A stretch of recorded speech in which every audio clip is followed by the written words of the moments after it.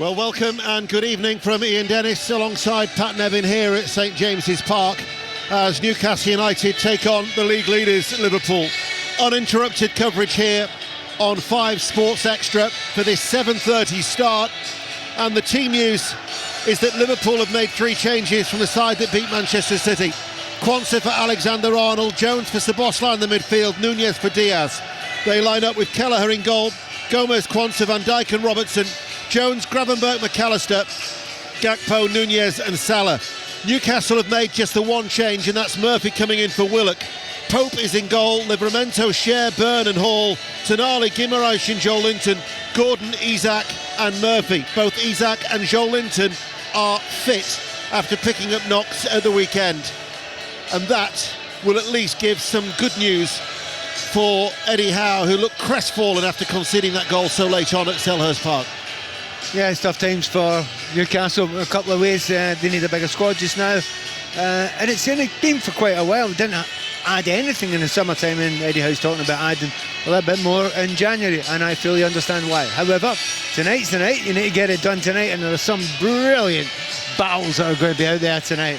Isak against Van Dijk's going to be a cracker.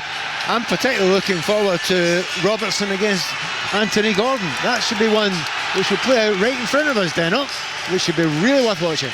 Well, bearing in mind that Anthony Gordon so easily could have joined Liverpool in the summer. Well, that'd have gone down well with the Everton fans. Well, nothing went down with them. They weren't happy with him anyway, but you know, he's a very, very, I was going to say capable player, that's understating it. He's an extremely good player. And we'll just see if he starts on the right or the left. As we're talking just now, he's starting on the left, but he's moved to the right sometimes. You know, him and Joe Linton have changed about. And I think they've brought Gordon over to the left-hand side because he's going to be up directly against Quansah, who's not a natural right-back all the time.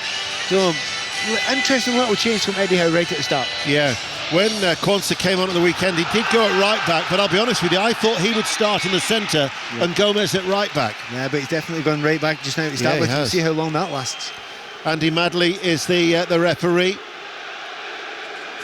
as Newcastle United in their black and white striped shirts and black shorts play from right to left in this first half. So they are defending the Gallagate end and attacking the Leazes end, where the Liverpool fans are housed on the very top tier, high up away towards our left, as Liverpool get us underway in the all-red. Therefore they are playing from left to right, and well, we're guaranteed a cracking atmosphere, that is for sure. But for Newcastle United, they haven't had a good track record against Liverpool in recent years. In fact, Liverpool are unbeaten in their last 15 games going back to 2015, which just gives you an indication of, regardless of the manager, they are somewhat of a bogey side. Yeah, I think Liverpool are a few people's bogey sides right now. For the minute. But the way that they're playing just now, but you know, looking at Newcastle, it's the confidence that they get in that midfield. We know how good the midfield Liverpool's doing just now, but you've got to think Bruno and Tonali, if they can strike out a partnership, which I don't think they always do, they could be a very, very special. That's right at the start, there's a bit of an injury, and the referee's not stopped. I think that may be a bad one over there. Newcastle come forward, Joe Linton to Gordon, left side of the penalty area, pulls it back to Tonali. Tonali tries to place it, and Kelleher made the save low to his left, turns it behind for a corner. I cannot believe how long it's taken the Newcastle physios to get on here. I mean, honestly, what is going on? They're just jogging on. I would have been sprinting on.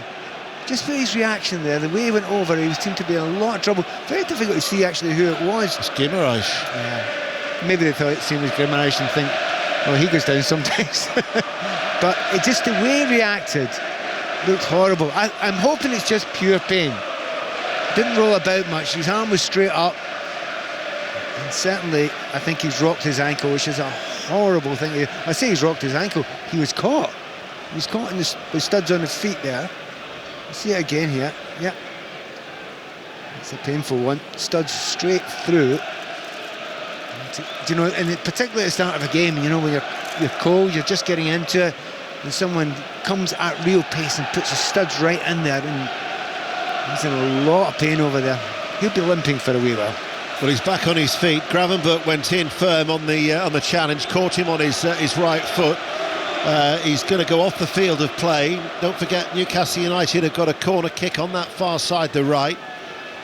Tonali, who has only scored the one goal for the club. Of course, he had that 10-month period out of the game after breaching the betting rules, so hasn't really been able to strike up anything of a partnership with Guimaraes just as yet. As Gordon with the out-swinging corner, it's going to come out to Hall, who hit it as it was on the up, and his left-footed sliced it off target. Goal kick, 0-0, and Guimaraes wants to come back on. Yeah, Lewis Hall's got a fabulous technique, but you're absolutely spot on the way you described that. It was bouncing, it was on the way up, and the technique to go and cut across that, which he had to, was asking a huge amount. But interesting to see Lewis Hall not spooked at all, playing against Mo Salah, still going forward, still wants to go and attack, and I think that's just the attitude of the young man. And the two full-backs in Newcastle United are interesting, aren't they? Both former Chelsea kids, and have done very well, and they're beginning to make those positions their own. Ball forward from Gordon to Isak. There was Van Dijk, who turns, clears with it, and bellows at his midfield. Salah couldn't control it. The crowd, I guess, are always going to play a factor. The crowd are always going to be up for the visit of Liverpool here at St James's. Yeah, and you can feel this place. I was looking around at about 2 or 3 minutes before the start of the game thinking, have I ever seen an empty seat in this ground? I don't know if I have, because it's...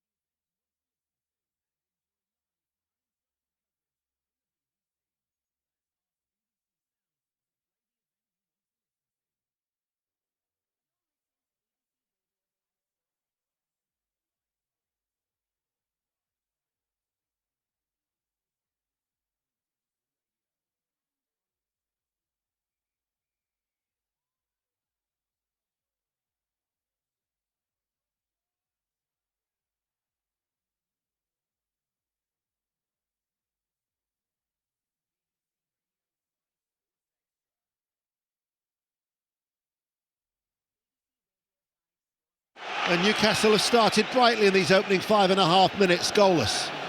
Gordon, near side the left, rolls it back to the fair-haired Hall. Infield to Tonali, comes under pressure quickly by Jones. And then Gordon, fouled by Curtis Jones. The two of them will know each other so well from the England under-21 winning side that won the Euros in 2023.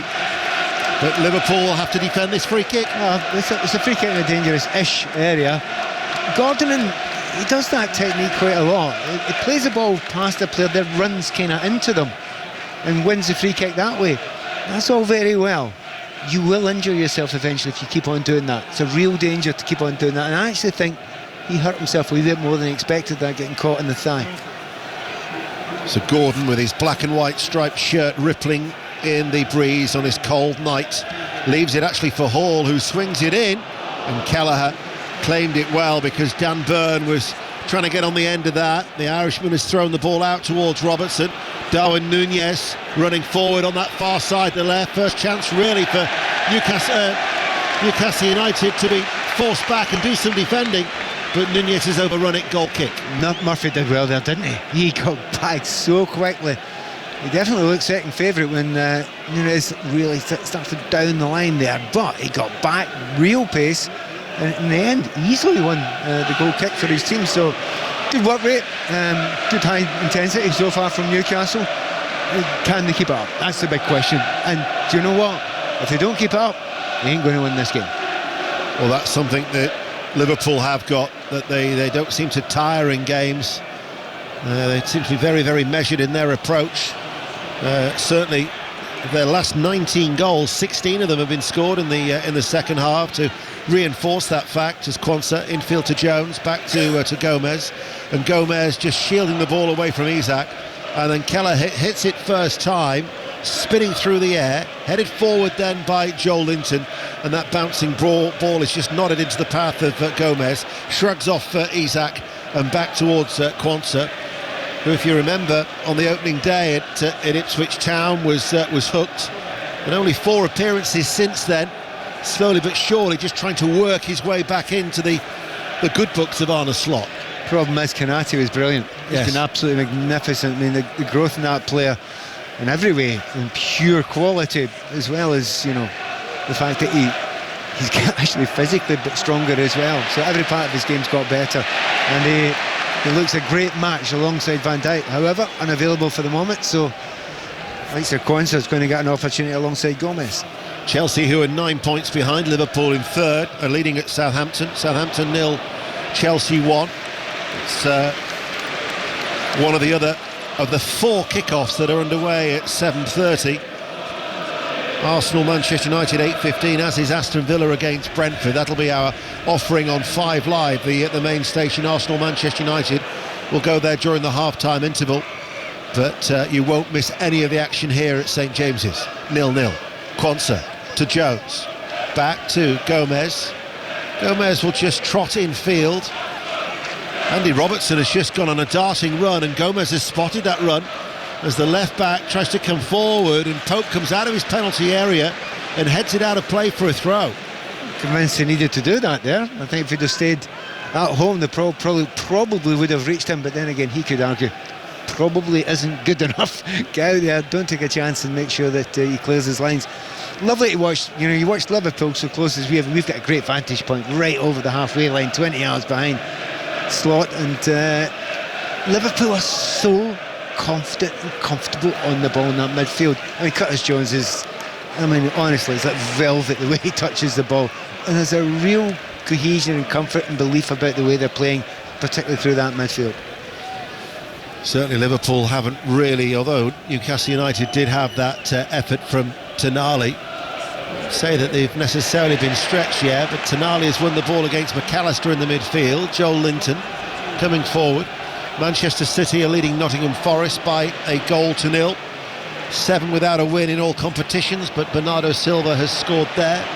Nottingham Forest, the only side who have beaten Liverpool this season, as Livramento plays the ball back. Cher infield to Byrne outside the centre circle. Because of Nunez and Jones, he goes forward now towards Tonali. Bobbling ball. Guimaraes under pressure from McAllister.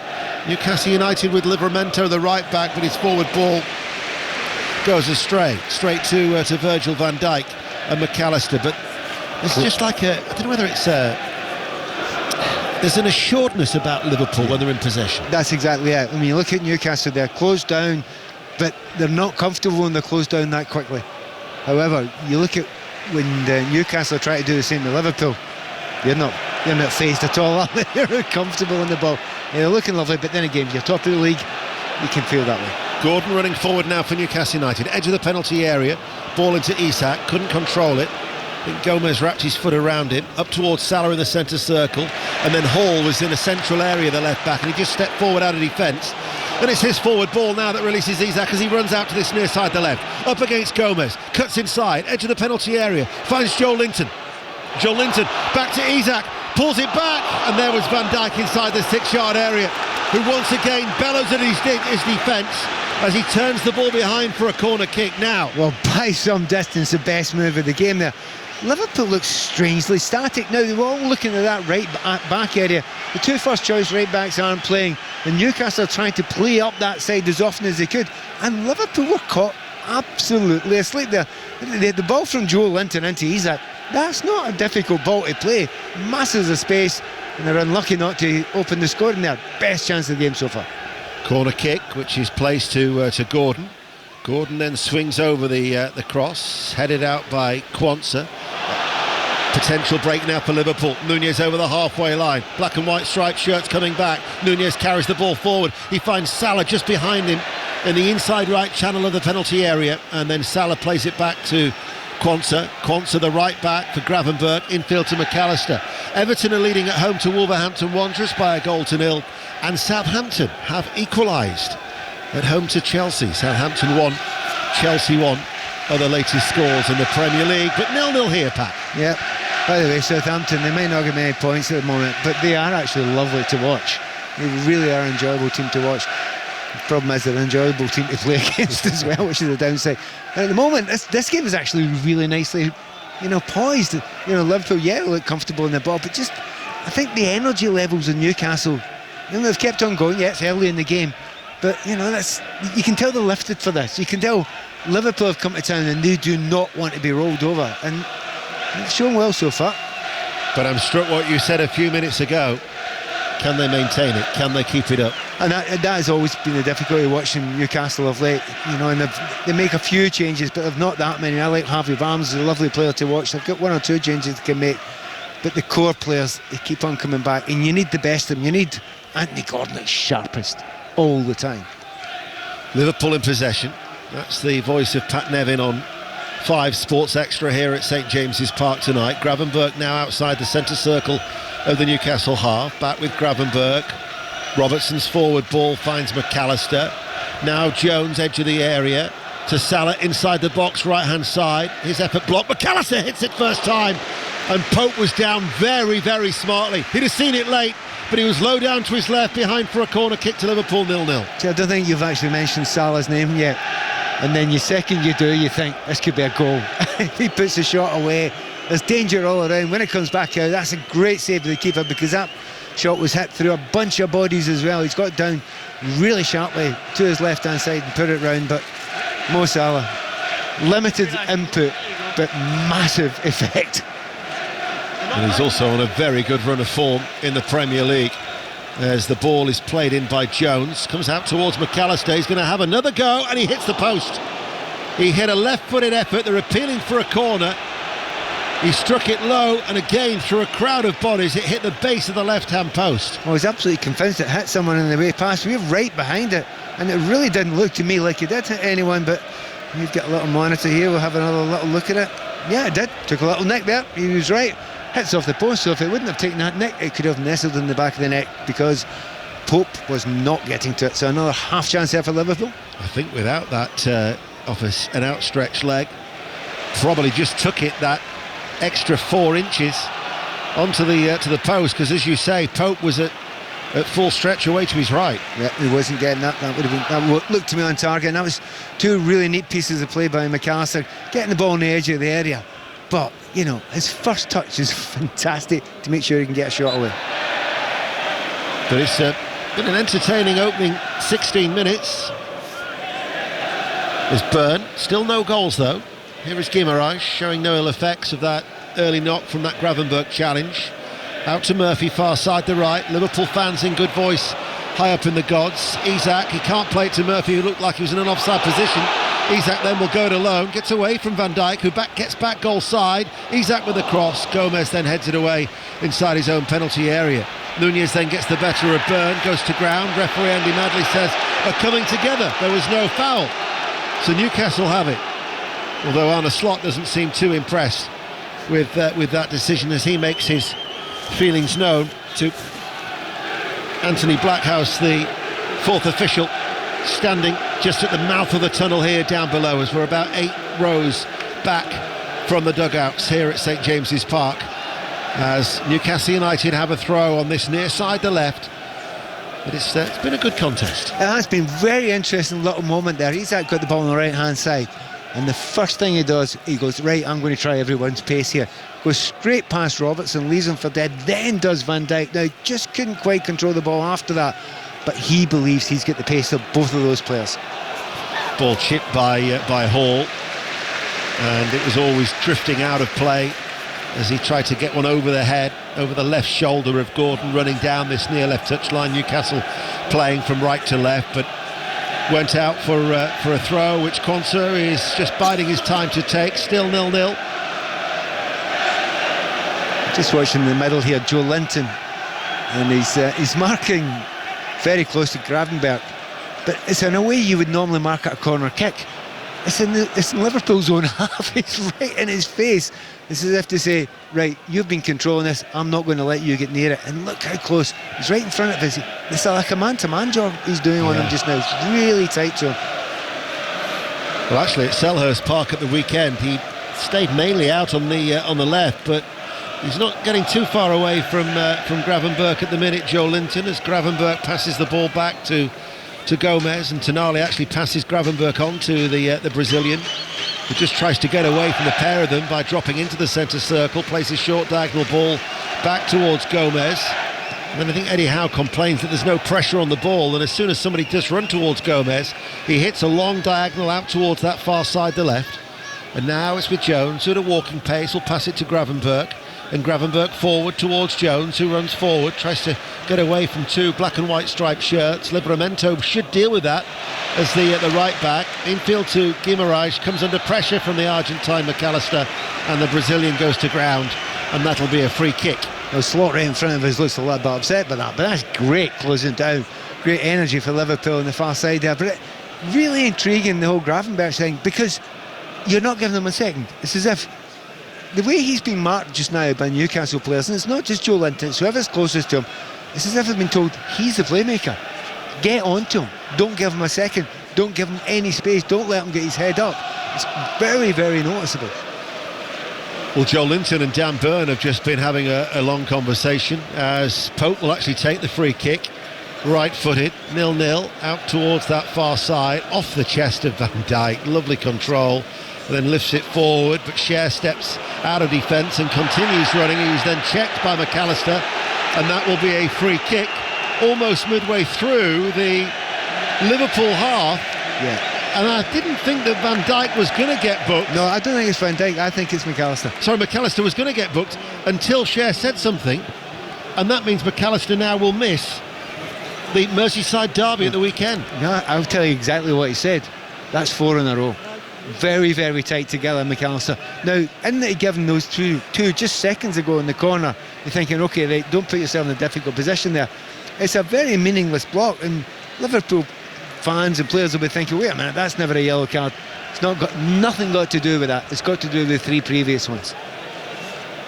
So he will be suspended for the Everton game as Hall hits it forward, and a waste of a free kick over the head of Byrne. Chelsea are back in front, Southampton 1, Chelsea 2, and Everton have got a second goal at home to Wolverhampton Wanderers. They now lead 2-0 at Goodison. Manchester City lead Forest 1-0.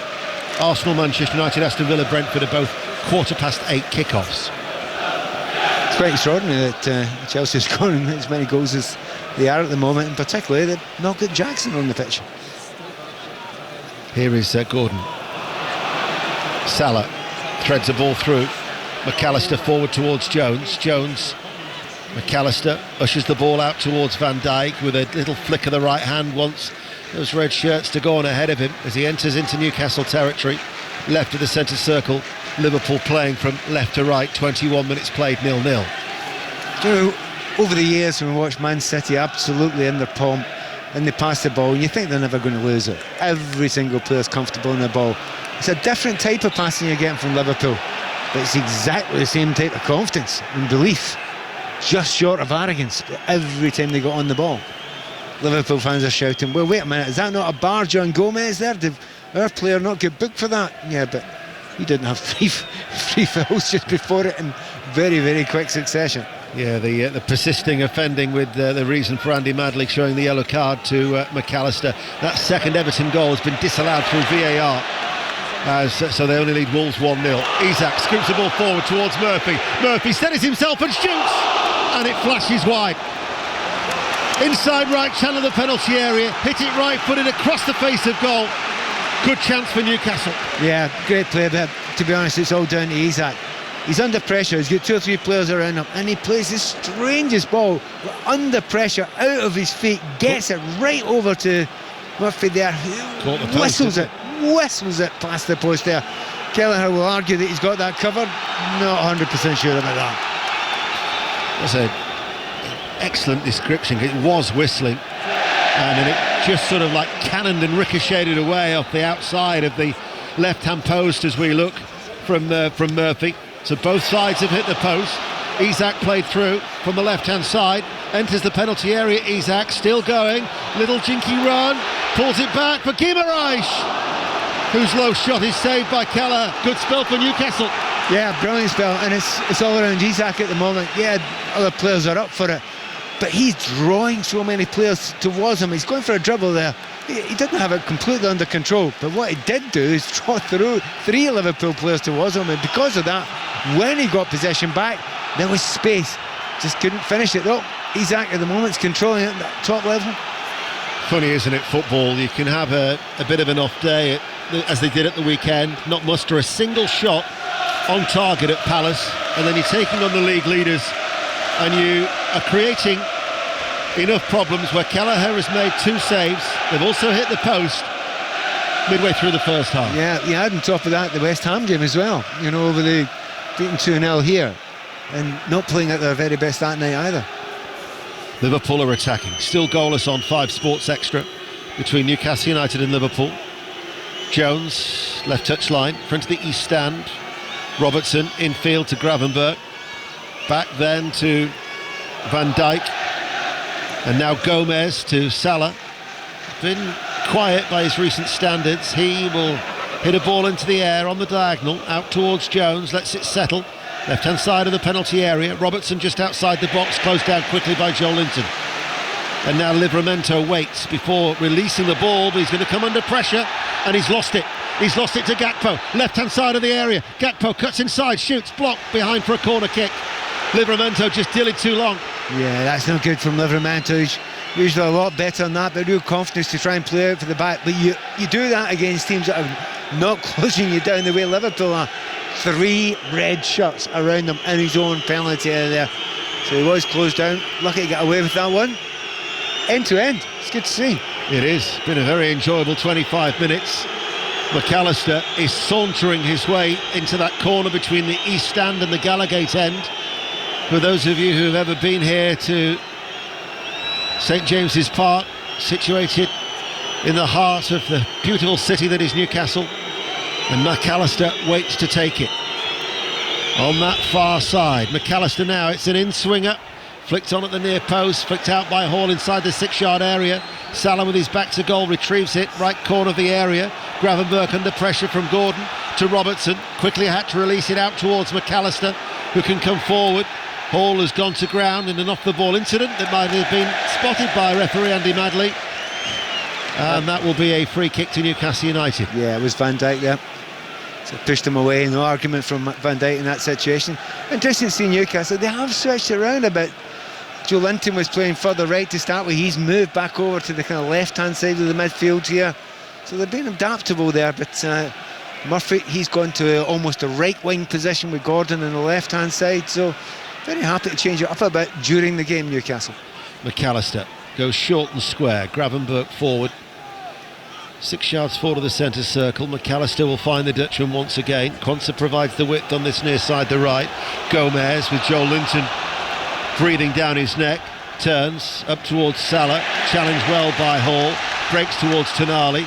Back towards the Newcastle left back. Salah goes towards him. He goes back towards Byrne. His ball along the ground to Joe Linton. And then it'll be Share. I'm happy you sounded calm with that pass there with Dan Byrne, because he's played into his mate there. He's got 2 players bearing right down him. It's a very dangerous ball to play in there, but Newcastle got away with it. I'm enjoying talking about the matchups. I mean, very interested to see Gordon. I thought he would be playing. That was another mistake. A loose ball that Salah almost seized upon. As now Newcastle try to get Isak away. That's the thing with this Liverpool side. You can't take anything for granted. Well, I took my eyes off it because I thought they were in very, very comfortable possession there. But they're very, very fast up front, you know, and certainly their higher midfielder are always going close down as well. Salah rolls away from Hall, lets the ball run through towards Quansah. Quansah carries it into the edge of the area, looks towards Salah, just couldn't control it. Just seemed to strike him on the shins and then go away from him in the penalty area. Yeah, but the play before that, Lewis Hall is playing against Salah, and Lewis Hall's had the better of it so far. But Salah knows he only has to do it once, and he nearly did it there. Ball in field, Joel Linton was coming under pressure from Gravenberch. His legs gave way, he fell to the floor, he gets a free kick. They're leaving little traps, Liverpool, aren't they? They're allowing Dan Barnett, etc., to play it into the midfield, and as soon as it goes into Guimaraes or Tonali or Joel Linton, there's two of them or three of them all around them, closing them down, asking the question, can you keep a hold of this ball? They've nearly been caught 2 or 3 times in the past 2 or 3 minutes. Ball is hit long for Newcastle United. Isak will give chase. Kelleher retreats into his area and then just tosses it out right in front of him to Gomez. 28 minutes played. What you said about Salah is that he only needs that one chance, and I'm trying to think of the game. It might have been Brighton earlier in the season as Guimaraes with a turnover against Gravenberch. Joel Linton profits, runs forward, diagonal ball cut out well by Quansah, only as far as Guimaraes, stopped by McAllister and then cleared by Robertson. And eventually, and I think it was Estepinian from memory, the left back for Brighton tired, and Salah eventually took full advantage that afternoon. I mean, it's the joy of being a winger. The defender can get you the ball off you 10 times in a game. See, if you beat him once and score, you won. Yeah. It's the joy of it, and you know it as a winger. You only need to do it once. And at the moment, it's a really interesting little battle. And in the one time that Salah got away from Lewis Hall there, it was just, nous. It was just know-how. It was just, he got in front of Salah 2 or 3 times, and Salah kind of conned him into thinking, oh, I'll get in front of him again. But Salah is strong, and he just rolled him there. So, young lad Lewis Hall, learning all the time. 7 He's goals. learning off a master, by the way. Lewis Hall, the England international, of course, and Salah, 7 goals in 6 successive Premier League games. They'll actually equal his best run of scoring in 7 consecutive league fixtures that he did in 2021, if he can do it tonight. So, as you say, he's up against the best, and Liverpool have got a corner kick, but half an hour played, almost, and it's still 0-0. I don't think you can call one team's better than the other at the moment. Maybe in comfort in the ball, Liverpool have got it, but in chances, in half chances, in danger when they're getting into the final third, not much in it so far. So Newcastle United defending this corner kick that Liverpool prepare to take through McAllister over on that far side, the left. Van Dijk's been extraordinary at corner kicks recently, hasn't he? Well, he's up there as an obvious target, as is Nunez, but it doesn't beat the first man. Good leap by Livramento at the near post to head it away. Jones then on that far side, the left, to Robertson, who swings it forward. Salah controls it just outside the right area. It's a left-footed ball, and Pope will claim it. Mainly all in green, little bit of flashes of yellow on the front of his jersey as he hits for the long ball out towards Isak. Didn't seem to be running too freely there, Isak, actually. It's strange though, it's very, very noticeable the amount of times that anybody in the midfield or the back, or indeed now the goalkeeper, has any space at all behind, they'll just lump it beyond.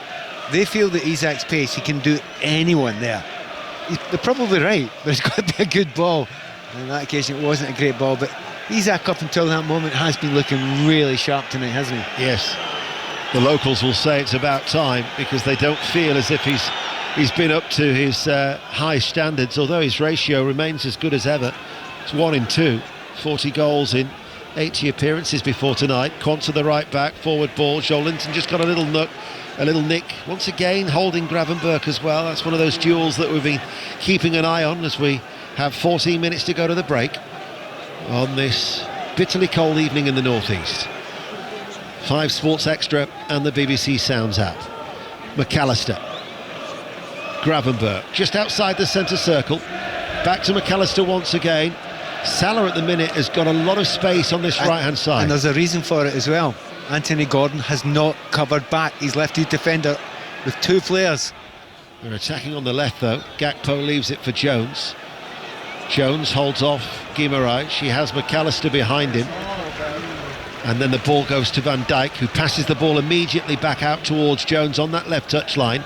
Infield to McAllister once again. Gravenberch has gone short and square to Van Dijk, rolls it forward. Gakpo has stayed forward, now closed down by Livramento, looks to go on the outside. Livramento goes to ground and makes the challenge, picks up a knock in the process, but it's behind for a corner, still 0-0. It's another thing that's very noticeable. Oh, they've taken a quick corner, I'll tell you that in a minute. Corner is taken short and quick, but alert to it was Murphy, and then helping out with Tonali as well on that far side. It'll be a Liverpool throw about 10 yards up from the corner flag. Liverpool take it quickly, still awaiting the first goal of the night then here on Sports Extra, as Van Dijk will hit the ball out to this near side, and Quansah controls it around knee height with his right boot. But then Joel Linton, as it's given away, Gordon plays it in field, Tonali, Nunez running back at him, Isak drops midway through his own half, waits and then passes the ball square to Livramento. Livramento will play it back. Arne Slot is keen to try and keep a high line for Liverpool at the moment, all in red, playing from left to right. Joel Linton then to Hall, just shy of the halfway line. He scoops it forward. Joel Linton will get there. A little stumble by Gomez. Steadies himself. Joel Linton finds Isak just outside the area. Comes on the inside of Van Dijk, threads the ball through, and Hall just couldn't take it in his grasp first time. Had a little nibble at it, and then it ran through towards Kelleher. Half a chance. I would have a suggestion that that might have been an amazing tackle, I think, by Gomez there. Yes, it is. He's just about to let it go, and a foot comes from nowhere from Gomez and just gets a toe in and saying that once again, the beautiful little ball by Isak, when he drops off, he's almost unplayable. Manchester City are now leading Nottingham Forest by 2-0. Kevin De Bruyne has got their second goal. I was going to say normal service has resumed, but you'd have thought that when they were 3-0 up against Feyenoord, so we might have to wait until they get a fourth. You can't believe you're actually saying that about Manchester City, but you're right. Here is Gordon. Gordon brings that bouncing ball under control and runs at Quansah. Left corner of the area, infield. Isak just tried to roll away from Van Dijk, couldn't do it. Van Dijk was there. Ball though picked up by Hall. Gets away from Salah. Now Guimaraes. Good balance to get away from McAllister. Forward ball. Isak for a shooting opportunity. Oh, and he buries it. Quality goal by Alexander Isak. Only had one thing on his mind. Gave Kelleher absolutely no chance. Newcastle United lead by 1-0. 10 minutes before the break. He's been extra special in this game, Isak. Every time he's got the ball, he's went deep with it. He's laying players in. He's made 2 to 3 very good chances for his teammates. But it's about time someone gave him a chance. That's not even a chance when it arrived to him. He's got so much to do, but he twists and turns. He's definitely onside, but he's 20 yards out, goes to 18 yards out, and you think, can he do it? And before he's left his foot, you're thinking, there's no one else in that team you want on the ball if you're a Newcastle fan there. And he has lashed it into the top corner. Nothing that the goalkeeper can do. The whole goal, really, when you think about the balance of Guimaraes, the ball threaded through. But Isak only had one thing on his mind, didn't he? Yeah, but you're absolutely right. He wants to get the ball, and if you leave him 1-on-1 at any point in time, that's a danger. He can meet anyone 1-on-1. He's got so many tricks, he's got so many dummies. They're checking for offside, but I'm thinking no chance. Absolutely no chance. That is a goal. But if he's left 1-on-1 with anyone, he will take them on.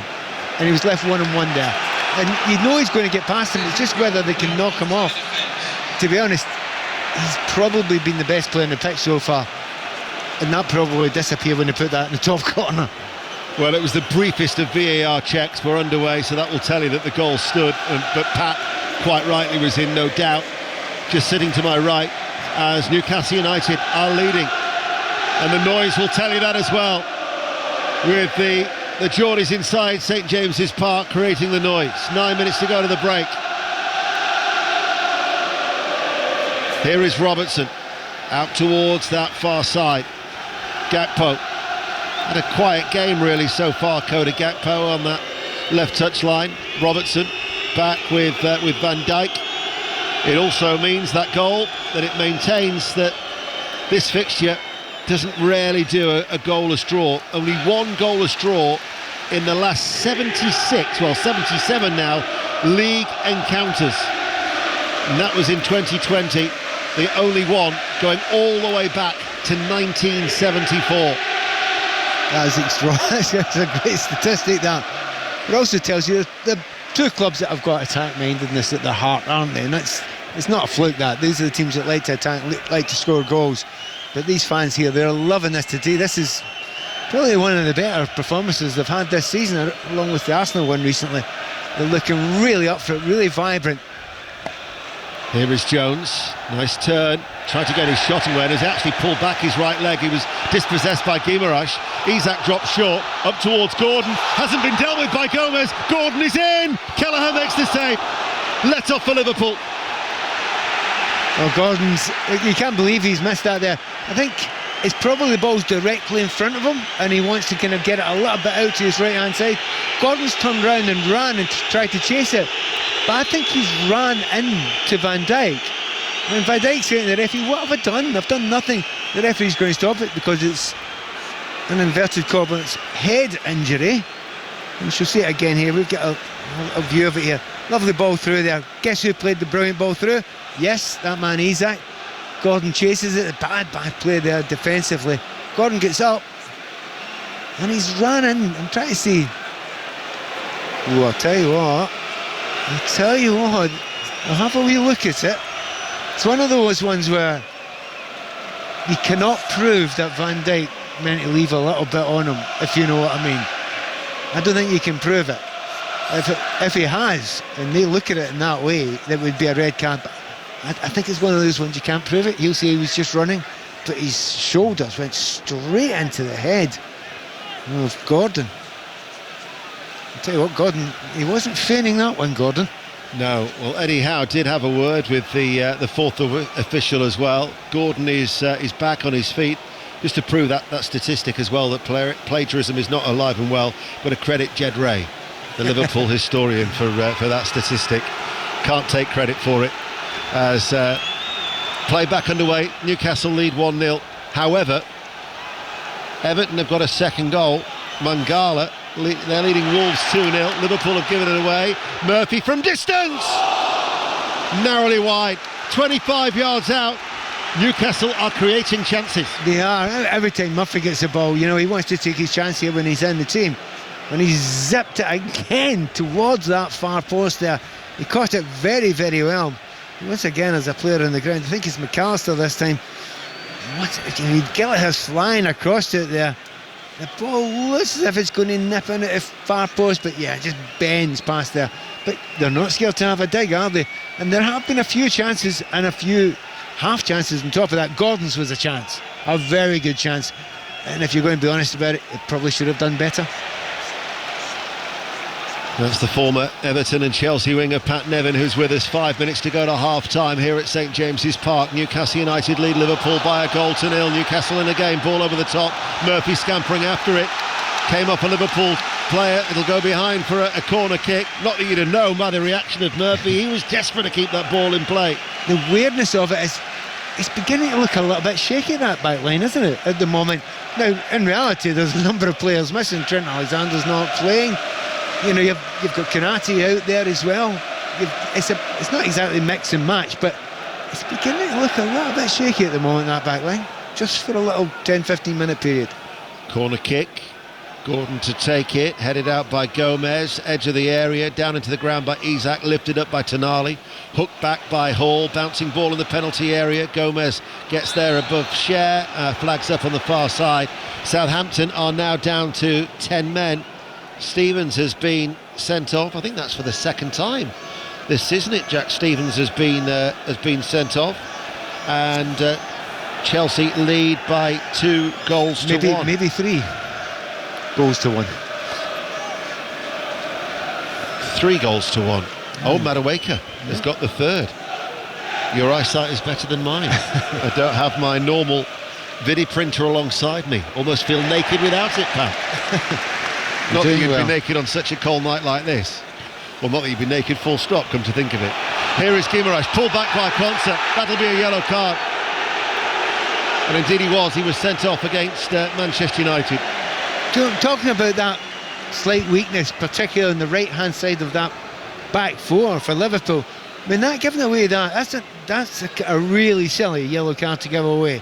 There were plenty of players covering. Konsa is now walking a tightrope. And Anthony Gordon's licking his lips now. He's playing against a player who's booked, who can't really make a tackle on him. So he'll be wanting to get on the ball as often as he possibly can. Free kick, which Hall will take for Newcastle United, leading by a goal to nil, headed out by Van Dijk. Doesn't drop to Murphy on the edge of the area. Instead, front of him, it was lifted away by McAllister. Ball headed forward by Gordon, and that will run through towards Kelleher, all in yellow. Bowls the ball out away towards our left, out towards Robertson, infield, cut out by a sliding Tonali, picked up by Murphy, who's certainly providing lots of energy and a real cut and thrust down that right-hand side. And that's where Newcastle United attack again through Livramento. Guimaraes is available on the inside if he wants him. The England international, though, waits and then holds onto the ball and then turns and then slips it into the path of Cher, who steps forward. And Cher now will cross the ball towards Gordon, off his chest. Hall goes on the overlap. Gordon cuts inside, finds Joel Linton. Shoots, dipping over the top of the crossbar, took a deflection on its way. That will, Arne Slot doesn't look impressed by that, but it will be a corner kick to Newcastle. Well, neither he should.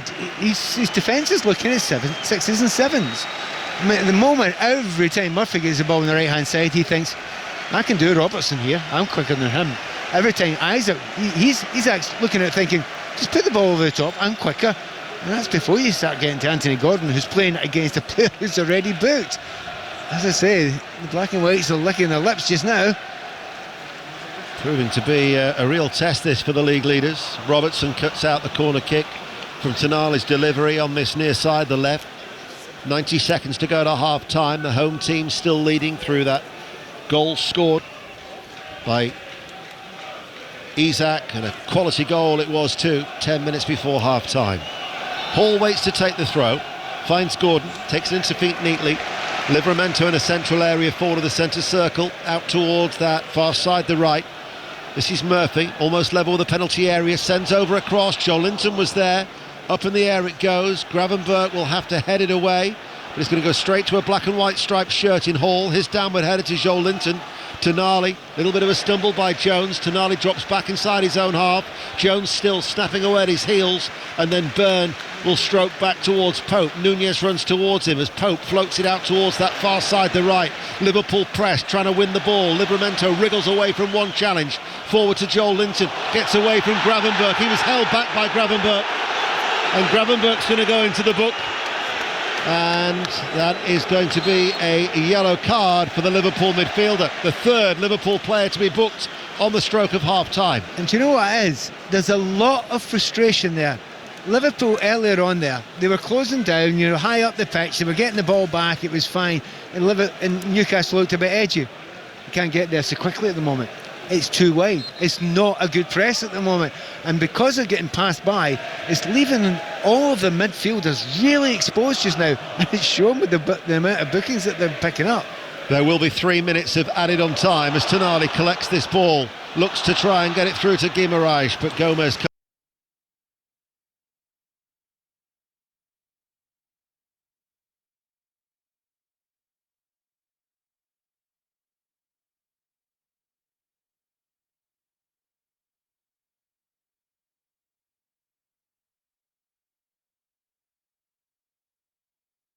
Arsenal in the first half are playing from left to right as we look at it here from our low commentary position behind the two coaching areas.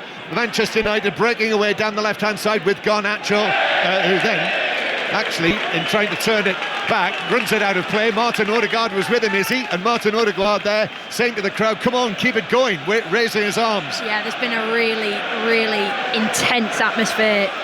Because of that song, North London Forever, just drifting into the opening seconds of the game, and Odegaard is capturing that and keeping it, and the atmosphere is absolutely electric. Yeah, do you know what? Say it quietly, I've actually come round to North London Forever. I quite like it now. Here's Martinelli over on the far side, in comes the challenge, out of play. So the Arsenal team tonight, 4 changes for them. There is no Gabriel and no Calafiori, so I think this is really interesting that it's Zinchenko and Kivior who are on the left side of the defence. But Raya in goal, Timber and Saliba, the other members of the back four. Will you make any changes at half-time? Well, I'll have to say I will be shocked if Diaz doesn't come on. Well, with that in mind, Liverpool have won 11 Premier League games against Newcastle when they've trailed. They've produced the most comebacks in the history of the Premier League. So I doubt many Newcastle fans will be getting carried away if their history is anything to go by against this opposition. And also, you've said how good Liverpool have been this season, second half goals anyway. Yeah. They've been fantastic. Incidentally, that goal is only the 5th goal that has been scored in the first half by Newcastle this season. Up until tonight, no side had scored fewer in the first half than Newcastle's meagre tally of 4. But we're in stoppage time, 5 Sports Extra. Newcastle, though, are leading, and we've got just 60 seconds remaining. And Livramento, mind you, they could easily have had more than the one. Yeah. The way that they've played, Eddie Howe will certainly be highly encouraged by what he's witnessed in this first 45 minutes. Here is Quansah. On a slot, less so. Gomez.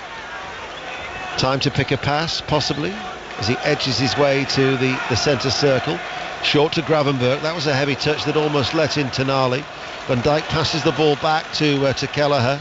Well, I think that might be it in terms of the action here in this first half.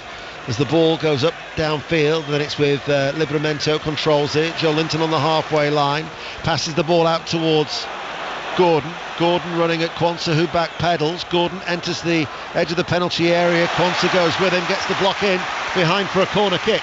Better by Gordon, not looking as sharp as I've seen him before. You know, he's got lightning pace. He's not really showing it at the moment. He's got his defender there 1-on-1, and a bit sluggish trying to go past him there, but he's got the corner out of it, and he'll put up with that. Half time at the Etihad. Manchester City lead Nottingham Forest 2-0. Other latest scores, remember, Everton 2 goals to the good at home to Wolves.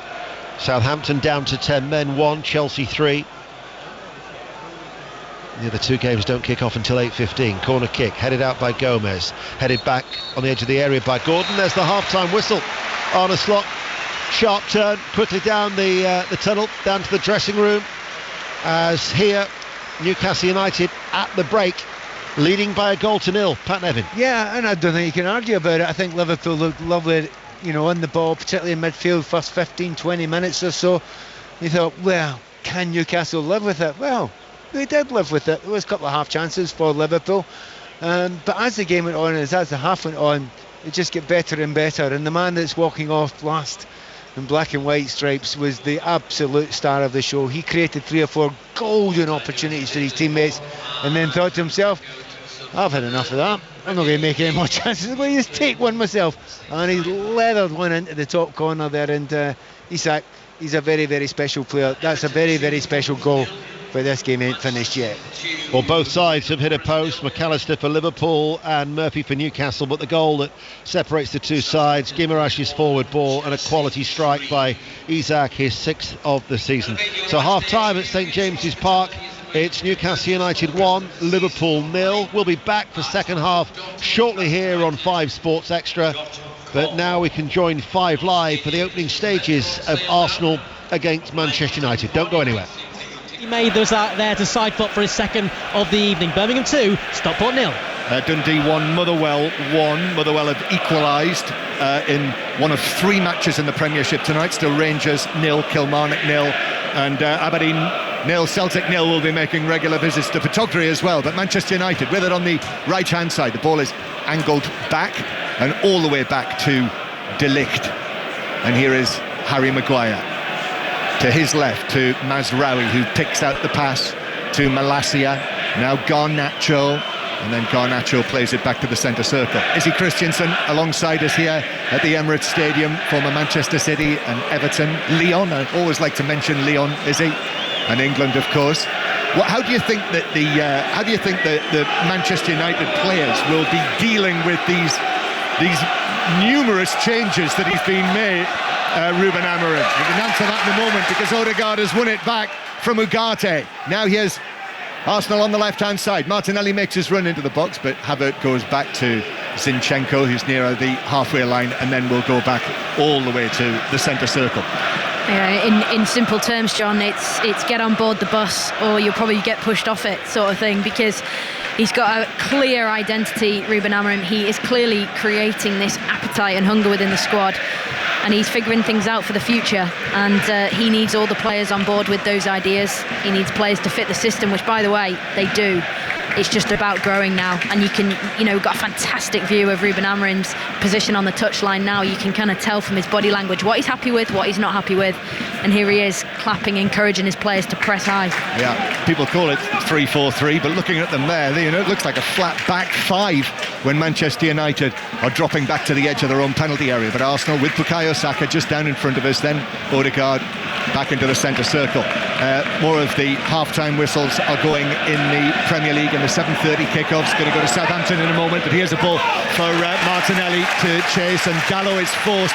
He had Martinelli right behind him, and there was very little he could do as it bounced up, other than deflect it behind for the first corner of the match to Arsenal. Yeah, it was really good play from Arsenal, just putting the ball over beyond Dalot into those areas where the third centre-back for Manchester United at De Ligt has to go out and think about covering, and Martinelli just chased it down, and Arsenal won a corner. And the fans' response to winning that corner, they know what's going on up in Newcastle. Yeah, and also they know exactly what's happening with a corner to Arsenal, having scored 20 from corners since the start of last season. But of course the difference tonight is there is no Gabriel, so let's see what they do. It's the usual formation, so there are 5 Arsenal players beyond the 6-yard box, then they all go racing into the 6-yard area. In it comes, it's a near post flick, and it's deflected around.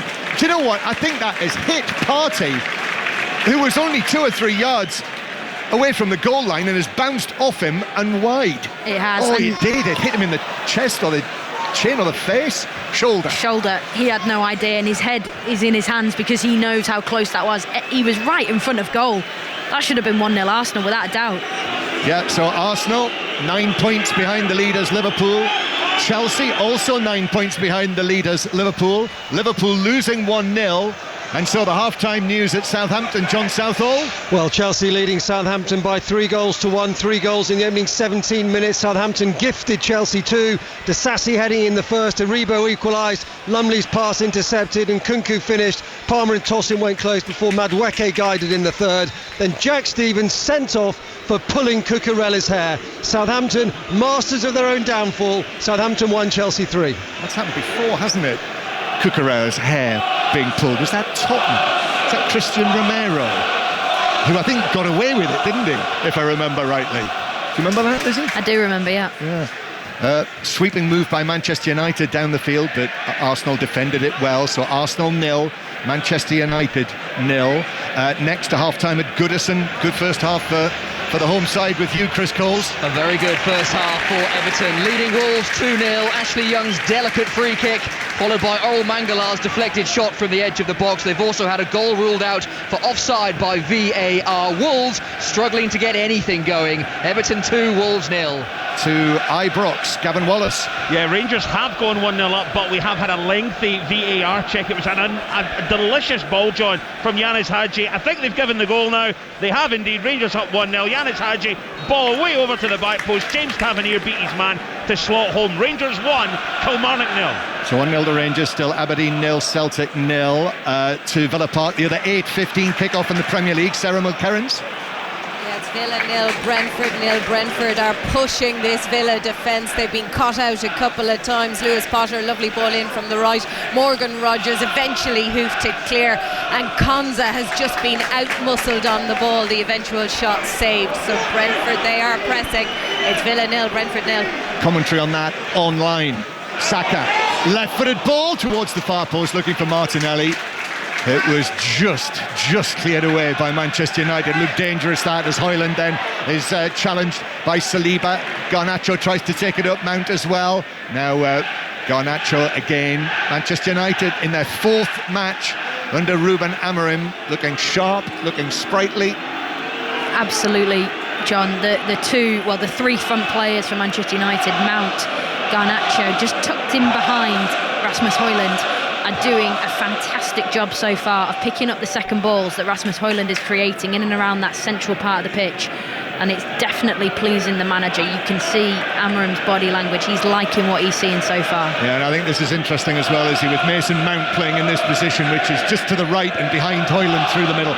You know, this is where we saw him play to such great effect with Chelsea so often. Absolutely, he's in exactly that same role, so effective, and if he continues to grow in this side, this could be an absolutely fantastic move that he made. He only made 17 appearances across since he signed, and now he's starting to play under this new manager, and I think he's one the United fans can get really excited about. Yeah, and with the new England manager Thomas Tuchel being someone who knows Mason Mount very well, Champions League winner with Thomas Tuchel and Chelsea, then important moments, and Mount now does well, just hooks the ball out towards the far side looking for Dalot, but Arsenal, Declan Rice, have dealt with that and they have the ball inside their own half. Producer George Cummins, Izzy, has just reminded me that Cucurella vowed that he would never get his hair cut again after that incident when Christian Romero pulled his hair, and it's gone and happened again.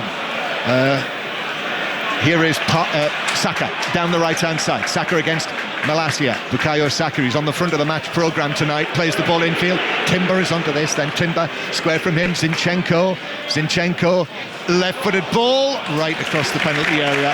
Malacia allows it to go across him and behind for a goal kick. Yeah, you know what, that's an excellent ball from Zinchenko. He just puts it into an area, shapes it around the shape of Manchester United's back 3 or 5, and it's Malacia.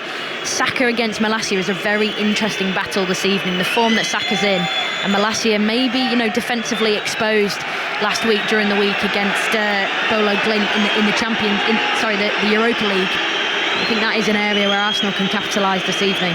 Manchester United taking a while to take this goal kick, and the home crowd are onto them.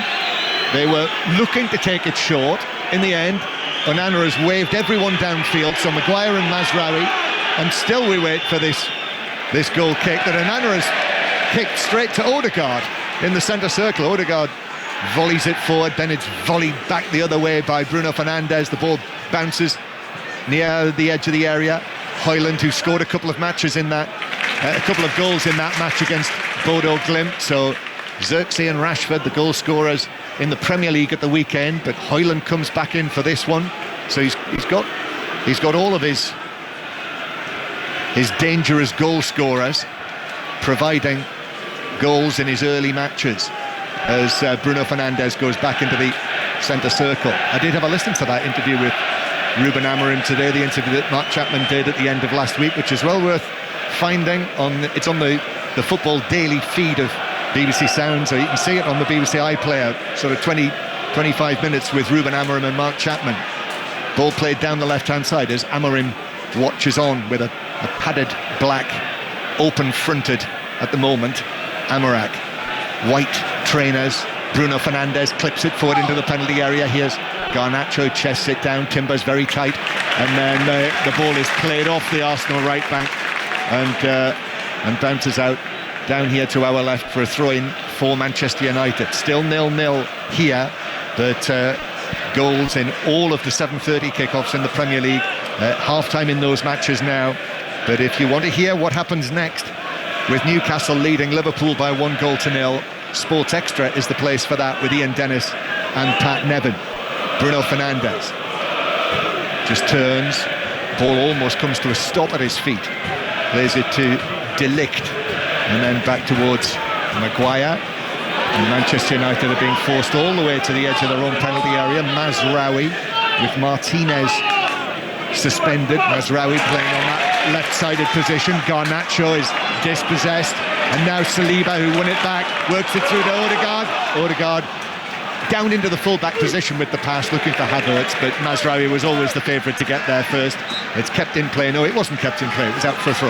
Yeah, it's really, really tight and congested in the centre of the pitch. It's a really, really intriguing battle between Partey and Declan Rice up against Ugarte and Bruno Fernandes. You can just see the level of movement off the ball in order to try and create space for each other. It is an absolute joy to watch with anyone who loves that side of the game. But you can feel it, the fans, every time Arsenal play forward, they know what is happening. Flurry of goals in the Fleetwood-Doncaster game. It's now Fleetwood 2, Doncaster 2 in League 2. 0-0 here at the Emirates. As Manchester United with Ugarte, who played for Amorim at Sporting. So he is one player that Ruben Amorim will know inside out. Back to Maguire. Now Mazraoui, who's really stepped on in this new system. The number 3 playing it forward towards Garnacho, and then pass from Ugarte, but that is straight at Zinchenko, and now forward to Martinelli, and Martinelli goes round Bruno Fernandes, who goes down and puts the challenge in, and it's out of play for a throw into Arsenal down the left-hand side. Back to Birmingham City, Stockport in League 1. Sani Rudravajala. Alfie Mays doubled the difference. Birmingham 2, Stockport 0. A deflected effort on 26 and a tap-in 9 minutes later. But Birmingham City keeper Ryan Alsop pulled up a superb save from Villaloni, Louis Barry, and then a brilliant double save from Kyle Wootton as well. Birmingham 2, Stockport 0 at the break. Manchester United, strong challenge on Havertz. Harry Maguire breaks forward. It's Garnacho who's in possession. Garnacho running the ball towards the edge of the box. Maguire's on the left wing. Maguire then playing it back to Fernandes. Mikel Arteta raises both of his arms. Arsenal and Mikel Arteta did the double over Manchester United last season. In fact, if Arsenal win tonight, the long history between these two great clubs, and of course they will play each other in the FA Cup next month as well after the draw on Monday night. If Arsenal win tonight, it'll be the first time Arsenal have ever won 4 consecutive league matches against Manchester United. De Ligt now to the far side. Gallo plays it into the centre circle, and Arsenal have got it back. So back to Villa Park and Sarah Mulkerrins. Villa 0, Brentford 0, but the hosts getting into this a little bit more. Digne had a good effort, flash across the face. The goalie was looking for the head of McGinn, and then Morgan Rogers from the left found Ollie Watkins inside the area. Watkins though found the hands of keeper Flecken. It's 0-0. And commentary on that online, Charlie Slater and Kevin Nolan. If you find it, that's who you'll hear. Bukayo Saka for Arsenal. Arsenal on the right wing. He goes in between Malacia and Garnacho. Then Odegaard. He manages to find a position there. He brings so much more to Arsenal. You know, just that one change. You were talking about it to Kelly, is he, before the game, but you know, he really makes them tick, the Norwegian captain. And to come back in the side and the form he's in, you know, there's always a little bit of a period of scepticism. Phil. And that was John Murray down at Arsenal, and that commentary of Arsenal against Manchester United continues on BBC Radio 5 Live. We haven't got anywhere, hopefully at least, and here we are on Sports Extra and the BBC Sounds app for the start of the second half, as the two sets of players just take to the field on this chilly night on Tyneside, where Newcastle United are leading by a goal to nil. A goal scored from Isak after 35 minutes. At a quick glance, Pat Nevin, it would appear that neither side has made a change. Does that surprise you from a Liverpool point of view? It does. I wouldn't hide that. I think Liverpool fans here be slightly surprised. Certainly for the second half of the first half, they looked a wee bit punchless. You know, obviously the manager will say, well, you've got 10 minutes to show us now, do something special, change it around a little bit. But we'll be wanting more from Gakpo, we'll be wanting more from Nunes, and to be fair, we'll be wanting more from Mo Salah as well. You need to create something. At the moment, they are looking second best, but hey, Slot's done good things in second halves before. Well, we are underway. Neither side has made a change then, so a reminder of the two teams. With Newcastle United now in their black and white striped shirts and black shorts, playing from left to right as we look. So therefore they are attacking the Gallagate end with Pope in goal. The back four of Livramento, Cher, Byrne and Hall. A midfield of Guimaraes, Tonali and Joe Linton, with Murphy, Isak and Anthony Gordon. Liverpool, who are all in red, playing from right to left and attacking the Leesy's end, have Kelleher in goal. A back four of Quansah, Gomez, Van Dijk and Robertson, Jones, Gravenberch and McAllister in the midfield. McAllister, his booking in the first half will rule him out of the Merseyside derby at the weekend. Gakpo, Salah and Nunez. As ball goes infield, and Byrne gets there before the Uruguayan, and he clatters it away downfield and out of play. It goes for a throw, which Robertson will take. So let's see how the leaders can respond. I immediately look to my left to see if any Liverpool players are warming up, and much to my surprise, none are. I don't think it'll last long if they don't pick it up at the start of the second half. Well, certainly on the bench they've got Diaz, Szoboszlai, Elliott, who's just recently returned from that fractured foot picked up in September whilst he was with England's under-21s, as Arne Slot is out there at the moment and cutting a rather animated figure, it's got to be said. Robertson pokes this ball back to Kelleher, who's actually only lost one of 22 Premier League games since he's been deputising so well for Alisson, as Salah runs forward on that far side. Gordon helps out Hall, and Gordon actually robs him of the ball and then gets fouled, and that'll be a free kick for Newcastle. That was Curtis Jones there, wasn't it, over on the far side there, who bars Hall, who's actually growing. He didn't lack confidence before, but he's growing in confidence as the game goes on. against Mo Salah. But it's another block there. And Curtis Jones have to be careful. Liverpool, enough bookings already. In the 8:15 kick-off, Aston Villa are leading Brentford by 1-0 at Villa Park. Murphy didn't keep the ball in play. Newcastle will have a throw on this near side, the left. 2.5 minutes into the second half, and I'm actually told that on the conclusion of this game, we will then go to Villa Park for the remainder of that fixture here on Sports Extra on what is a busy night, and a night where across the 5 Live network we're having to be extremely flexible with every game throughout the week. All 3 nights, Tuesday, Wednesday and Thursday, live games, every game covered on 5 Live. Livramento with a throw to Isak, too far ahead of Livramento. Liverpool get a throw, a lot of urgency from Robertson, as you'd expect with their side trailing by 1-0 over the head of Nunez.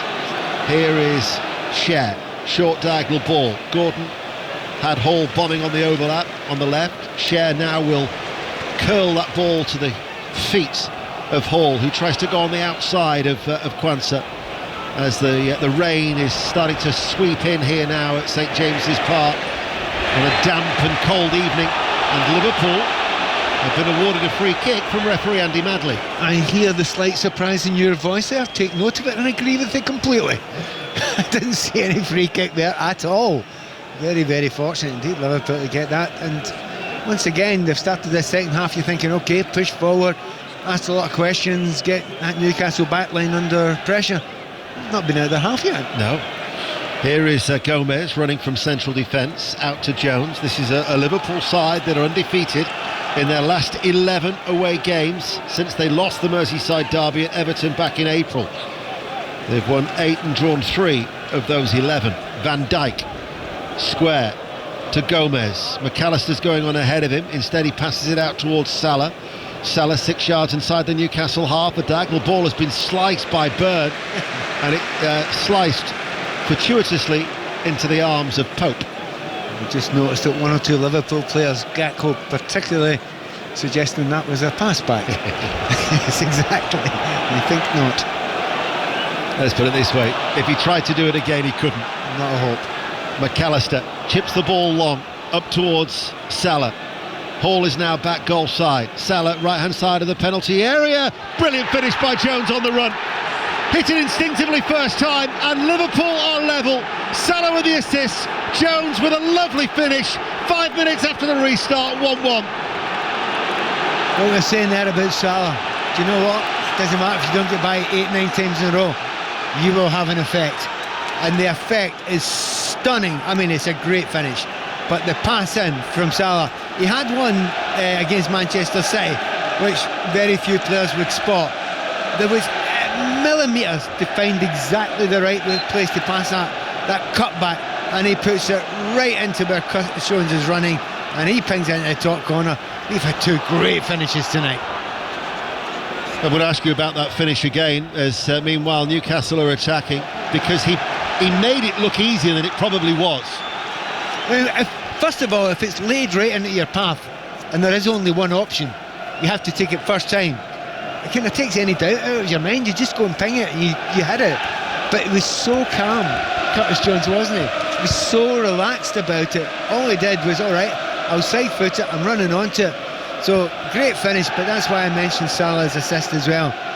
It was millimetre perfect into his run when he was running onto it there.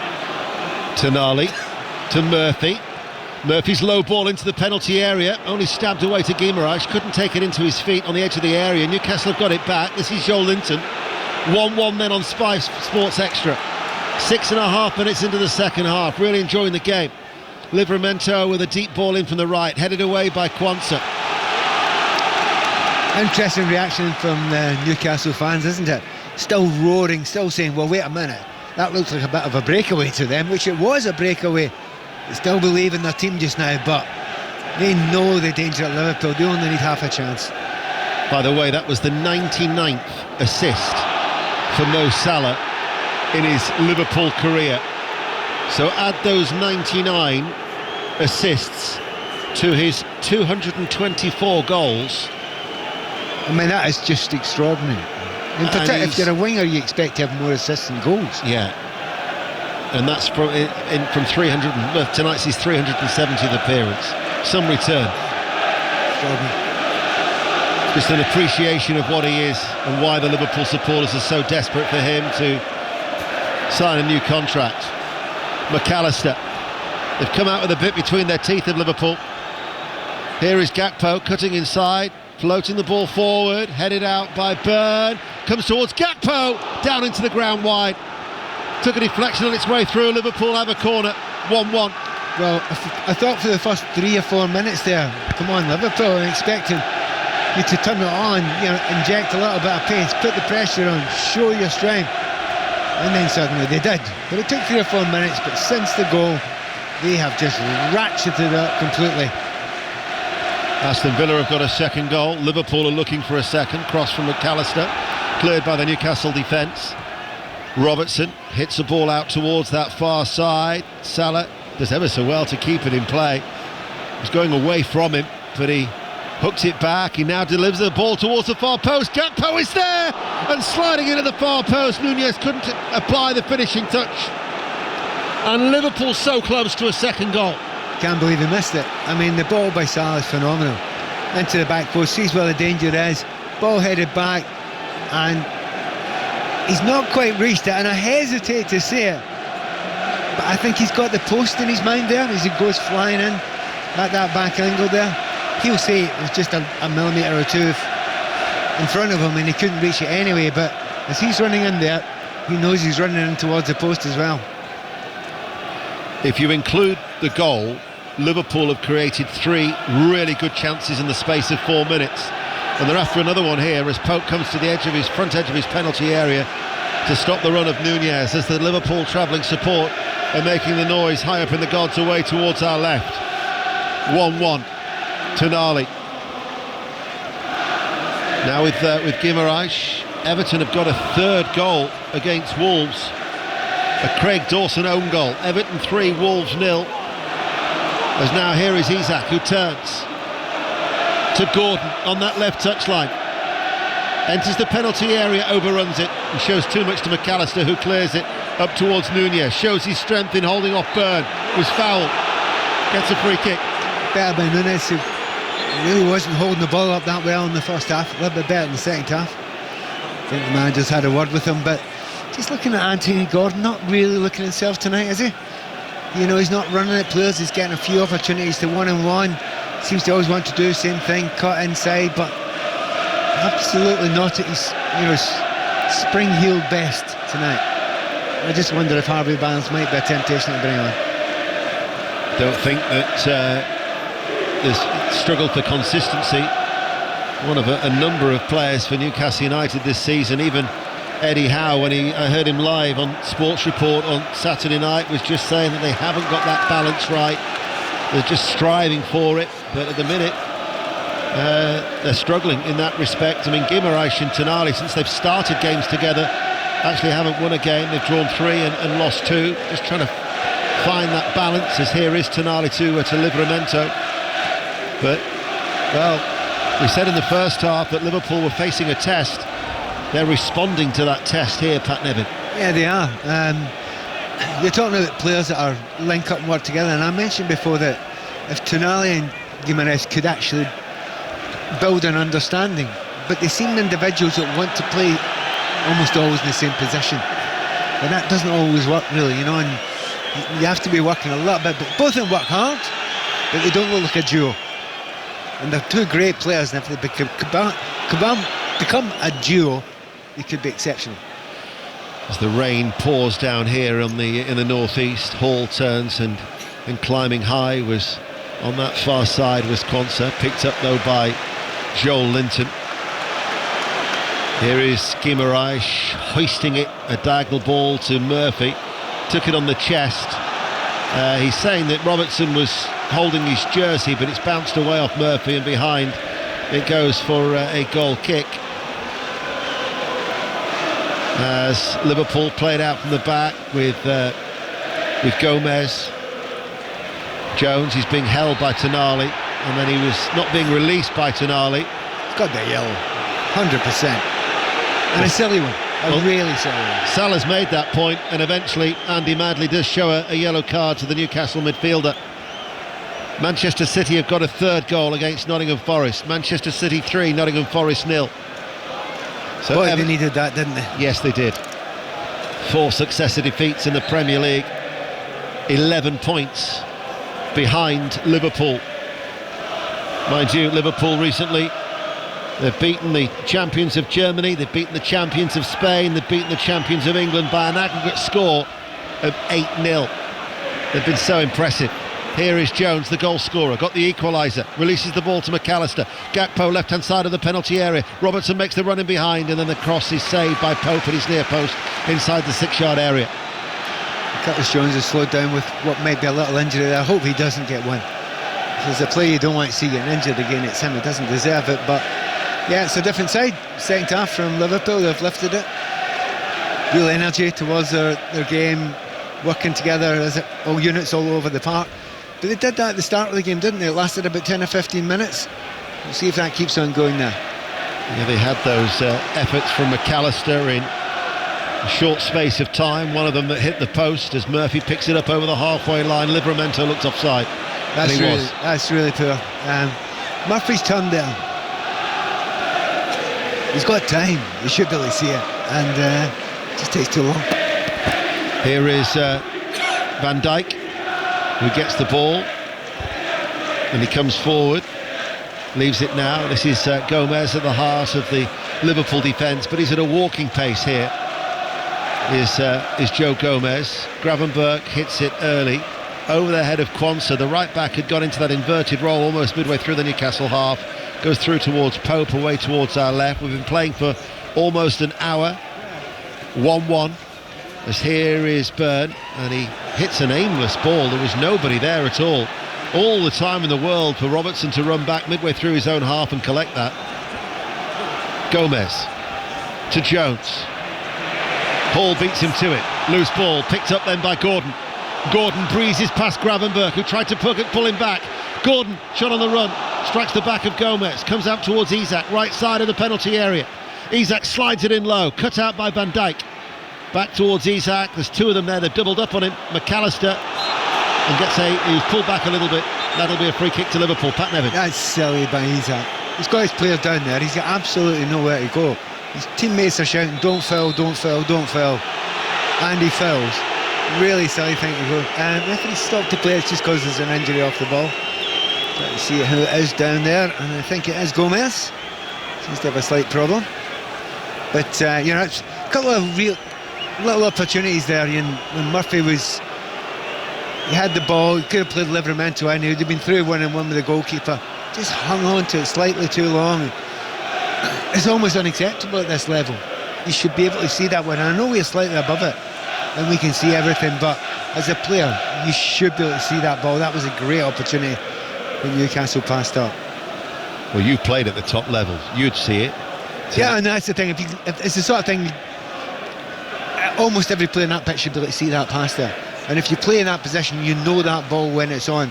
Livramento knew it was on, and he just couldn't understand why he left it a second and a half. Doesn't sound like much, that's far too long when it's obviously on. Aston Villa have got a third goal as Robertson with a cross too close to Pope, easily caught away towards our left. Aston Villa 3, Brentford 0. Arsenal, Manchester United goalless. Southampton 1, Chelsea 3. The Saints are down to 10 men. Stevens was the sinner as he was sent off. Manchester City 3, Forest 0. Everton 3, Wolves 0. Guimaraes 1-1 here. Finds Isak short of the halfway line, runs to the edge of the centre circle and runs at the heart of the Liverpool defence. He has two to his left. One of them is Gordon. Gordon shoots, takes a deflection, not properly dealt with at the first time at least by Robertson. Reacted quickly to the second opportunity, and McAllister helps it on its way to Nunez. Short of the halfway line, ball will go in field. McAllister wins the challenge with Tonali, and then got the block in against Byrne. It's frenetic out there at the moment. 1-1. The crowd responding at St James's Park. Newcastle looking to try and get back in front. Isak threads it through. Here is Gordon. Gordon steadies himself and scores. Gordon took it well. Kelleher couldn't keep it out. Right-footed, finds the bottom right-hand corner. And the league leaders find themselves behind yet again. Newcastle back in front by 2-1. from a player who could have joined them in the summer, Anthony Gordon. Well, once again, who's the man that plays the perfect ball through? It's that man Isak. I mean, absolutely beautiful. He holds the ball up, drags players towards him, puts Gordon through. To be fair, I thought Anthony Gordon had blown it. I think he'd taken a touch too many. Comes inside there, just gets it past Kelleher. Doesn't matter. As long as it's on target, it's low. That's the keeper a question. So he'll be delighted with that. Kelleher gets a good hand tip, but not quite enough. But that guy Isak, he has been exceptional tonight. He's been unstoppable, and he'll get Anthony Gordon. You'll hear he's getting the crowd and the praise in the background, but these fans around here, they know their stuff. And we were downstairs earlier on there, every one of them was talking about Isak. We'll be talking about him again. 2-1, and he's the main man. The former Evertonian, who when he was courted by Liverpool has since signed a new long-term contract at St James's Park, and he has scored his third goal of the season, and Newcastle United lead by 2-1. Isak, ambling his way back, has been told by referee Andy Manley, come on, hurry up, as play is about to restart. And it's funny, you know, because that's probably Newcastle's only chance second half. Yeah, when you think about it, the play was against them there.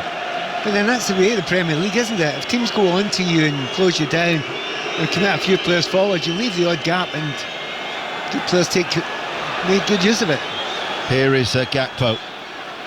Robertson, first time cross, headed in, kept out by Pope as he was falling backwards on his goal line. McAllister might have been the last player to get a touch there. It was just an instant reflex save from Pope. Knew nothing about it, absolutely nothing. Comes off his chest there, and he's just a little bit lucky. He had to be lucky. He's positioned himself there. Robertson with another cross, Nunez in there, and his attempted volley at the near side of the 6-yard box is flicked wide. In fact, it wasn't McAllister, was it? Do you know what? He's fallen down. He's done this weird grab away with his hand. That's a better save than it looked to me first time. That is a very unorthodox, strange save, because as you correctly explained, he was falling backwards. But he's got this big paw across and just pushed it across his body into safety. So it doesn't matter how you save them. It's unorthodox, but it works. By the way, this doesn't look as if it's going to finish 2-1, does it? No. So many chances either side now. No.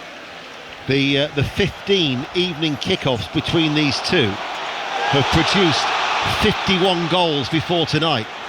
Here is Isak, enters the penalty area. Isak! Oh, that's superb! Isak is having a blinder. But the flag is up and it will not count, and that is a real shame from a Newcastle point of view, because once again it was just a sublime finish. Buried it into the bottom right hand corner, but he was offside. Yeah, there's no doubt about it. They have a look at it, but he's offside. It's only half a yard, not much more than that. But when he had got the ball and he had two players in front of him, can I ask you an honest question? Did you think he was going to go in the back of the net? Yes. So did I. And he's got two players in front of him, two defenders. He is in that extraordinary form just now. He looks bordering on unstoppable. He's been brilliant tonight. Liverpool are going to be making a change. Trent Alexander-Arnold is going to be coming on. In fact, it's going to be Szoboszlai, Luis Diaz, Gakpo, Gomez, and I'm trying to see who the third player is going to be coming off. Is it going to be Curtis Jones? Well, whoever it is doesn't want to come. So Quansah will go to the central defence alongside Van Dijk. Alexander-Arnold goes to right back. Gravenberch it is. So Gravenberch is the third player to come off for Szoboszlai. Yeah, well, I actually thought that those changes would have made it half-time. But, you know, Slot knows what he's doing. They got the goal back, but he can't wait again. He needs to make a change now to have some sort of effect in this game, because 2-1 down, Newcastle tails it up again. And they look very, very capable of scoring again. So Liverpool have to wrest control. And that man Diaz on, I think he's as important as anyone else to Liverpool just now when he gets on the ball. Gakpo's 100th Liverpool appearance is over. Diaz comes on for him. Here is Alexander-Arnold. His forward ball bounces off Nunez. And this is Tonali, who loses out to Gordon. The referee, though, has already blown his whistle. and we're midway through the second half. I mean, people will remember those memorable 4-3 games in 96 and 97, but of those 15 evening kickoffs that have produced, well, now 54 goals, Newcastle have only won 3 of the previous 15, but they are leading here now by 2-1. Joe Linton's forward ball blocked by Alexander-Arnold to Salah, now towards Szoboszlai. Szoboszlai feeds it forward. Alexander-Arnold's first time cross has a second chance, chucked in by Salah. Liverpool are level. The substitutes combined. Alexander-Arnold with the assist. Szoboszlai involved in the build-up, and there was Mo Salah, who was scored for a 7th successive Premier League game, and it equals his previous best run from 3 years ago. The leaders twice behind, twice have pulled back, 2-2. Well, that's extraordinary. Do you know the comfort and belief as soon as they made those changes? That didn't take them seconds to just click into gear on that right-hand side, and it tells you how special some of those players are, and particularly Trent Alexander-Arnold. He's going to get up and down there, and you just wonder why he didn't start the game, because he looks, and it just looks more comfortable already in that back line, doesn't it? Over there with him right back, but flying forward as well, and having a great understanding with Salah. It's a terrific game of football for the neutral. I guess when you're in the elite competition, as is Alexander-Arnold with a foul on Gordon, and straight away he goes into the referee's book. I mean, this is the start of, well, the next 3 away games, but 5 of the next 6 are actually away, with the exception of Fulham at Anfield in mid-December. We've got the Champions League. They travel to Girona next week. Game, incidentally, you'll hear on BBC Radio 5 Live, as you will the Fulham game as well, the following Saturday. So it's going to be a balancing act, especially, I guess, with the Merseyside derby to come at the weekend. But they've certainly shown plenty of resilience. Have Liverpool here tonight. 2-2. Been a good game. 20 minutes remaining. Well, I did say it 2-1. Doesn't look as if the goals are finished here, does it? It certainly didn't. And since then, we've had a goal disallowed and a goal scored by Liverpool, since Pat said that. They've got a free kick of Newcastle United. 2-2 then here at St James's. They're attacking black and white striped shirts from left to right. Referee Andy Madley has spotted something that he's not happy about in the penalty area. Joel Linton and Van Dijk are the two who have been quite vocal towards the referee, who's watchful. It'll either be in swinger. Indeed it is. In it comes now. Oh, that could have gone anywhere. Isak was the player who actually thought it should have been a corner, as he tried to flick it on inside the near side of the 6-yard box. Actually came off Van Dijk as well. Just love games like this, you know. It's 2-2. Neither team settling for a point. Absolutely no chance. Both teams think they can win this game, and both teams are absolutely capable of winning this game. By the way, Liverpool now have scored at least 2 goals in each of their last 9 games. They've only failed to score once under Arne Slot in 21. That was in that defeat against Forest. As Gordon, caught by Nunez, leaves him hopping mad. Gordon stays down. Newcastle United have a free kick, central position. Here comes the voice of reason. Do you know what? A moment ago, Trent Alexander-Arnold got booked, and I'm not sure he touched Gordon. I've just watched it again there. I'm not sure Gordon got touched. I think he jumped out of the way of it. It's really, it is one of those ones, you know, you got to say it, you know, Gordon does put himself in dangerous positions, but he jumps up and out of the way, but makes it look as if he's been halved in 2. Nunez, I think, has just been shown a yellow card for dissent from referee Andy Madley. So that is 1, 2, 3, 4, 5 yellow cards shown now to Liverpool, who've got this free kick. It's in a central position, midway through the Liverpool half. 2-2 with 18 minutes remaining. Harvey Barnes looks like he's going to be coming on for Newcastle United. Liverpool have got every red shirt in and around their own penalty area. Hall will take this free kick left-footed. Scooped forward to the direction of Joel Linton, flicked on, scooped up in the air, running forward by Kelleher, the goalkeeper, who's got Robertson as an outlet on this near side, and via Van Dijk finds him. Midway through the Liverpool half, back towards Van Dijk it goes. Now Curtis Jones, who drops deep, with Szoboszlai and McAllister ahead of him in that midfield triumvirate. Now it's with Quansah. playing as a centre-back.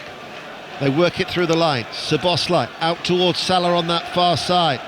Half-time, Arsenal 0, Manchester United 0 in the 8:15 kick-off. That's on 5 Live.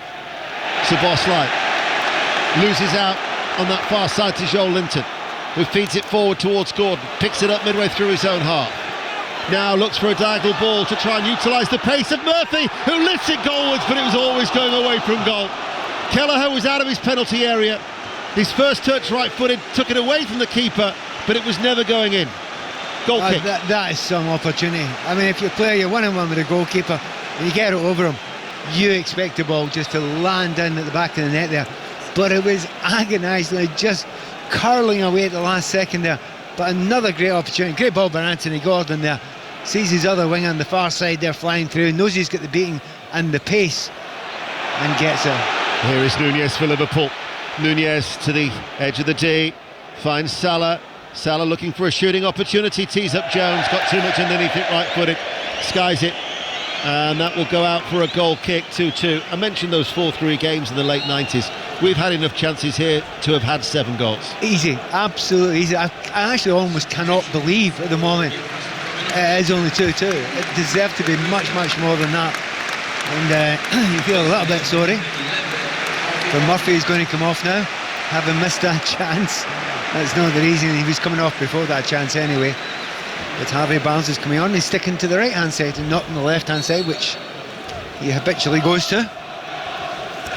First start for Jacob Murphy since October the 19th. Hadn't started in the last 6 and necessarily hadn't been available for at least 2 of them, but Harvey Barnes comes on for what is his 300th club appearance of his career. Harvey Barnes. And it was bad enough not contending with the rain tonight. I've just stopped Pat's tea from falling over all over our commentary notes as well. That was extraordinarily quick reflexes from you there. Very impressive. The rain I can cope with. The cold tea I cannot. 15 minutes remaining. 2-2. I can't believe he's still drinking it. It's not cold, it's lukewarm. Here is Byrne to share. Tomorrow night, by the way, on our 3rd night of successive Premier League action, Bournemouth-Tottenham on 5 Live. Fulham-Brighton will be on Sports Extra.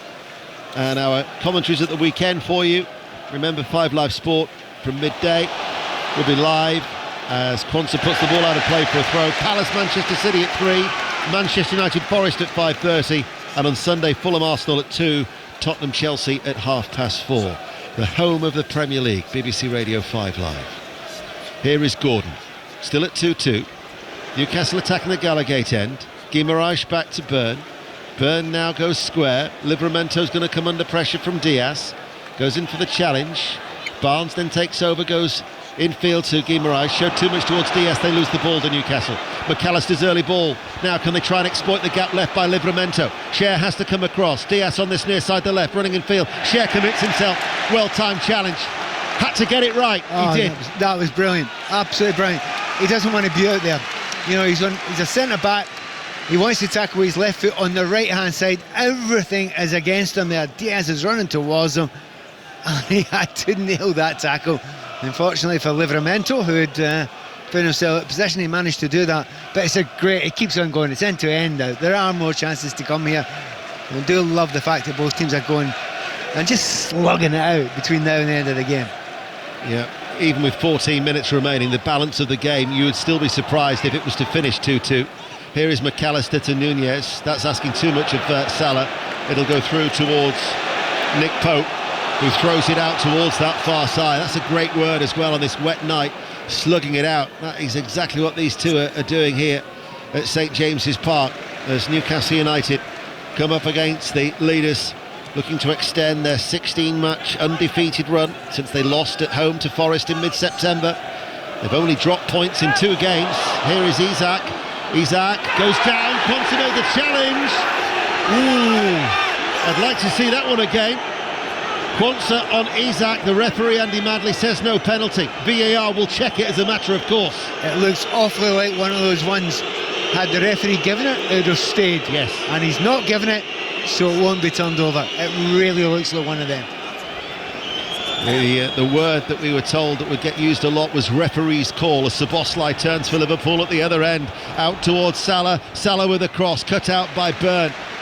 It'll be telling when the ball next goes out of play how quickly play restarts as to how seriously VAR are having a look at that. Here is Jones meanwhile, midway through the Newcastle half, still the rain falling, 12 minutes remaining. Here is Szoboszlai on the half turn. McAllister into a challenge he goes with Tonali, who's gone down and stayed down with cramp. Isak meanwhile passes the ball forward to Gordon. Gordon's going to have to go it alone.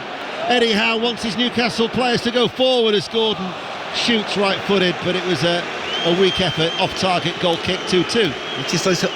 He scored a goal, Gordon, but he looks tired. He doesn't look his usual zippy self. Isak takes the ball away. There is a contact there, and the defender doesn't get any of the ball. I will stick with my original thoughts. Had he given it, it would have stuck as a penalty kick. And I will have to watch it as well. Absolutely spot on as ever, Pat Nevin with his analysis.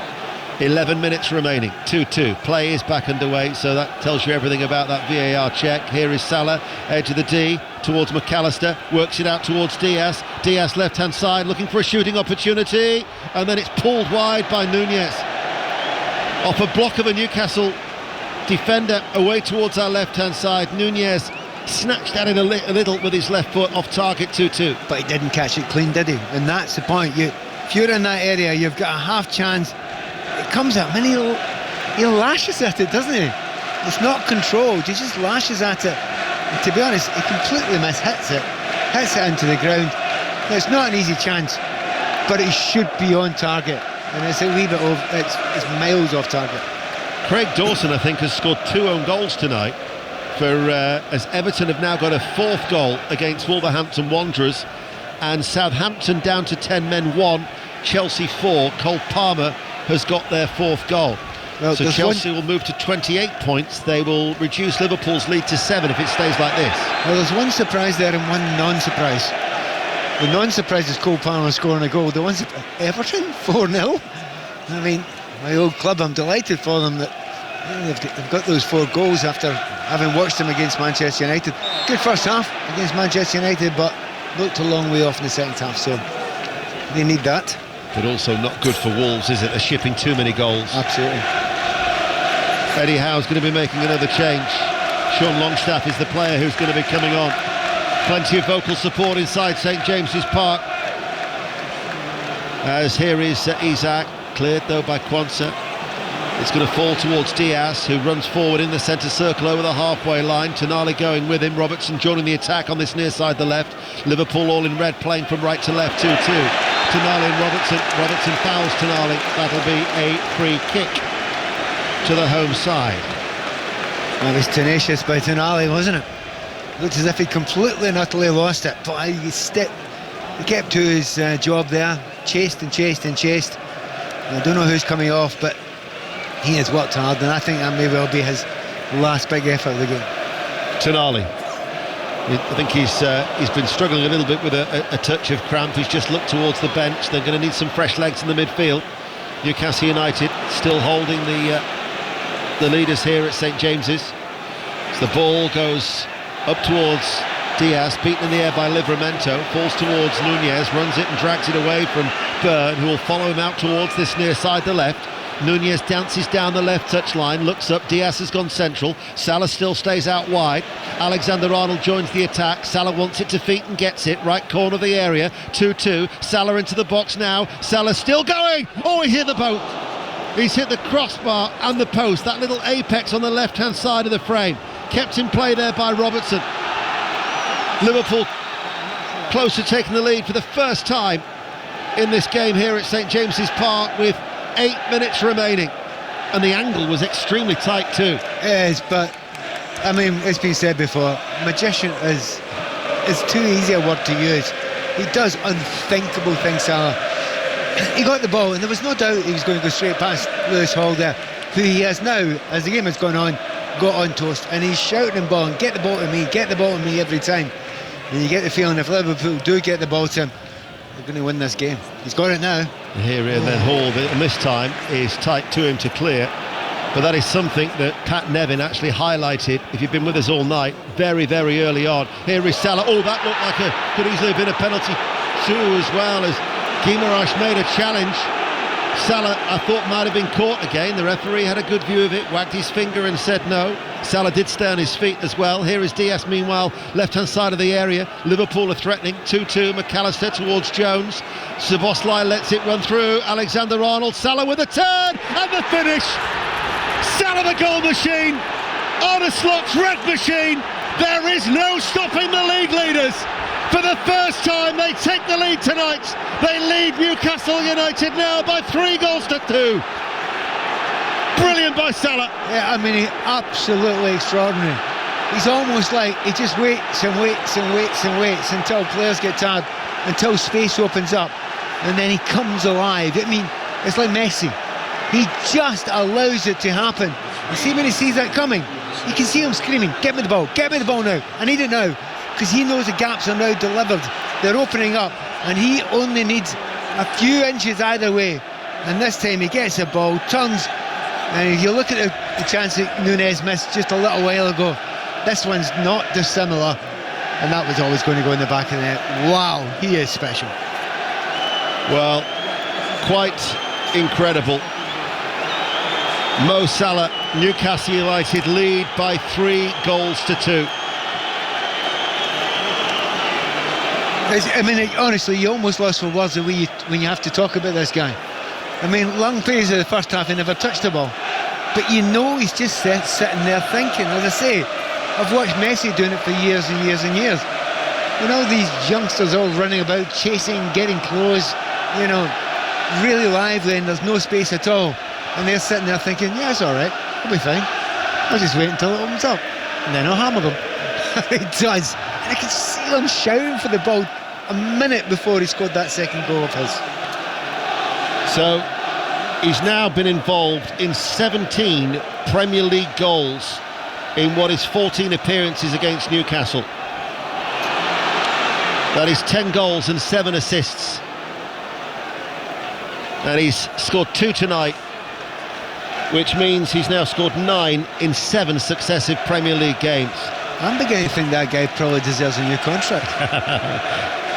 Takes his tally to 15. I think every Liverpool fan in the universe will agree with that sentiment, Pat. I mean, they will offer him one, but you know, it might only be a year. I mean, I understand what the money men and the numbers men are thinking about his age. You know, if the fall off comes, will he drop off the end of a cliff, which some people do at a certain age? But when your numbers are like his just now, and he knows the game well enough to know, right, I'll just wait, I'll keep my energy to when it's needed. The whisper is a 1-year deal with the option of 1 more year. On whose side? Well, Longstaff, Wilson and Willock are going to be coming on. So a triple change in the offing for Eddie Howe. The thing is, every game just seems to strengthen the hand of Mo Salah, does it not? It absolutely does. And to be fair, I don't think he'd struggle to find a club.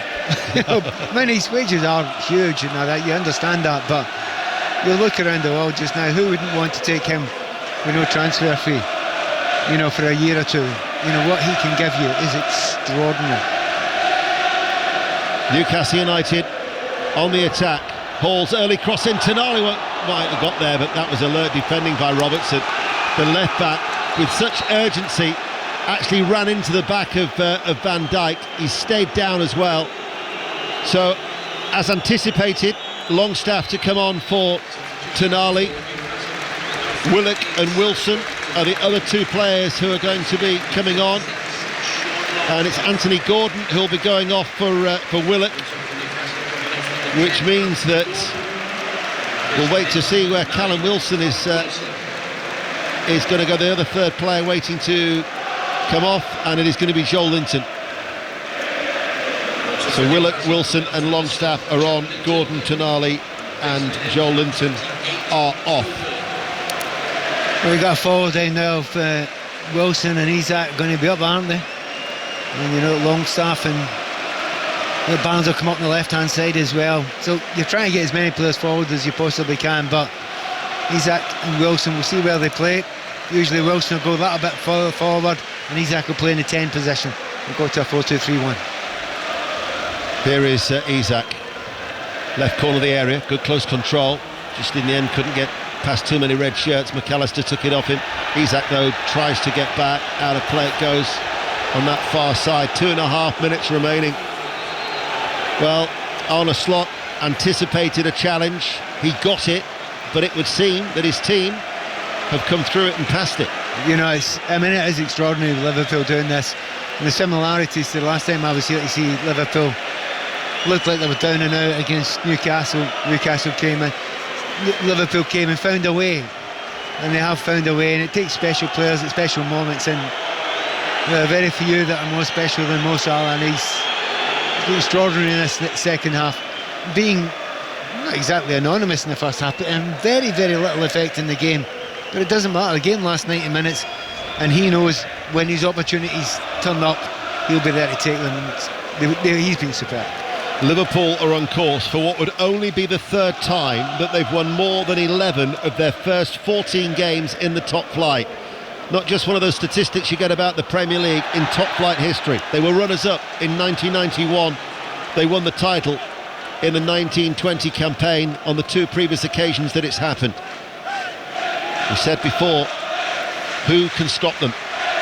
Well, Newcastle certainly tried, but Liverpool, with 60 seconds remaining, are leading by 3-2 in what has been an entertaining game here on Tyneside. Newcastle have a free kick. Guimaraes, right-footed. It's a deep one. Kelleher leaves it. Mistake. Turned into the far side by Cher. Kelleher came, didn't collect it. And Newcastle, in the 90th minute, have scrambled a last-minute equaliser in this seesaw game. And Cher might get a share of the spoils. 3-3. It has been a cracker of a game, and you know, it deserved these goals in the second half. I mean, the quality of ball in is brilliant. You've got to say that. It's a phenomenal quality of ball in there. But Kelleher has gone. I think Kelleher can get to that. And he thought, no, that's going out. And he's left it. And because he's left it, he thinks it's going out. It hasn't. Cher, it's an incredible angle. And he's still managed to sneak it in. He's only inches from the byline, but he still managed to sneak it in. Absolutely convinced Cher had that ball and left it. 5 minutes of added on time. Diaz still going into the penalty area. Was he impeded? The referee says not. Wow.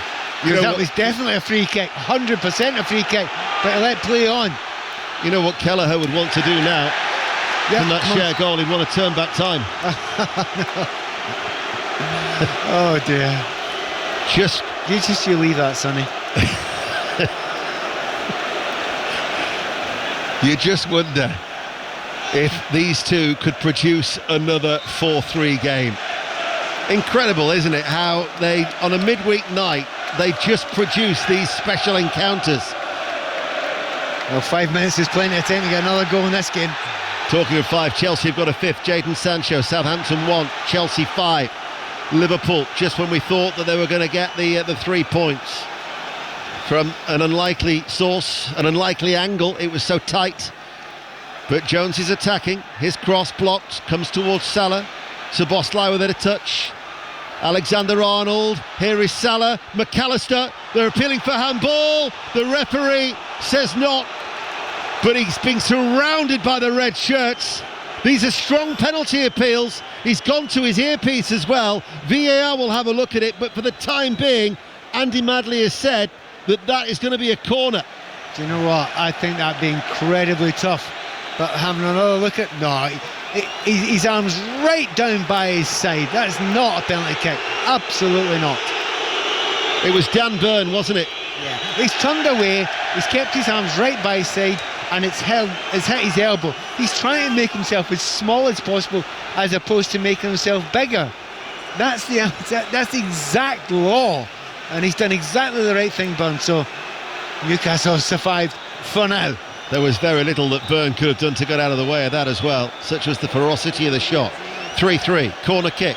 McAllister to take it from this near side, caught by Pope. Have they got the legs for a counter-attack?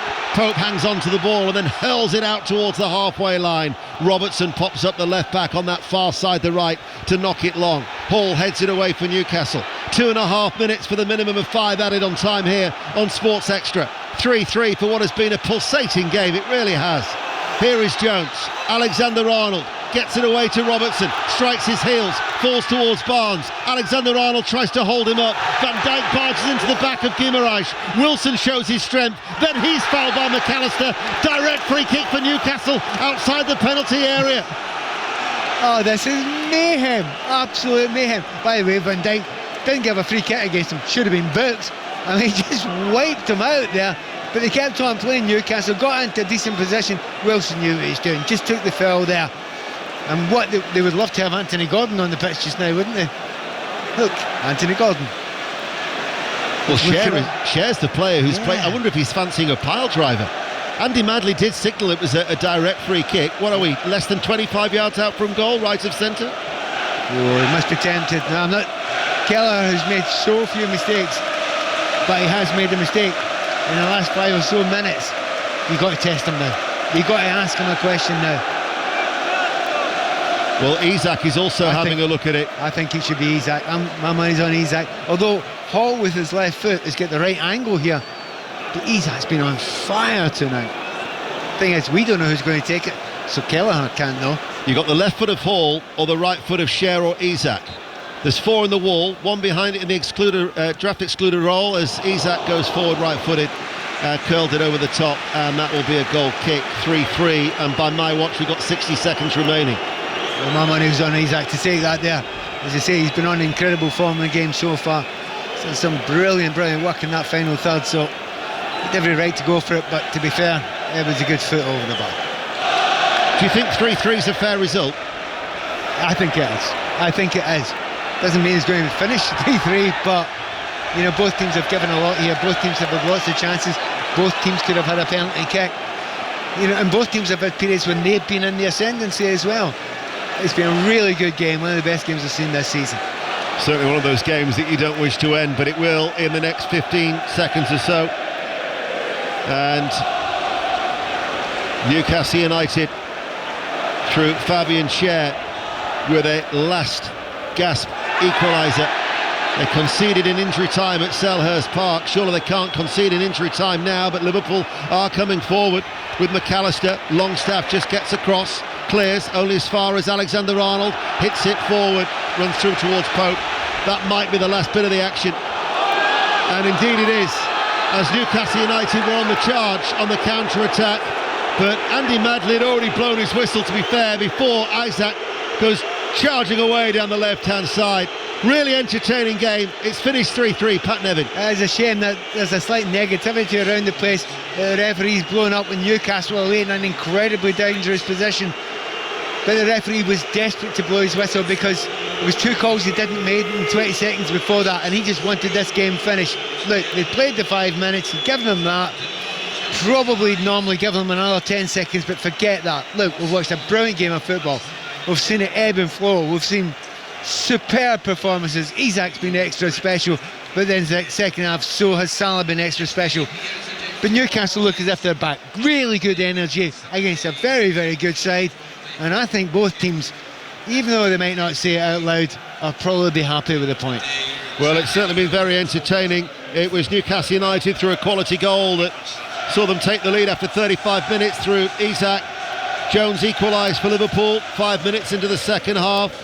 Gordon then put Newcastle back in front just past the hour, and then 2 goals from Salah midway through the second half, and then what looked like it was going to be a winner in the 83rd minute. However, Kelleher coming, not claiming the ball, and Cher sliding in at the far side from a very, very tight angle, put the ball in to the back of the net, and so it finished 3-3. There'll be reaction and reflection on the 5 Live Football Daily Pod, but from St James's Park, where it's finished 3-3, here on Sports Extra, we can now take you to Aston Villa against Brentford in the company of Charlie Slater and Kevin Nolan. Blackham with a brilliant stop. Started all from Emi Martinez in this half. went through Mings into Digne, into into Rogers back into Digne into Watkins then switches it, then he gets himself in the box. He doesn't just stop there, he gets himself in the box and ready then and waiting, and nearly comes away with his second goal of the game. Fantastic play and fantastic pressure from Aston Villa. Much more like it from Ollie Watkins as the ball comes in from Tielemans, headed away to Janau, out towards Cash, who hits it low, drags it horribly wide. He's already got one goal this evening, Matty Cash. His eyes must have lit up. He had the freedom of the edge of the penalty area. I think he just took a wild one, because I think he heard the referee's whistle. So it's one of them, when you see it, you know it's coming. You know the referee's blue, but you think, I'll have a go anyway, just to see. Because if nothing else, and I stick it in the top bins and it gets disallowed anyway. Yeah, you get the crowd, and you get the crowd going, you know, so you get that whole thing going up. So yeah. Chelsea have won 5-1 at Southampton. It's 3-3 between Newcastle and Liverpool, and that one has just finished. What a game that is in your old stomping ground, Kevin Nolan. Yeah, fantastic, and it's something what Eddie needed and the boys, to be fair, to get them going. It's also finished at the Etihad. Manchester City have beaten Forest by 3-0. Here, Villa leading 3-0, but Brentford on the ball near the edge of the Villa penalty area with Mbeumo. Left-footed ball, Wissa with the header, Schade with the header, falls towards Damsgaard at the back of the box, takes a touch and another, and then blasts it into the roof of the net. There's the goal that Brentford needed. Game on here at Villa Park. Villa switched off briefly at the back. Damsgaard picked it up, had all that space at the back post, was able to take 2 and 3 and maybe even 4 touches on the edge of the 6-yard box, and then put his laces through it, fired it past Martinez before he could even sniff it. And it's Aston Villa 3, Brentford 1. We played nearly 10 breathless minutes of this second half.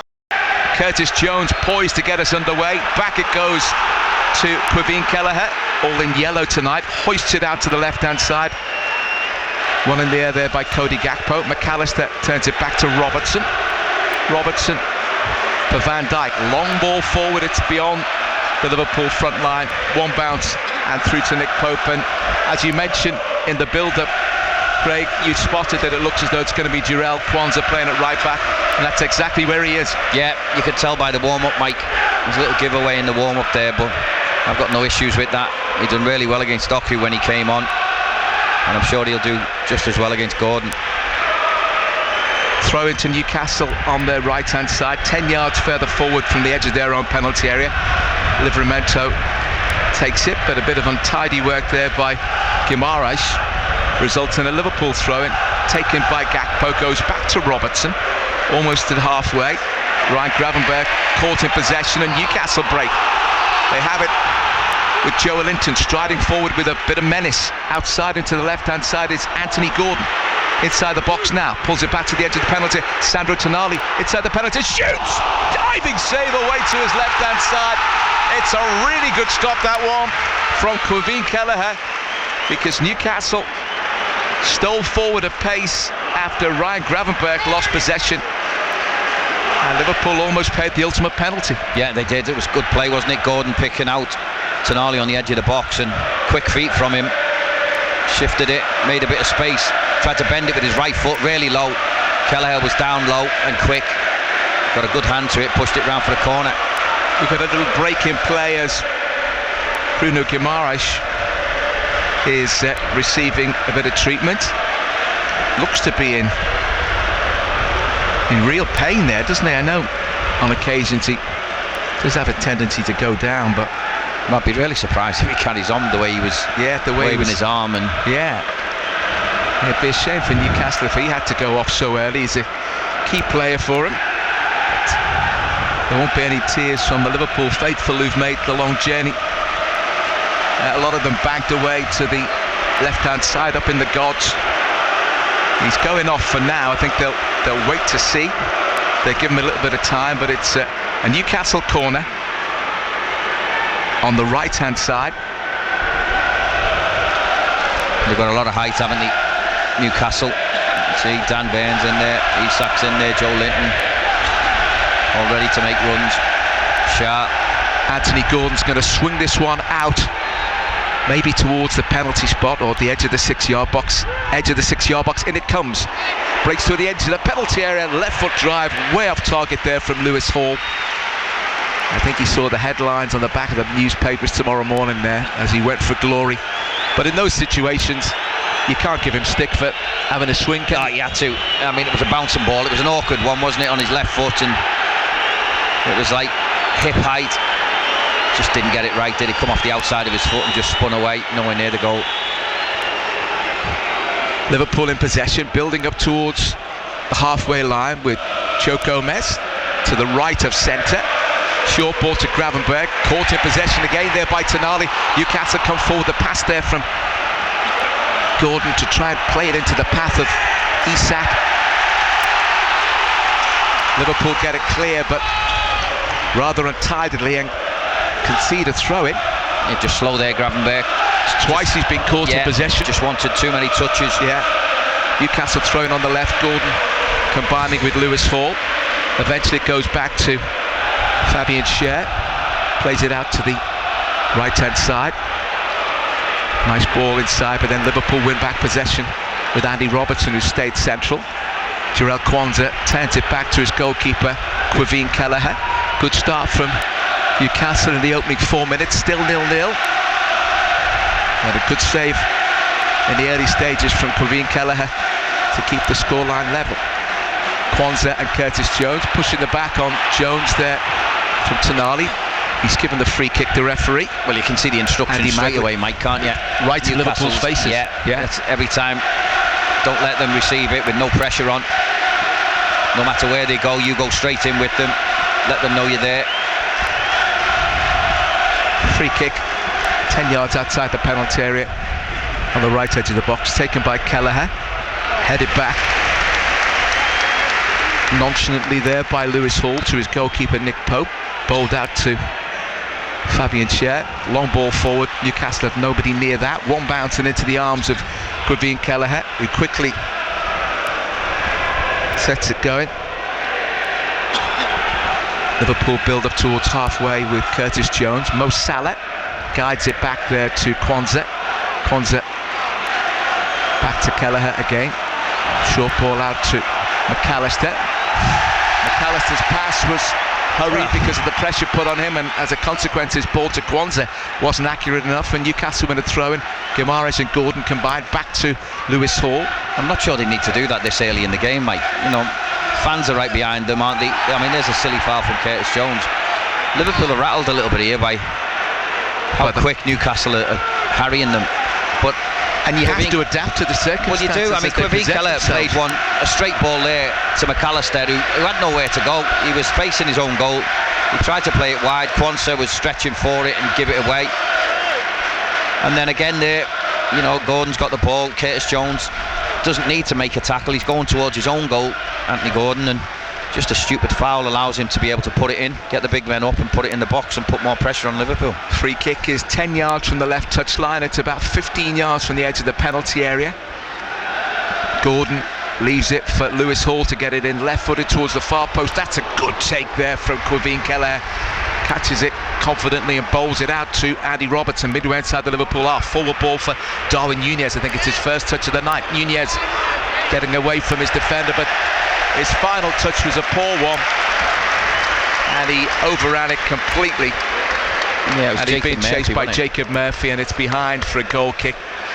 In those situations, you've got to know what you're going to do, and it looked as though he just was sort of wanted to run with his head down. Yeah, that's all. I mean, he took a really good touch. He'd made a lot of ground, and then he had nowhere to go. So just put your foot on the ball, then let everyone else catch up with you, and then start the play. He didn't. He just keeps trying to go for that byline, doesn't he? And there was no room for him to do it. Newcastle head the ball into centre field, and nice little touch by Guimaraes, but Liverpool win it back. Good run from Cody Gakpo, lateral run across the halfway line. Quansah, Curtis Jones, back to Gomez. Gomez will bring Kelleher into play. This time a long high ball downfield from the Liverpool goalkeeper. Headed away for Newcastle by Joe Ellington, and so Gomez goes down under a challenge from Isak. Almost went down, managed to keep his feet in the end. Back it goes to Kelleher. Short ball for Gomez. Right-footed ball to the left-hand side for Van Dijk. Van Dijk out to Robertson. Robertson down the line for Cody Gakpo. Under pressure from Livramento. Turns it back for Robertson. in field for Gomez, 10 yards from the edge of his own box. Diagonal pass for Kwanzaa, up towards Mo Salah. Nice touch from Salah. And then he's tried to just tow the ball into the path of Kwanzaa. Anthony Gordon got a challenge in and just took the pace off the ball, and in the end it was deflected back to a Newcastle player, and now it's Newcastle building. Craig Hignett. Yeah, it was Lewis Hall in the end who got a sliding tackle. I thought the ball was going to break actually to Curtis Jones, but he just got a toe on it, nipped it away from him. Just settling down a little bit now, Liverpool. They're not forcing it as much, playing straight balls. Balls with Kelleher inside his own penalty area. Gomez up towards Curtis Jones. Tonali tight to him.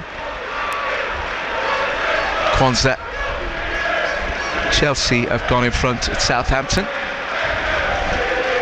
Axel Disasi with the goal. Southampton 0, Chelsea 1.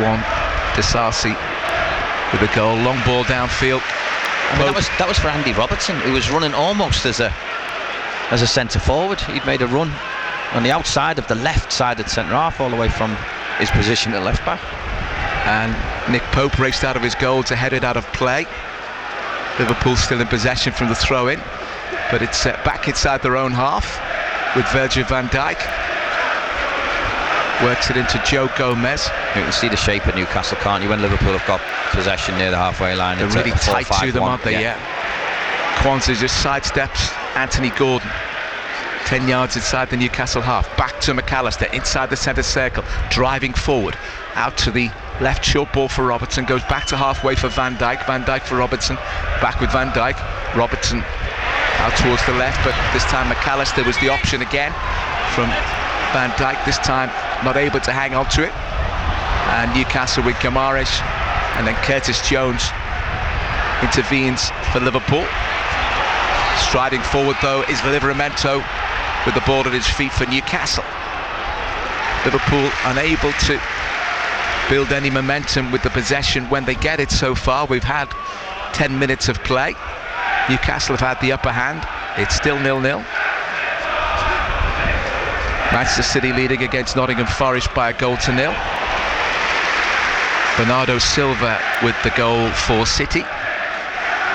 Virgil van Dijk for Liverpool. 0-0 at St James's Park. Ryan Gravenberch, who had an uncomfortable first few minutes of the game, got caught in possession twice. Long ball forward for Salah. It's a little bit too straight. Yeah. Straight through there to Nick Pope. No problem for Newcastle. Bowled out to Joe Linton.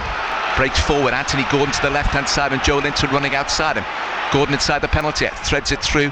Cleared there by Van Dijk. Good ball, in fact, to pick out Curtis Jones. Salah inside the centre circle. Threads it through to the run of Nunez, but that's good defending and a good spot from Lewis Hall, and then the forward pass out to Isak, left-hand side. Isak down towards the byline, checks back on his right foot. Edge of the penalty area has Joe Linton. Then for Isak, who's running behind. Isak pulls it back, a chance at the far post, and Liverpool put it behind for a corner. It was almost a telling moment there. Excellent Newcastle build-up, and Isak running behind, and when the cross came in across the edge of the 6-yard box, Liverpool have put it behind for a corner. Yeah, I mean, there was a bit of ball watching there. I think it was Joe Gomez just lost sight of Isak, and he just ran in behind him. Ball was played in and he was miles out of position. Corner on the left. Tonali's going to take this one right-footed. But back it goes to Anthony Gordon. Curling cross towards the far post. Headed away there by Jarell Kwanzaa. Liverpool break. Darwin Nunez. Liverpool have got a 3-on-3. Coming forward, Nunez towards the edge of the penalty.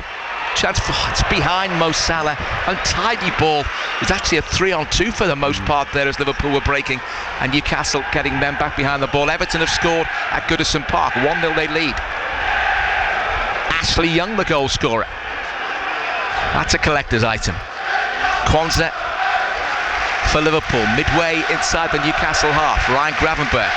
Newcastle, much the better team so far, but it's early stages. Curtis Jones, Ryan Gravenberch. Liverpool certainly been given the hurry up with a no-nonsense approach from Newcastle every time Liverpool get possession. Newcastle have been closing them down. Southampton have equalised against Chelsea. Aribo, the goal scorer. Joe Rebo, former Charlton and Rangers midfielder. One apiece. And Everton 1-up against Wolves, thanks to Ashley Young. 0-0 here at St James's Park. Liverpool just beginning to get a bit more of controlled spells with the ball. Yeah, I mean, he had a 3v2 earlier with Nunez, and he just didn't make his mind up again quick enough. You just get the feeling they should have made a little bit more of that situation than they did. And it ended up being a poor pass behind Mo Salah. Gravenberch, forward ball from Robertson. Nice pass from McAllister. Curtis Jones. Salah is inside the box. Mo Salah. Driven shot from the edge of the penalty area from McAllister as the ball was cleared from Salah's dink ball in. And turned behind by the goalkeeper. Alexis McAllister with a fierce drive.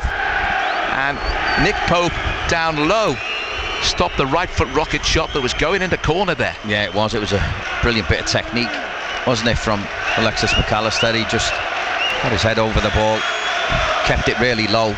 That's hard to do in those situations. Yeah, it is, because it was a ball that was coming up out of the sky. Short corner right hand side. McAllister for Curtis Jones. Curtis Jones low cross in. Newcastle get bodies in. Breaks for McAllister. Shoots. Oh, it's hit the outside of the post. And eventually Andy Madley wasn't sure where he was pointing. No. And he's given a goal kick. Liverpool players are convinced it took a deflection. Didn't look like it did from here, but McAllister twice, once with his right, second time with his left, very close to giving Liverpool the lead, and it did take a deflection. Yeah, it did. Took a little deflection, just hit the outside of the post as well. Well, that's better from Liverpool. And McAllister twice very close to giving them a lead after Newcastle have had the better of things in the opening quarter of an hour of this game. 0-0 at St James's Park. Yeah, just warming to the task now, aren't they, Liverpool? A little bit more comfortable in possession, look a little bit more threatening as well going forward. Anthony Gordon fouled by Jarell Quansah, just a bit too tight to him there. Yeah, a little bit unnecessary with the challenge. Newcastle break. Dan Burn. Guimaraes out to the right hand side for Livramento. Livramento's ball for Murphy. Tucks it back in for Alexander Isak, running with the ball from deep. Murphy looked offside there. That's why Isak ran around him. Isak still in possession, gets the cross in, headed away at the near post by Joe Gomez. Headed on there by Ryan Gravenberch. Nunez is foul there, isn't he? No, says the referee, Andy Madley. Livramento got the better of him in that exchange fairly, says Andy Madley. Guimaraes for Newcastle. Short ball for Tonali, just on the arc of the centre circle inside the Liverpool half. 0-0 at St James's Park. Total Sport Merseyside with Liverpool every step of the way. Every game in their domestic footballing calendar. We'll have full commentary on it, and it's the same, of course, for Everton. The only station in the country where you get that sort of coverage.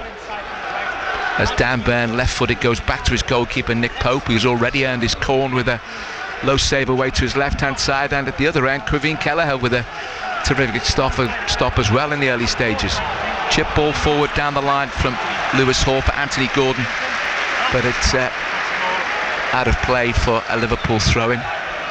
And Arne Slot with a few words of advice for Mo Salah.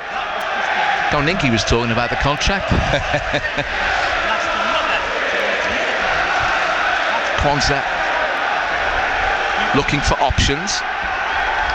Nunez has come near down this side where he's operated mainly on the left, and Liverpool unable to make anything of it, but they managed to win back possession after Newcastle had very briefly had the ball. Van Dijk for Gomez, midway inside his own half to the right of centre, takes a couple of strides further forward, has Salah outside him. Quansah for Salah. Salah tight to his body under pressure from Joe Linton, goes back there to Joe Gomez. 1-2 between Gomez and Gravenberch. Joe Gomez still in possession, looking for options. A run there from Curtis Jones. Thought about running beyond the back line, but when the pass didn't arrive, has checked his run. And Gomez this time outside to the left it goes. Livramento's header is down to Addy Robertson. Everton have got a second at Goodison. James Tarkowski. Liverpool in possession with Curtis Jones. Livramento, good defending in a tight situation, finds Guimaraes, and a foul by McAllister on the Newcastle midfielder, and it's a free kick to Newcastle in the right back position, almost level with the edge of their penalty area. Chelsea have gone back in front at St Mary's, and Kunku 0-0 at St James's Park. Just beginning to warm up this game from both sides after Newcastle that very, very fast and furious start, and then Liverpool with those two efforts from McAllister, and on occasions they've had possession and could have done better with it. Yeah, I mean they look like they're just starting to get on top now, don't they, Liverpool? But here come Newcastle. Fabian Schär fouled there by Alexis McAllister. He'll be lucky to get away without a booking, McAllister, because he's done. I think he is going to be. He's done 3 or 4 fouls, but I think the first couple of fouls weren't fouls.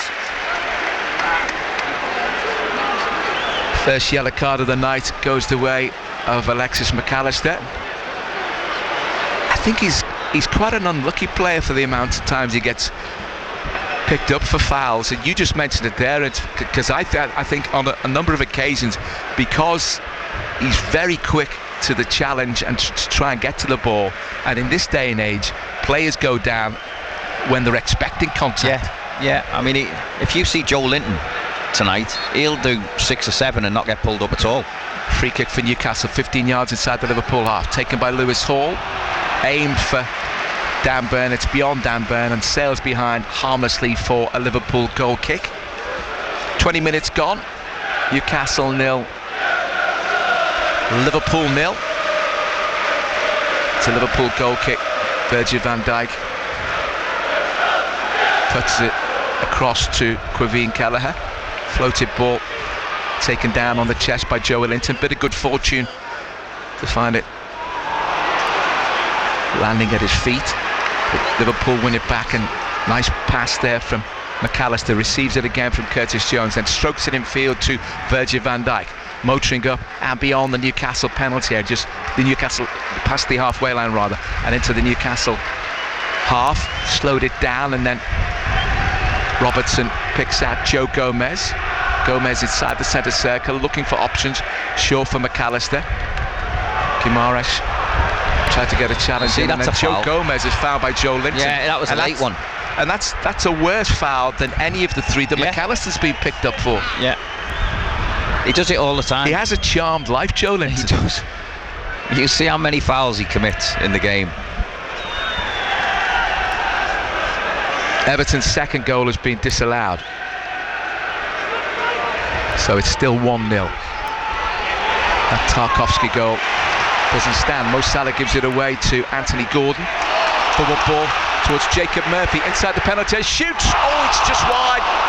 That was a decent Newcastle run after they won possession cheaply.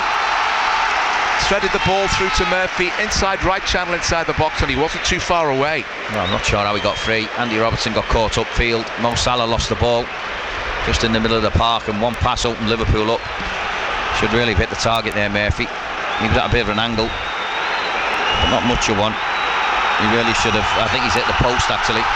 Just grazed the outside of the post. Yeah, that was a real chance. That's the best chance we've seen so far. That was a push. Push there by Lewis Hall as he tried to get on the end of the long ball forward. Mo Salah. Forward pass by Hall for Isak. In behind the Liverpool defence. Checks back. Isak still has it. Sets it up here. A shot. Good save there from Liverpool's Quaveen Kelleher from a left foot shot from Bruno Guimaraes. He had a good sight, Guimaraes, but never really caught hold of it. But excellent positioning from Quaveen Kelleher, not for the first time this season. No, I mean, he read it, you know. He could see what he was trying to do. Again, Liverpool were opened up. Yeah, it's happening a bit too often now, isn't it? I mean, yeah. You know, really good efforts on goal from Murphy and Guimaraes in the space of a couple of minutes. After that, Tonali shot early on. And Liverpool just need to start a bit more intensity in certain areas of the pitch where Newcastle are picking up possession too easily. Cody Gakpo on his 100th appearance for the Reds has hardly been found when Liverpool have been in possession in dangerous areas. 6 goals in 7 games for Gakpo going into tonight's match. Salah for Liverpool. Left-footed chip ball forward. Breaks for Curtis Jones inside the penalty area, just on the edge of it. Back for Robertson. Robertson challenged there by Joe Linton. And Livramento inside his own penalty area is robbed of possession by Cody Gakpo. Cody Gakpo inside the box. Driven shot, takes a deflection. It's behind for a Liverpool corner. That was really good work from Cody Gakpo. Yeah, it was great work. Newcastle wanting a foul on Livramento. He just took too long with the ball. Cody Gakpo took it off him, left him face down on the floor, and then when he got into the box, he just couldn't find enough space to get a proper shot off, could he? He was always crowded out. So Liverpool corner, McAllister to take. He's taking his time about it. Yeah, just trying to take a little bit of the sting out of the game, with Newcastle having these periods of supremacy. A few catcalls from the St James's Park regulars. McAllister raises his left arm aloft. In comes the corner. Flicks off the head of Darwin Núñez. I think it came off his shoulder, actually. Retrieved by Salah, right edge of the penalty. It goes back to Gravenberg. Gravenberg for Robertson. Robertson did really well to ride a challenge from Isak, and then McAllister. And now Liverpool are judged to foul the Newcastle defender on the edge of the penalty area. Saw the body go down, didn't see the action that led to it. 0-0. That annoys me a little bit, because the assistant over this side is the one who's given that. He's made the referee aware. The referee's just given him a thumbs up, saying thanks. How many times have we seen Salah pushed or pulled? He's never ever once got involved in that. Yeah, and the assistant on this side had a clear sight of Salah being pushed earlier on. Yeah. The vagaries of the assistant referees. Liverpool in possession, but being driven back by the presence of Joe Linton in Joe Gomez's case, but changes his mind and works it into the path of Salah, who's caught in possession. Newcastle win it back, and Lewis Hall turns it back to Dan Burn, and Joe Linton for Fabian Schär. Forward ball for Murphy. Under pressure, Liverpool looked as though they'd won it back, but it ricocheted out of play for a throw into Newcastle. So in the 7:30 kickoffs, this one the only one without a goal so far, as Liverpool almost gifted possession in a really good position, but Newcastle just managed to get it out of harm's way. Well, Salah was in there, you know. If it was looked for a moment, anyone else except Dan Burn just managed to get across with that long leg of his. Yeah. Joe Gomez for Liverpool, 26 3/4 minutes gone. 0-0. Gomez forward ball for Salah. Nice turn from Salah. Escapes the attentions of Lewis Hall. Picks out Jarell Kwanzaa. Kwanzaa towards the edge of the penalty. Picks out Mo Salah. Chance for Salah. He just overrun it. And it's gone out for a goal kick. As the ball was worked into him, Salah just managed to find what looked like a little pocket of space.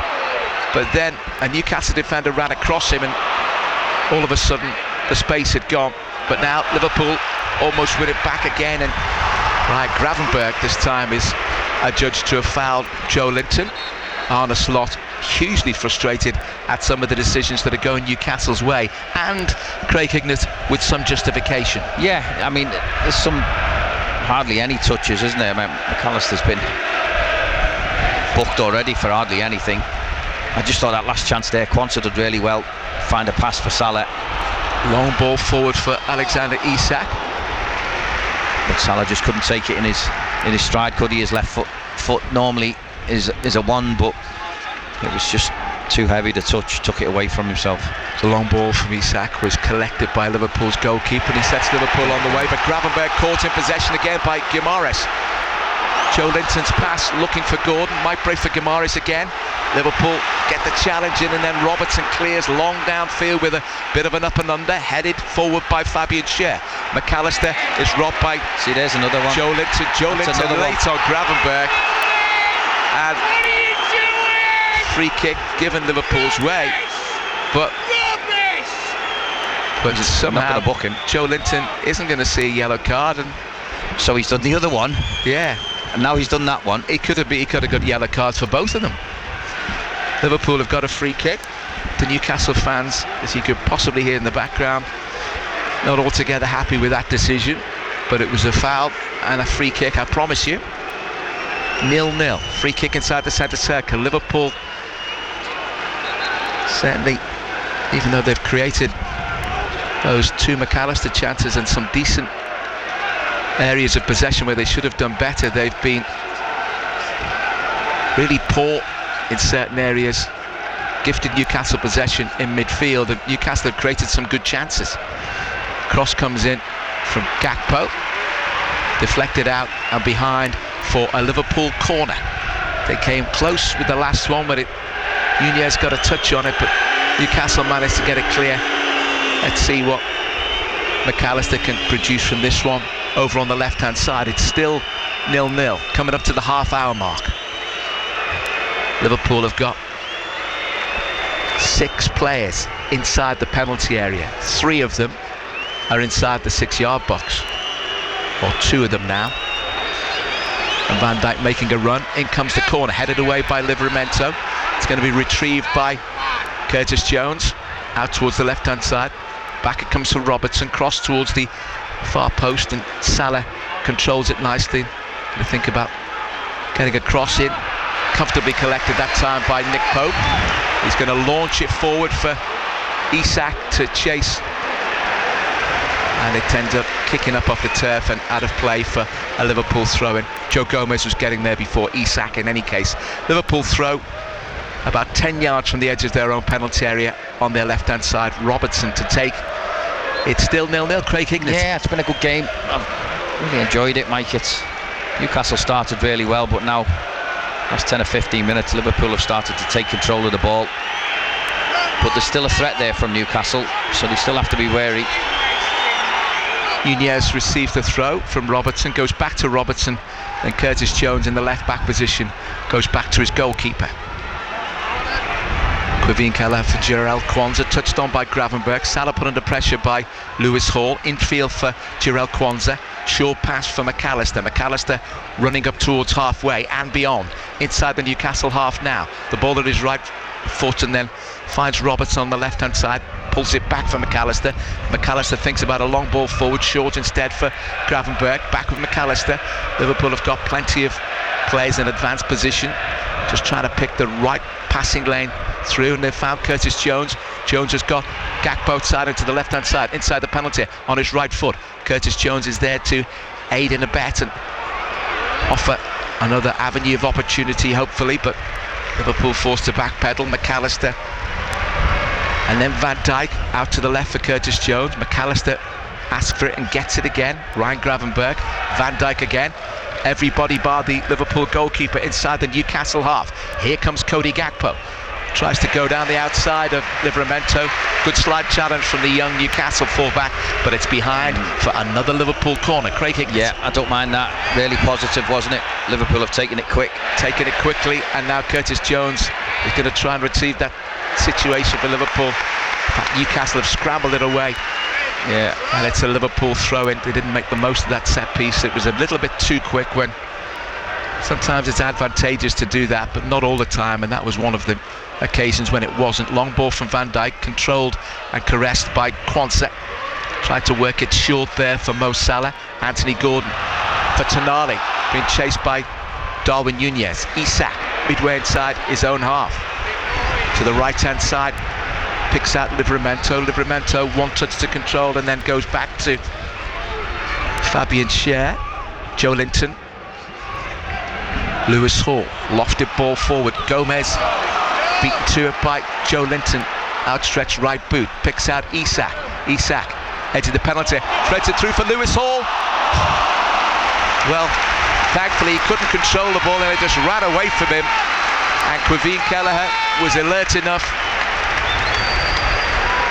to come out and grab it as it ran loose. Manchester City have got a second goal. City 2, Nottingham Forest 0. Kevin De Bruyne with a goal as Dan Burn, nice piece of defending, put under pressure by 2 Liverpool players, goes back to his goalkeeper, and then the ball is given back out to him. They build across the back line with Fabian Schär. It was good play again, wasn't it, from Newcastle, who got in. They're looking threatening again as they come forward down the left-hand side. Gordon with the ball on his right foot. He's inside the penalty area now, trying to work some shooting space, trying to find Isak, and Liverpool get it clear, but only as far as Lewis Hall, who skips one way then the other and gets away from Mohamed Salah to find a bit of space. Guimaraes receives it from Fabian Schär, threads it through to Isak, inside the penalty, shoots, oh my goodness! It's a thunderous right foot shot from just outside the box, in fact, from Alexander Isak, and it fairly flew into the top corner. Quevin Kelleher didn't have a prayer of reaching that one. It was lashed goalwards with incredible pace and power. Fabulous finish from Isak. Newcastle take the lead. Newcastle United 1, Liverpool 0. Alexander Isak with a stunning finish. Well, they've been threatening Mike, haven't they? You know, they have little spells in the game, but there he just got far too much space and time. And when he struck it, it went like a rocket. Kelleher had no chance. It was top left-hand corner. It was past the keeper before he could react. Brilliant strike from Isak. Not what Liverpool want, though. Everton have got a second at Goodison Park. They lead Wolves by 2-0. Orel Mangala with the goal. His first goal for Everton. Chelsea have got a third at St Mary's against Southampton. Noni Madueke with the goal for Chelsea. Liverpool, they've given Newcastle the sight of goal on far too many occasions tonight. And a threat from Newcastle looked as though it might pay dividends at some point or another. But now we've got to see Liverpool playing with a bit more resolve in the key midfield areas, because they're losing possession a bit needlessly at times. Yeah, I mean they've started to get a bit of control over the football. They're the ones with the majority of the possession, but they just need to quicken it up a little bit. It's making it a little bit easy for Newcastle because they're not moving the ball at any great pace, are they? And it's easy for them to stay in the shape, Newcastle, and just close people down, shuffle across. Yeah, so they just need to quicken it up a little bit. They've been in this position before, though, Mike, when they've been at St James's Park. Yeah, they've been in enough situations so far this season. They've had sticky moments and they've come through it, and there's a long, long way to go. 37 minutes. They trail by a goal to nil. Here's Cody Gakpo. Finds Ryan Gravenberch. Gravenberch, short right-footed pass from McAllister. Threads it through to Curtis Jones. He went down there, also sure that he was fouled by Guimaraes. The referee said no. Long ball forward from Isak. Anthony Gordon is in the clear. Anthony Gordon shoots. Saved by Quevin Kelleher. That was an absolutely vital moment in the game as the ball forward from Isak. Gordon got the better of Joe Gomez in behind the Liverpool back line. Quevin Kelleher made the save. That was a really poor ball, wasn't it, from Gomez? Why has he stopped? And the referee, Liverpool have got possession. I don't think it is a head injury, but no, the referee said it is a head injury. but they didn't stop play. So Newcastle didn't stop play when Bruno was down over there. They carried on playing, went up and attacked Liverpool.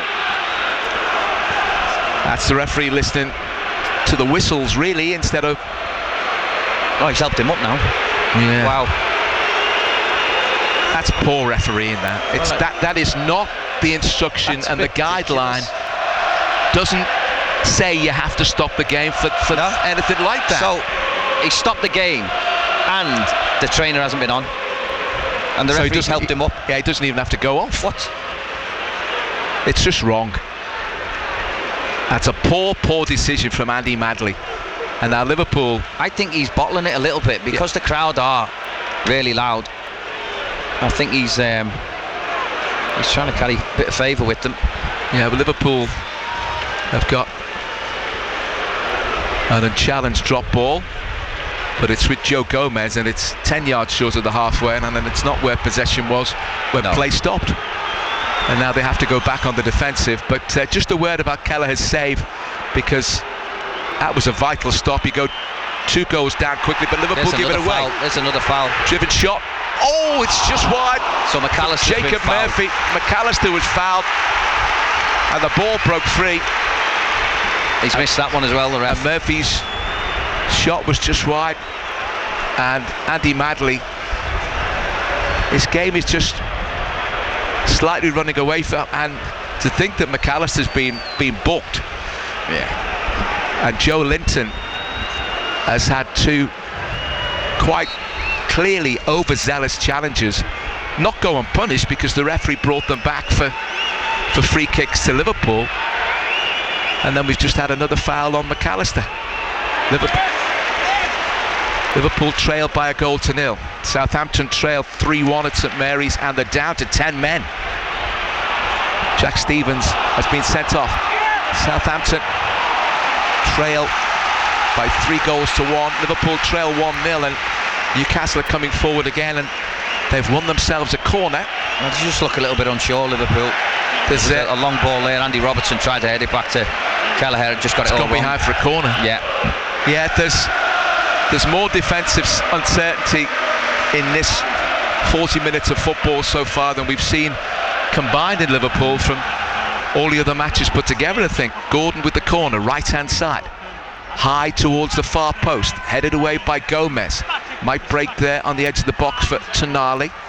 Back in by Lewis Hall.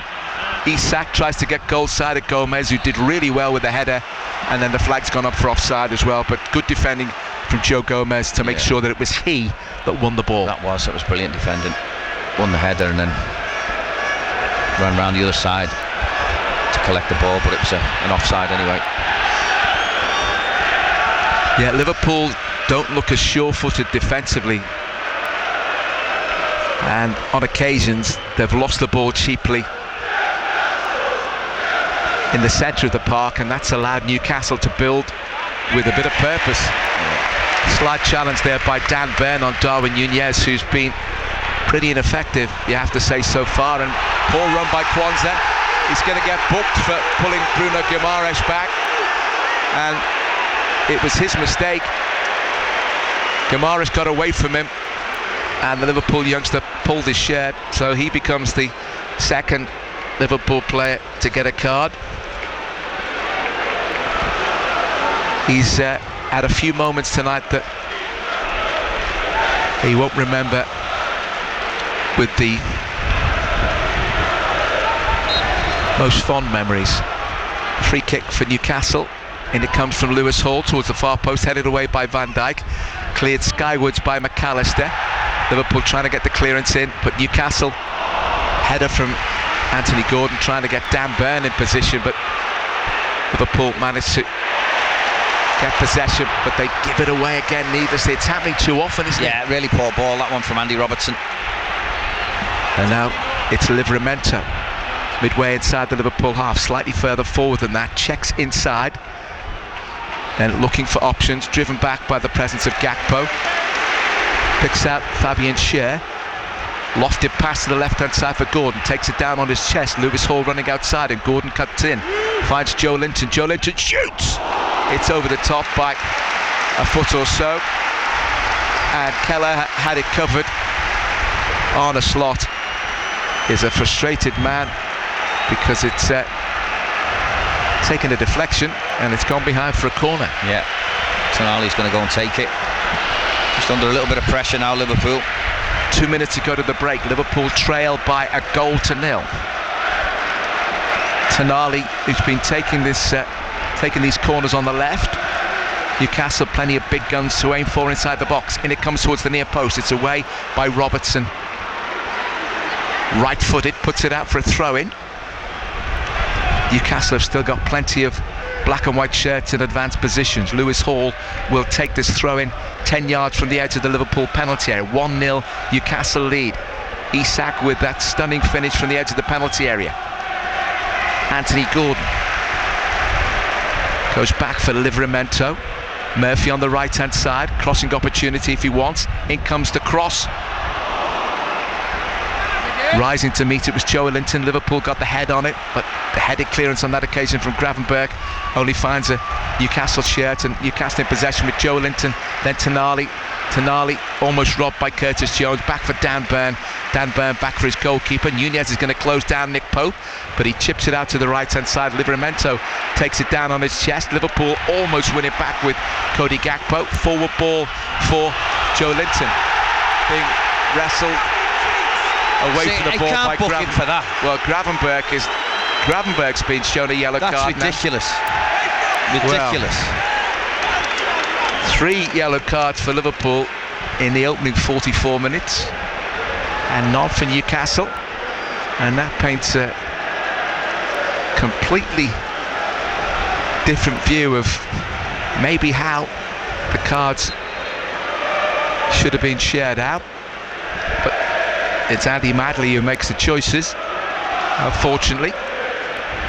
Newcastle free kick just inside the Liverpool half. Works short for Isak, threads it through for Tonali. Tonali gets a runner from Guimaraes. Good defending from Robertson. 3 minutes to add on, and we're into the 3 now.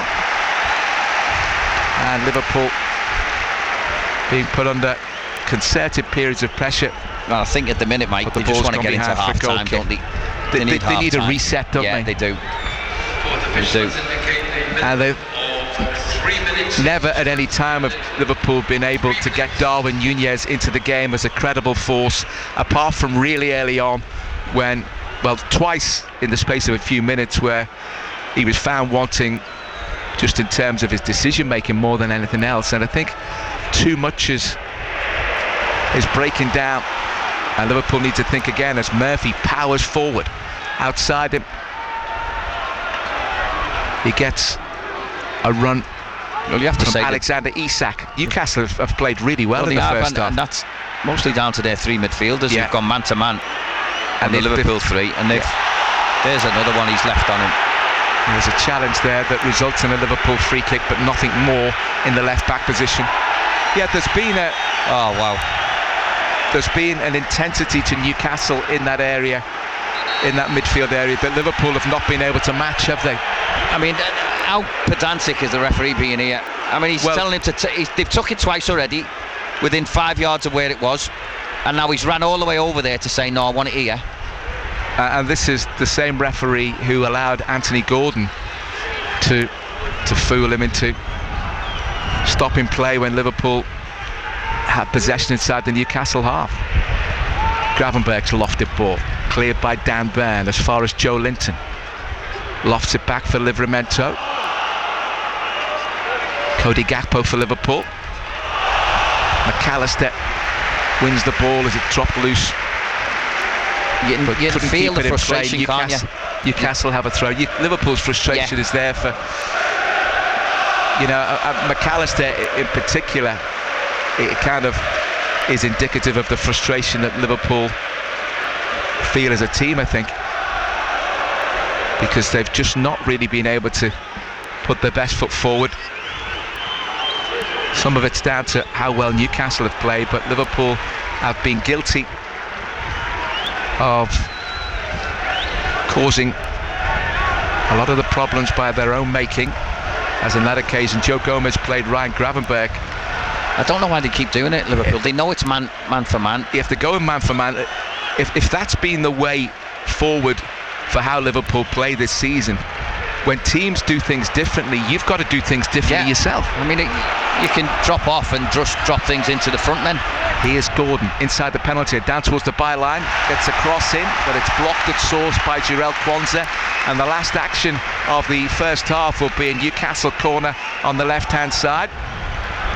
Oh, we've had the 3 minutes already. Yeah, well, I was just going to say, I wonder if it was a Liverpool corner, what would happen? Right, blow up, wouldn't he? Newcastle corner that Tonali is going to take. Liverpool trail by 1-0. Alexander Isak with that stunning finish. After 34 minutes, Tonali's going to take this right-footed towards the far post, headed away by Gomez. The referee blows the half-time whistle. Applause aplenty from the Newcastle faithful. They lead by 1-0. It was a cracking finish from Alexander Isak, and they've created some really takeable chances. If it wasn't for Quevin Kelleher in the Liverpool goal, it could have been worse than that. He stopped a stunning effort from Tonali early on. Jacob Murphy's gone close on a couple of occasions. Good save from the Liverpool goalkeeper, from Anthony Gordon as well. McAllister twice went close for the Reds, who've huffed and puffed when they've got to the final third. In all honesty, they haven't got there often enough, given the amount of possession that they've had. One occasion they had a 3-on-2, but the lack of quick thinking and a correct thought process from Darwin Nunez rather undermined their ability to make the most of that possession on that occasion. And Newcastle, who've gone really tight man-to-man in the central midfield area with Tonali, Guimaraes and Joe Linton on Curtis Jones, Ryan Gravenberch and Alexis McAllister. They've caused real problems. They've allowed Liverpool little time on the ball in those key areas. So as a consequence, Liverpool haven't been able to build through those passing lanes and get the ball into advanced positions with any sense of regularity. And as a consequence, they're also getting caught in possession in dangerous areas. And in all honesty, they could have quite conceivably found themselves more than a goal down. Yeah, I mean, you can't take anything away from Newcastle, who've played with a real intensity in that first half. They set the stall out from the start to close Liverpool down quickly, and they've done that the whole half and looked dangerous as well at times. Liverpool, for me, they haven't moved the ball quickly enough, Mike, and if you don't move the ball quickly enough, it's easy for teams to get back, get in a shape and make it difficult for you to play through. And whenever you get to the final third, invariably you've got 2 or 3 defenders all there waiting for a pass. So they need to play quicker, Liverpool. They need to move the ball sharper. They need to play a little bit longer as well, because they've tried to force things, particularly from the back where they're trying to play out, and they've lost it time and again. Gravenberch's been guilty of losing 2 or 3. I think we've seen Kwanzaa get booked. He's lost 1. And they've done it time and time again, and it gives Newcastle encouragement, and this crowd doesn't need much encouragement. When the goal came, it was a fabulous goal. It was a great strike from Isak, but Liverpool need to create chances of their own. They started controlling the ball, but didn't really do anything with it, didn't really make any chances, any clear-cut chances. We see McAllister with 2 strikes at edge of the box. They were sort of half chances, but nothing as of yet. A couple of situations where they think they should have got something more, but hasn't. They need to up it in the second half, need to play quicker, and I'm sure Arne Slot will be having some words at half-time. I think this looks tailor-made in this position for Luis Diaz. Yeah, well, it wouldn't surprise me if he came on at half-time, I have to say. Who for, I don't know whether he'll put him on as a centre-forward and take Darwin Nunez off, who just hasn't been in the game. And it's not for the lack of trying. He's run about, but he just hasn't had any service at all. Liverpool have played too slow. Yeah, I mean, there's certainly a way back in here for Liverpool. We know that, we know what they're capable of, but they've been so slipshod in key areas, which is so unlike them. And it's the lack of the ability to adapt to the changing way that Newcastle, from the word go, and the way they've caused those problems. Yeah, I mean, Newcastle are playing with their three midfielders have gone man-to-man on Liverpool's three midfielders, and Liverpool have still tried to play out instead of, OK, if you're going to drop, and we'll leave a big space to drop it into a Cody Gakpo or a Mo Salah. We know how strong Salah is. We know Cody Gakpo, he's got physical abilities. And just say to Darwin Núñez, listen, you stay away and we'll get the next ball. So if a ball gets played into Salah, midfielders know where it's going, they turn, get the pass off, and then the next one is either to a Núñez or a Gakpo, and they just haven't done it. Liverpool, they've just tried to play the same way for the whole half. The problem being for Liverpool, they've got to try and get themselves back into this game and get back in pretty quickly, but Newcastle keep on causing problems, and Jacob Murphy on the right hand side and Gordon on the left. But Liverpool, Arne Slot, well, the players will certainly be getting instructions on how the manager sees the best way to get back into this game. Half-time score though at St James's Park, it's Newcastle United 1, Liverpool 0. Total Sport. BBC Radio Merseyside.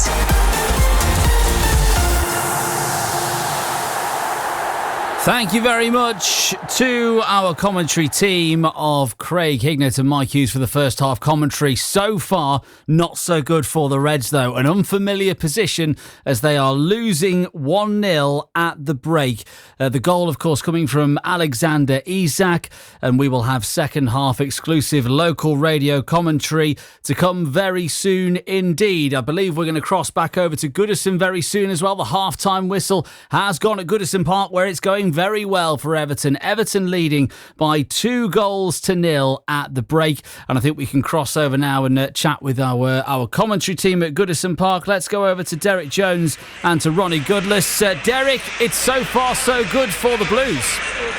Yeah, they could have been even better because that young curler from the free kick, that made it 1-0 as far as Everton are concerned. And then 5 minutes after that, the free kick taken by McNeil, curled in. Tarkowski with a lovely downward header that got past Sarr. We thought it was 2-0, and then of course the dreaded VAR came in, and Mangala, who'd been in an offside position when the ball was curled in, he was adjudged to have blocked one of the defenders, and Tarkowski's header was ruled out.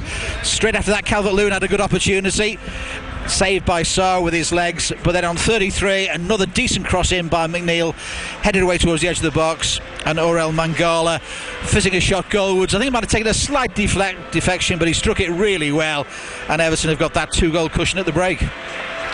And Ronnie Goodless alongside you. Ronnie, I mean, most Everton fans would have been very, very happy offering this before the game. And obviously there was that third goal. Well, it was in between the two, wasn't it, that got disallowed. Have Everton played well in the first half? Yeah, much better, Phil. I mean, you've got it where it's, pressurising them, taking our chances, and it just gives everyone a lift. You know, Derek's mentioned the disallowed goal. We might have got our heads down, but we just carried on, and hopefully second half we can do the same. Ronnie Goodless, thank you very much indeed at Goodison Park. Live exclusive local radio commentary to come in the second half of Everton against Wolves. Everton 2, Wolves 0 at the break. Let's hear now. Let's rewind 24 hours, shall we? Because Tranmere Rovers actually played last night. Let's rewind now and we'll hear from Nigel Adkins. His Tranmere side had come from behind twice to earn a 2-2 draw against Morecambe at Prenton Park in League 2. Jordan Turnbull and Connor Jennings on the mark for Rovers. Disappointed with the draw. Wanted to win the game. We had enough chances to win the game again. 2 goals we've conceded. Our first goal, having started well, I think we had 10 corners in the game. Having started okay, we gifted them a goal, and I mean gifted them a goal. Makes it difficult. And I must say, the first half performance was probably the worst since I've been at the club. We were shocking. First half. But then you flip it round, second half, we were very good, I thought. Created chances. Connor Jennings scored, one's just gone past the post. Declan's got a great opportunity, middle of the goal from a corner, from a cross that's coming from, it was Cam Normally put it in. We had a bit more energy and we just had more about us. Crowd were great because they were trying to lift the players. We're not in a good place at this moment in time. The crowd were trying to get behind the players, which was good. But again, for me, game of 2 halves. Shocking first half, far better second half. I've watched the second goal back. There's a good case to say it's actually offside when the cross has been delivered. There's 2 plays definitely offside, but they're not interfering with play, if you like. We've cleared the corner and we've moved up. We've moved up well. And the linesman probably just can't see that the lad who's going to score the goal is actually offside when the lads cross the ball. So again, it's another sign of something just going against us. But give the players a lot of credit, because the second half, after being really poor first half, performed tons better second half. And again, when we've scored, great, come on, we're up, the crowd's up, the players are up, come on, we're after this, and then we can concede straight away. Very disappointing, but the lad picked themselves up and kept going, and that's what life's all about. You get knocked down, you pick yourself up, you go again. You get knocked down, you pick yourself up and you go again. And give the players a lot of credit, because the second half, after being really poor first half, they've picked themselves up and they've kept going. And on another day, as I said, I've just mentioned Cam Norman, I've just mentioned Connor Jennings just gone past the post. Jordan Sam, what a great goal from the corner. We knew we'd score at corners. We've been knocking on the door for the last few weeks, and ball's been delivered in there, and Jordan Sam, I think it's fair to say, he's had a real good game. I don't know who's got man of the match, but he must have been right up there when you break it all down. So it was a tough challenge in the first half. You know, the physical presence of the centre forward, he was big. You know, we're wanting to push up with the goalkeeper booms at the length of the pitch, and if we don't, they have a little bit of ball possession in there. But you know, him and Declan's first game back in, so it was always going to be a challenge for him. But you know, they dealt with it. Leading into it, was a great header from Jordan. That's where it's coming from. You know, could have scored two in the last game, and he scored one tonight, and he wanted to get his head on the end of it. So the beginning bit, disappointed we've not won the game. Great credit for the players, because as I said, the first half we were rubbish. It's Newcastle 1, Liverpool 0 at half-time. Second half to come. Here's the story of the first half. Ryan Gravenberch caught in possession, and Newcastle break. They have it with Joe Linton striding forward with a bit of menace. Outside into the left-hand side is Anthony Gordon. Inside the box now, pulls it back to the edge of the penalty. Sandro Tonali inside the penalty, shoots! Diving save away to his left-hand side.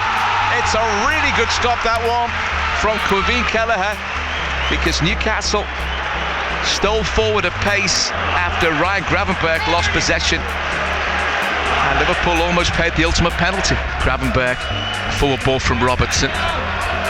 Nice pass from McAllister. Curtis Jones. Salah is inside the box. Mo Salah. Driven shot from the edge of the penalty area from McAllister as the ball was cleared from Salah's dink ball in. And turned behind by the goalkeeper. Alexis McAllister with a fierce drive. And Nick Pope down low stopped the right foot rocket shot that was going into corner there. Short corner right hand side. McAllister for Curtis Jones. Curtis Jones low cross in. Newcastle get bodies in. Breaks for McAllister. Shoots. Oh, it's hit the outside of the post. And eventually Andy Madley wasn't sure where he was pointing, and he's given a goal kick. Liverpool players are convinced it took a deflection. Didn't look like it did from here, but McAllister twice, once with his right, second time with his left, very close to giving Liverpool the lead, and it did take a deflection. Yeah, it did. Took a little deflection, just hit the outside of the post as well. Anthony Gordon, forward ball towards Jacob Murphy, inside the penalty, shoots! Oh, it's just wide. That was a decent Newcastle run after they won possession cheaply. Threaded the ball through to Murphy, inside right channel inside the box, and he wasn't too far away. Forward pass by Hall for Isak. In behind the Liverpool defence. Checks back.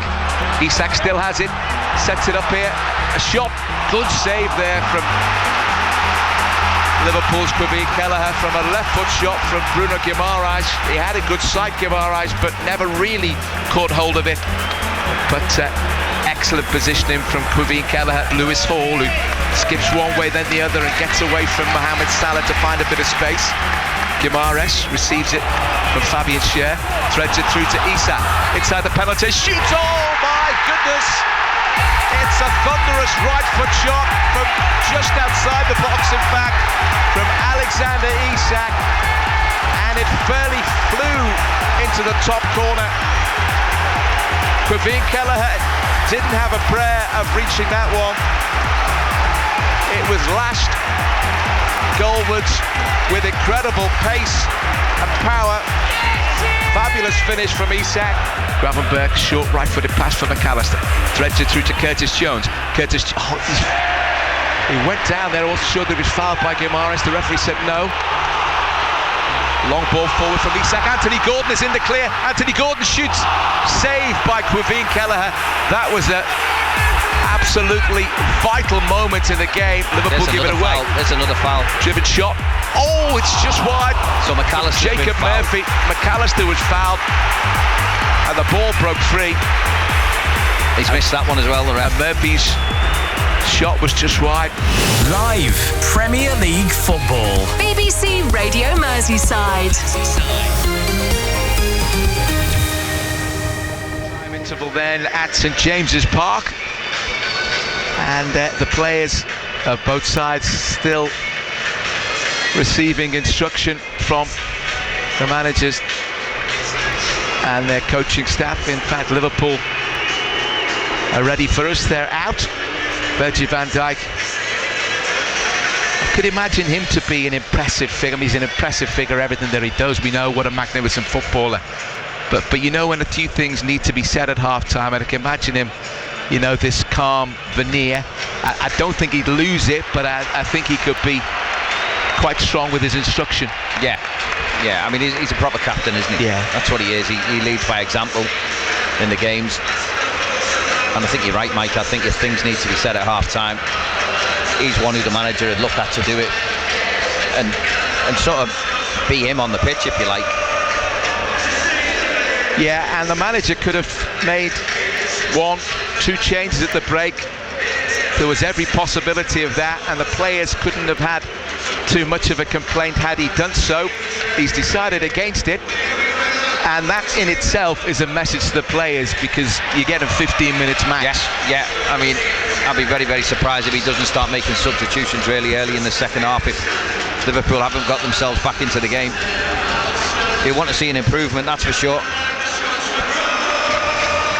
It's Newcastle to kick off in the second half.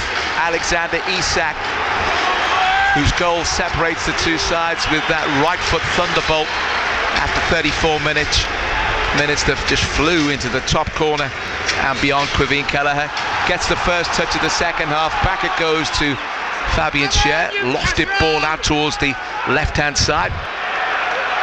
Joe Linton challenged by Gomez. Came off Gomez. Throw into Newcastle.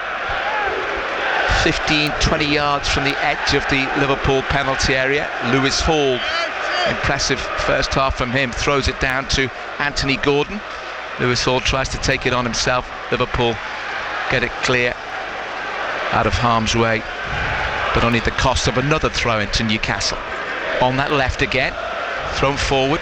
Gravenberch dives in to get it away, but Newcastle win back possession again, and Guimaraes guides it back to halfway to Fabian Schär. Forward ball is cut out by Gomez. Nice first time ball for McAllister. McAllister for Cody Gakpo's pass inside looking for Nunez, and in the end Tonali and Dan Burn nearly got themselves in a tangle, but Newcastle got the clearance in. Just a shame that the pass inside for Nunez not able to find its target. Thrown for Liverpool. Robertson left hand side, midway inside his own half. Forward ball is headed on by Gakpo. Newcastle win that one in the air with Joe Linton, then Gordon heads it back for Tonali, who heads it forward. Now left foot volley clearance by Van Dijk. Van Dijk taken down on the chest by Newcastle defender Dan Burn, and they work the ball to the right hand side with Livramento. Isak looking for Livramento again, but Newcastle couldn't maintain possession, and then Gomez picks out Curtis Jones. Right hand side Mo Salah. We've not seen him in any dangerous situations at all tonight, and he concedes possession to Anthony Gordon. Gordon is brought down, challenged there by Curtis Jones. Free kick to Newcastle. Can't believe the Newcastle fans are saying, what are you doing, given the amount of free kicks and bookings that have gone Liverpool, that have gone the way of Newcastle. Long ball forward aim for Jacob Murphy. Van Dijk is across quickest and took the safety first option, put it out of play. Murphy takes the throw in quickly. Livramento chests it down, short for Murphy, a couple of yards in from the right touch line. The ball went out of play as he tried to get it under his control and just pulled it back. Aston Villa 1, Brentford 0. Morgan Rogers with that goal for Villa. Oh, wow.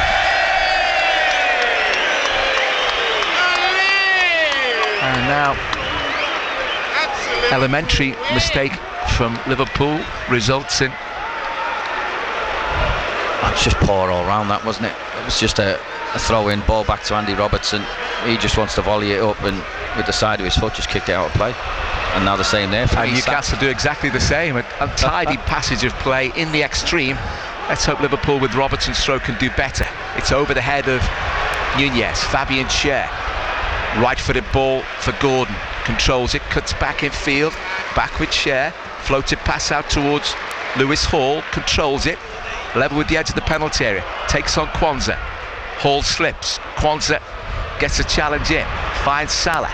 Deep inside his own half. Curtis Jones loses possession, but he was being tugged as he did so. And the referee spotted one. Yeah. He's probably scared to give it as well. As the rain begins to fall. We could get wet here, Mike, me and you, because we're just out the way, aren't we, of the stand? Yeah. It's not covering us. Unfortunately, we're very much in the lap of the rain gods at St James's Park. Joe Gomez, impressive run forward, finds Curtis Jones to the right-hand side, but he's driven back by the presence of Newcastle bodies, and Liverpool have to try and build again, with Robertson receiving the ball from Van Dijk, receiving the ball from Gravenberch rather, finds Van Dijk, Gomez again, Guimaraes stepping forward, nice ball for Salah, 10 yards inside the Newcastle half, forward ball looking for Nunez, a slice clearance from Dan Burn that fortuitously sails into the arms of Nick Pope in the Newcastle goal, and Newcastle build from the back again. 1-0 they lead. We've had 4.5 minutes of the second half. Hall is over halfway. His pass inside for Isak is picked up by McAllister. Floated ball for Salah. Lewis Hall trying to close him down. Salah is inside the box now. Pulls it back. Oh, Liverpool are back in it with an equaliser. It's Curtis Jones. Great work from Salah in a tight situation. Got the better of Lewis Hall. Tucked it back. And Curtis Jones did the rest with a right footer that flew past Nick Pope early on in the second half. Liverpool are back on terms. Parity is restored. Curtis Jones with the equalising goal. It's his second goal of the season. It's Newcastle United 1, Liverpool 1. And that's just what Arne Slot would have wanted. 50 minutes gone. Liverpool back in it. It was a really good goal, actually. Lewis Hall made a really poor pass, and from there McAllister played Salah in where Hall should have been. Newcastle come forward, long ball from Murphy out towards Gordon. And then when Salah got to the byline, he just waited, and Curtis Jones had made a good run. He put it with the outside of his foot. It went really quick to Curtis Jones. He'd done so well to control it. It went high above Nick Pope.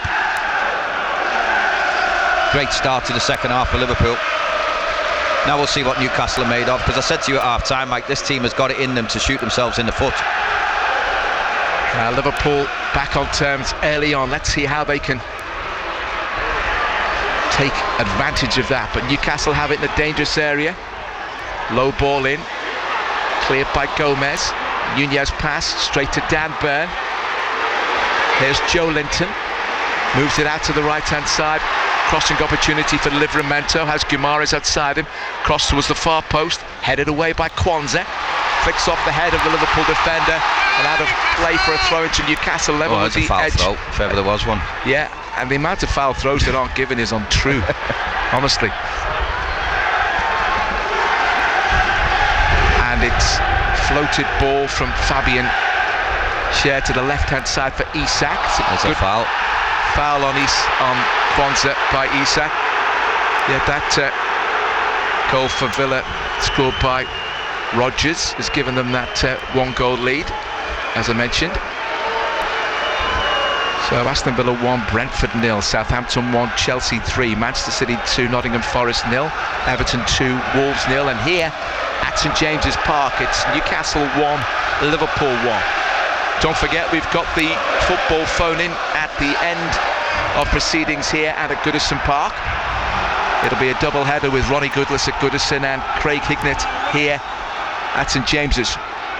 Cody Gakpo's cross towards the far post, headed away, might break for Gakpo. Can he get over it? Oh, right foot is just wide. I think it took a deflect. Yes, it did. It's a corner.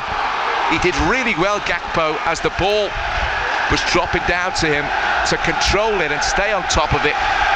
Looked goal bound, and it's taken a deflection. Yeah, I mean, he was the one who crossed it to the far post, and it got cleared, half cleared to the edge of the box, where he got on it himself, Gakpo.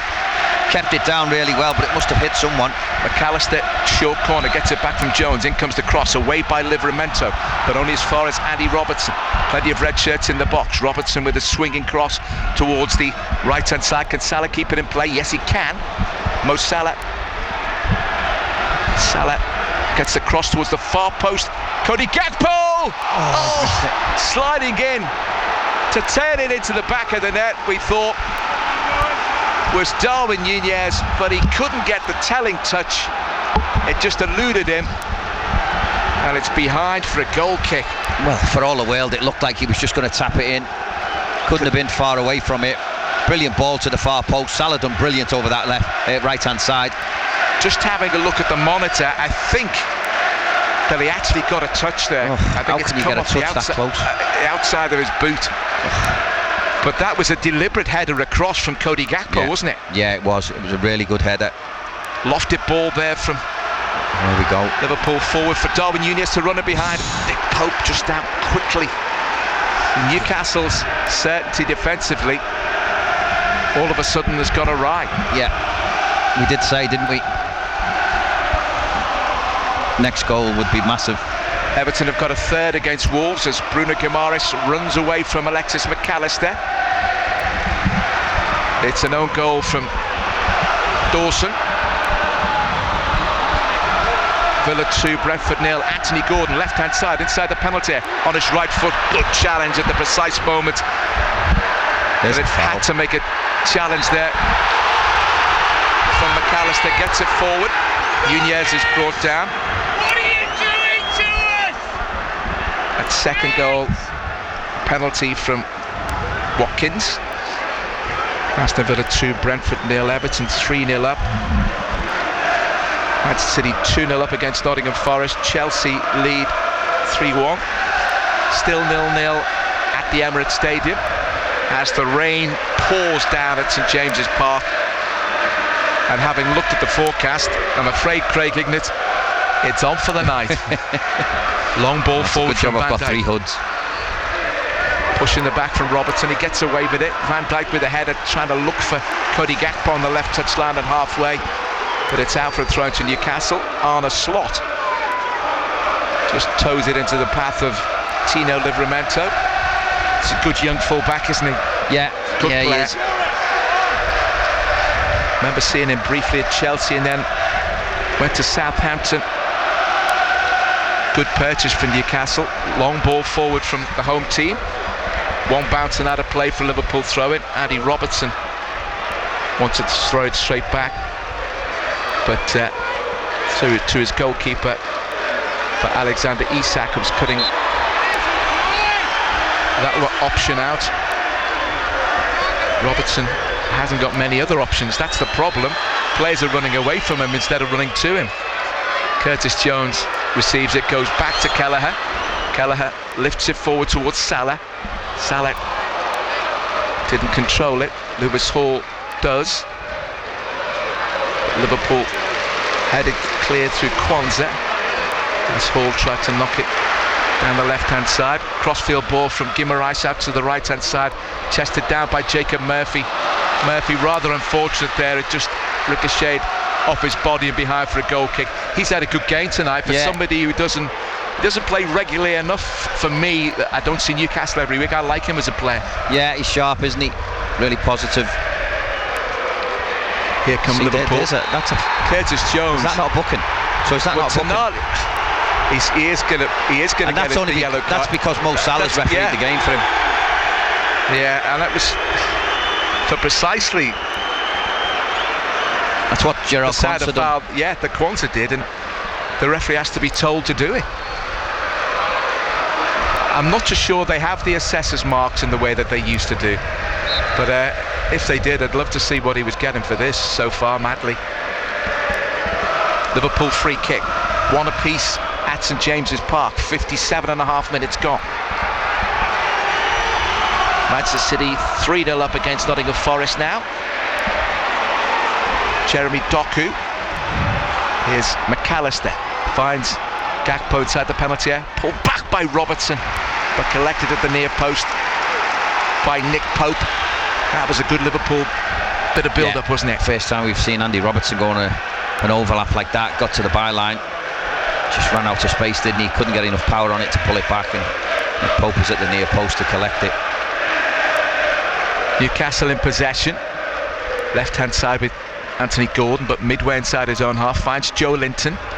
Joe Linton nudges it back to Fabian Schär, out to the right-hand side to Livramento. He's got a bit of green grass to run into. Finds Jacob Murphy just inside the Liverpool half. The ball forward, I think Livramento's going to be offside. Yes, he is. Flag's gone up. Assistant on this near side as the fields of Anfield Road is roared around St James's Park by the Liverpool faithful. A filthy old night to make a trip up to the northeast, but they've come here in their thousands, as they always do. They'll be a bit more enamoured with what they've seen from their team in the first part of the second half. They were for the majority of the first. Nick Pope has the ball in his hands. Short to Dan Burn, lofted ball forward to nobody in particular, and now you can hear the ire of the home fans, which we were kind of expecting, weren't we, when things started to go wrong, if they did, and they have. But Liverpool give away possession. Here come Newcastle again. Gordon skates away there from Gravenberch, in towards the edge of the penalty, shoots, it's blocked by his own man, I think. Liverpool headed clear, only as far as Isak, edge of the penalty, in towards the near post, away by Van Dijk. Good challenge there by McAllister, being held and fouled twice there. So he was held, and the assistant was right by it, didn't wave his flag like he did for the other one. Eventually the free kick is awarded and given and taken, and Liverpool have got Joe Gomez down inside the penalty area. And the Newcastle fans, some of the more vociferous amongst them, I can recognise one voice in particular. That's it all night. Yeah. It's different when, when the shoe's on the other foot, it's different, isn't it? Yeah. Villa have got a third goal against Brentford. Matty Cash. Villa have been in really poor form of late. Put things right early on in that one. It's an 8:15 kickoff, but they're already 3-0 up rather. Kwanzaa, right-hand side, just inside the Newcastle half. Infielder comes to Ryan Gravenberch inside the centre circle, looking for. Well, they need to get the players. Options. You can see Curtis Jones is on all the time. They need to play him behind the midfield of Newcastle, and Liverpool have got options now.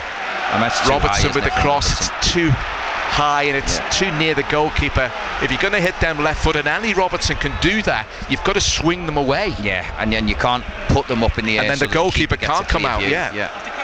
Newcastle being put under pressure, building down the right-hand side. Here's Isak, over halfway, central area. The ball at his right foot, out towards the left-hand side for Gordon. Gordon gets the attempted crossing, or mistake there from Andy Robertson, almost presented an opportunity for Jacob Murphy, but Liverpool recover. Here's Darwin Núñez. McAllister gets away from Tonali and does well to get the better of Dan Burn, but a fortuitous bounce for Newcastle means they get possession. Guimaraes, slide drill pass for Isak, in towards Anthony Gordon inside the penalty area, on his right foot, shoots. Gordon scores. Newcastle are back in front. Praveen Kelleher got a good hand on it, but he couldn't prevent it from finding the back of the net. Isak's pass opened up the Liverpool back line. Gordon inside left position, cutting in on his right foot. You know what he's going to do every time in those situations. He homed in on goal. The finish towards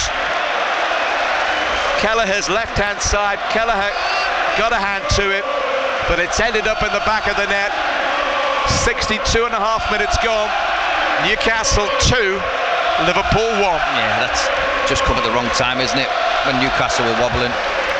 But the goal itself, Liverpool had emptied the midfield. It was really open for them. When the ball found its way to Isak, he played it onto Gordon. Joe Gomez initially did well because it looked like Gordon was going to hit it with his left. Pulled it back onto his right and then managed to get the shot away. Kelleher smothered half of it, but I think it's just crept under his body into the far corner. That's a real shame after a really decent opening to the second half from Liverpool. Not just for the, primarily because they got back on terms, but they were beginning to build a bit of a platform, it looked like. Yeah, they were. I mean, there's still a long way to go in this game, and another goal will change it. But Liverpool need to score it. Next goal, absolutely vital. Liverpool trail 2-1. Here's Gravenberch, over halfway, picks out Robertson, back with Gravenberch, just inside the Newcastle half, to the left of the centre circle.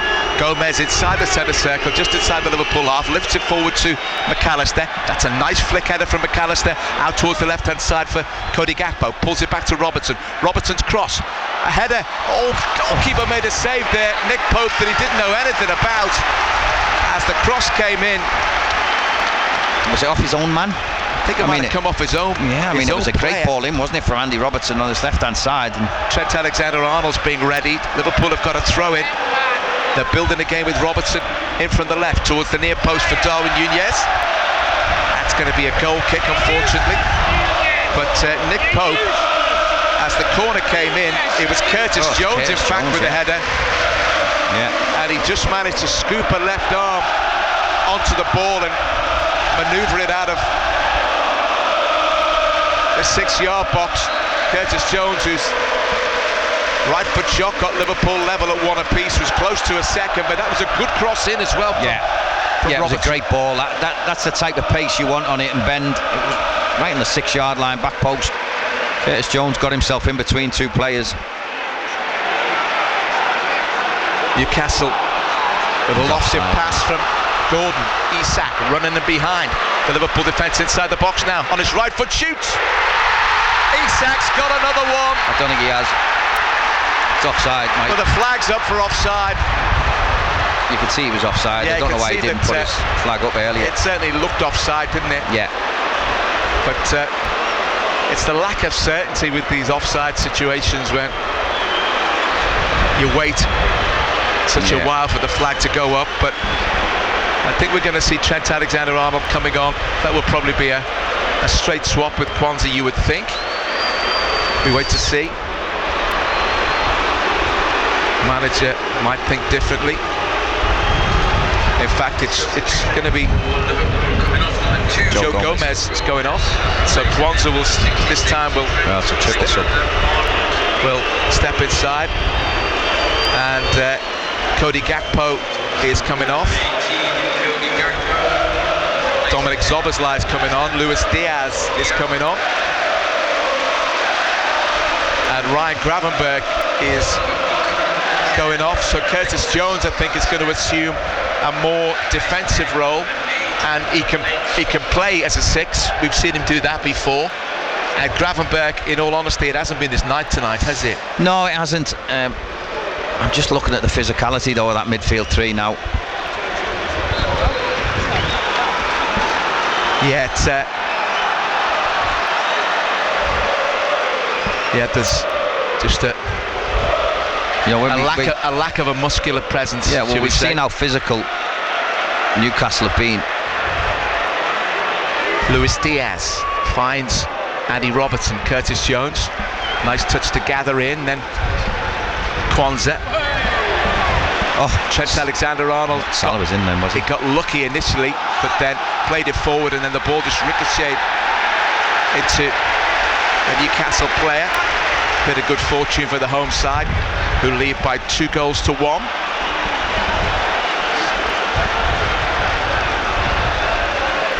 In possession with Tonali, receives it from Fabian Schär. Livramento for Murphy. Poor ball. Darwin Núñez receives possession. That's a really poor pass from Nunez. Terrible ball.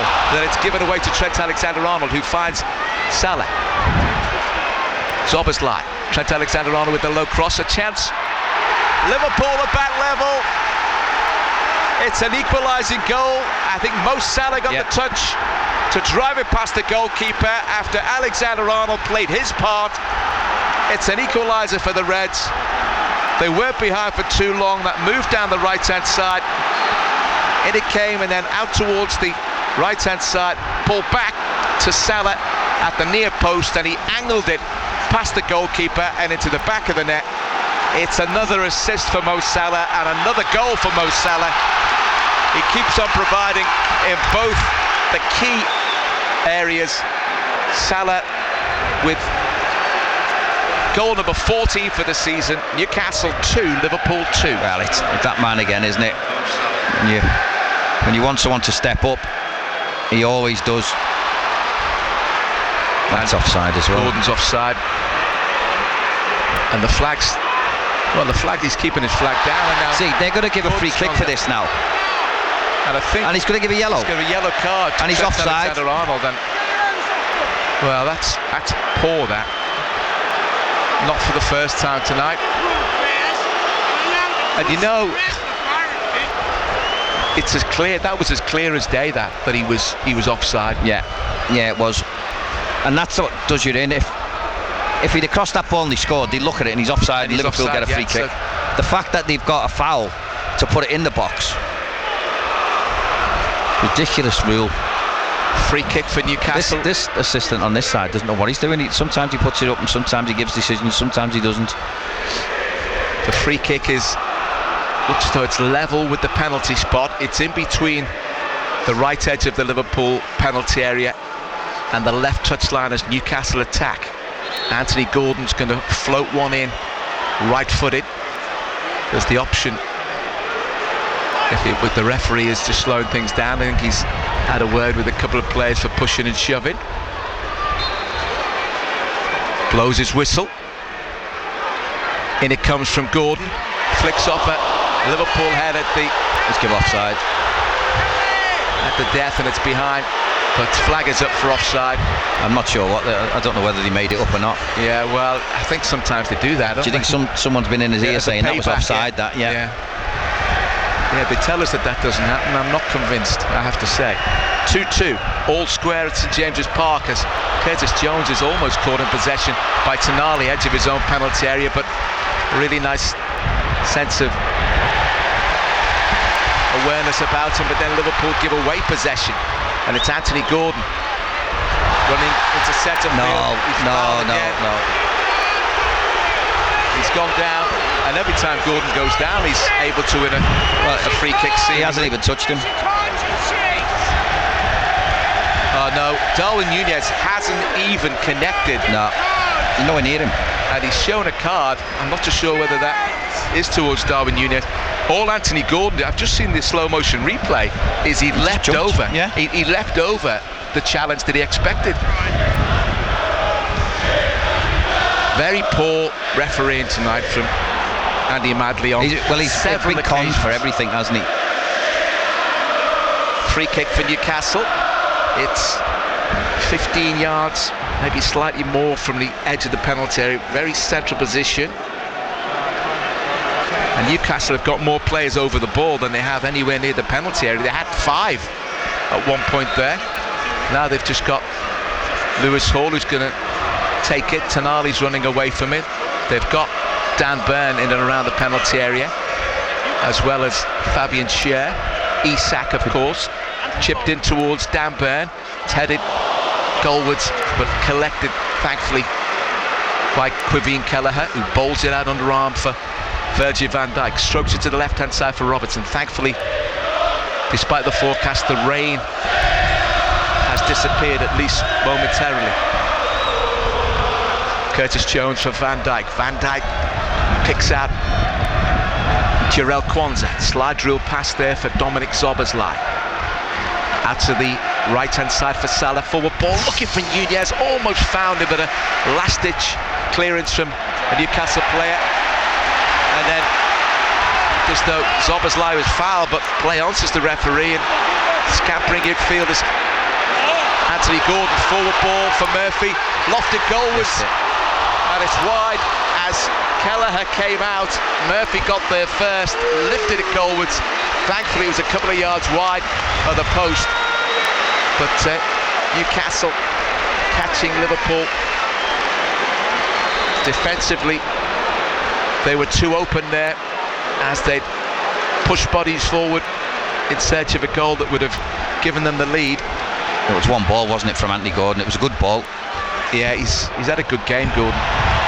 Here's Nunez for Liverpool, edge of the penalty area. It's a good pass for Salah. Salah edge of the box, tees it up for Curtis Jones, got right underneath it. He's had a good game tonight, Jones, but that wasn't one of his better involvements. And we're going to have a Newcastle substitution. Harvey Barnes is going to come on for Alexander Isak. I think that will mean Anthony Gordon going centrally. Oh no, it's Jacob Murphy. In fact, it's Jacob Murphy. Isak just came over for to get a drink. So it's Harvey Barnes is going to be on the right-hand side, Isak down the middle, and you could well see Barnes and Gordon interchanging on occasion. Yeah, definitely. Swapping wings. 74 minutes gone. Newcastle 2, Liverpool 2. 0800 731 9333. Craig Hignett here to take your calls at the end of the 90 minutes. You can text us 81333, put the word Mersey before your message, or you can WhatsApp us 08000 321 333 as Andy Robertson is being chased there by Harvey Barnes, but it's turned back by Virgil van Dijk for the Liverpool goalkeeper. Out it came to Jarell Quansah. The pass shouldn't have come his way from Vivian Kelleher, so in the end Quansah put it out of play for a throw-in, and Newcastle in possession again. Fabian Schär and Livramento. Livramento goes back to his goalkeeper. This game is in the balance. Headed pass towards Gordon, and Harvey Barnes out towards the... In fact, it's Lewis Hall out towards the left-hand side. Liverpool put it out for a throw-in to Newcastle. Level with the penalty spot. Anthony Gordon, the ball rebounds into his path. Rolls it back to Bruno Guimaraes. 3 or 4 yards from the edge of the penalty. Back for Dan Burn, and Livramento to the right of centre finds Harvey Barnes, cutting in towards the edge of the penalty. Guimaraes loses out to a challenge there from Luis Diaz. Liverpool with the interchange, and nice pass from McAllister. Diaz racing down the right-hand side at pace. Gets support from Darwin Nunez, but Diaz went without the ball, and Fabian Schär plays it forward. McAllister raced towards that ball with a real venom in his body language, and he managed to block the intended pass, but it's gone out of play for a throw-in to Newcastle. It's a real shame that Diaz went without the ball. Yeah, he did. He just took a little heavy touch, didn't he? Allowed Schär to get a little foot in.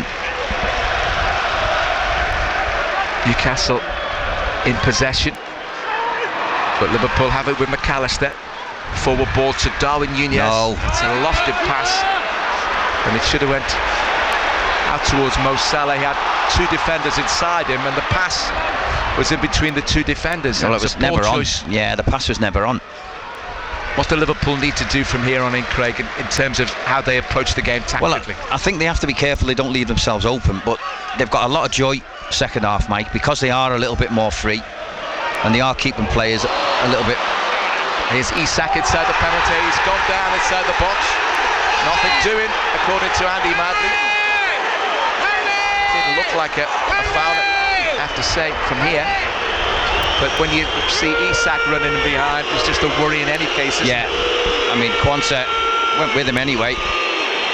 It was a dangerous one because he put his foot across him, couldn't really see the ball, but the referees deemed that he's got enough of the ball. That's a good ball. Alexander-Arnold finds Dominic Szoboszlai out towards the right-hand side for Mo Salah. Gets the low crossing, beaten away by Dan Burn at the near post. Trent Alexander-Arnold Gets it under his control out towards the right-hand side. Pulls it back there for Zoboslai. Short ball for Curtis Jones. Midway inside the Newcastle half to the right of centre. Still 2-2. 77 minutes gone. Might break for Andy Robertson. Newcastle get it clear. Everton have got a fourth goal at Goodison. Another own goal from Dawson as Isak finds Anthony Gordon. Right-footed shot from inside left position, inside the penalty area. It's well wide of the target on that occasion. Well, there's all kinds going on now, Mike, isn't it? There was a couple of fouls that the referees let go because I think he's deemed its advantage. And then edge of the box. I'll tell you what, Zoboslai's done well because he keeps getting in between the midfielders and getting on the half turn. He's added a bit of energy and zest, hasn't he? Yeah, he has. And he's combined there with Trent Alexander-Arnold, Mo Salah, Curtis Jones. Chelsea have got a fourth now. Cole Palmer. Here come Liverpool with Salah, edge of the D, McAllister onto Luis Diaz inside the box, left-hand side, on his right foot, shoots, it's blocked. Timid shot there, took a deflection from the effort, I think, from Nunez, but it's gone wide. And it's not a corner. Darwin Nunez just snatched at it left-footed. Couldn't keep it on target after a nice bit of Liverpool build-up play. He's just scuffed it, hasn't he, left-footed? Yeah, good play by Diaz, wasn't it? Cut in on his right foot, got a shot away, deflected back to Nunez, and his shot, he hit it into the floor, screwed it miles wide. He just snatched at it, swung the leg, didn't he? There was no control about it. Yeah, it was in a really good position there. 79 minutes gone. Newcastle 2, Liverpool 2. Total Sport Merseyside with Liverpool and Everton every step of the way. Liverpool in possession, but it's with their goalkeeper Quiveen Kelleher. Lifts it forward towards Mo Salah, who's had a push in the back on Lewis Hall. See, Salah never gets them, does he? Yeah, the amount that happened to him in the first half that we saw never gets them. Right in front of us. Free kick for Newcastle, it's already been taken. Fabian Schär and Bruno Guimaraes, challenged by Zoboslai. It's a free kick for Newcastle. Zoboslai pulls up Bruno Guimaraes. Eddie Howe is signalling to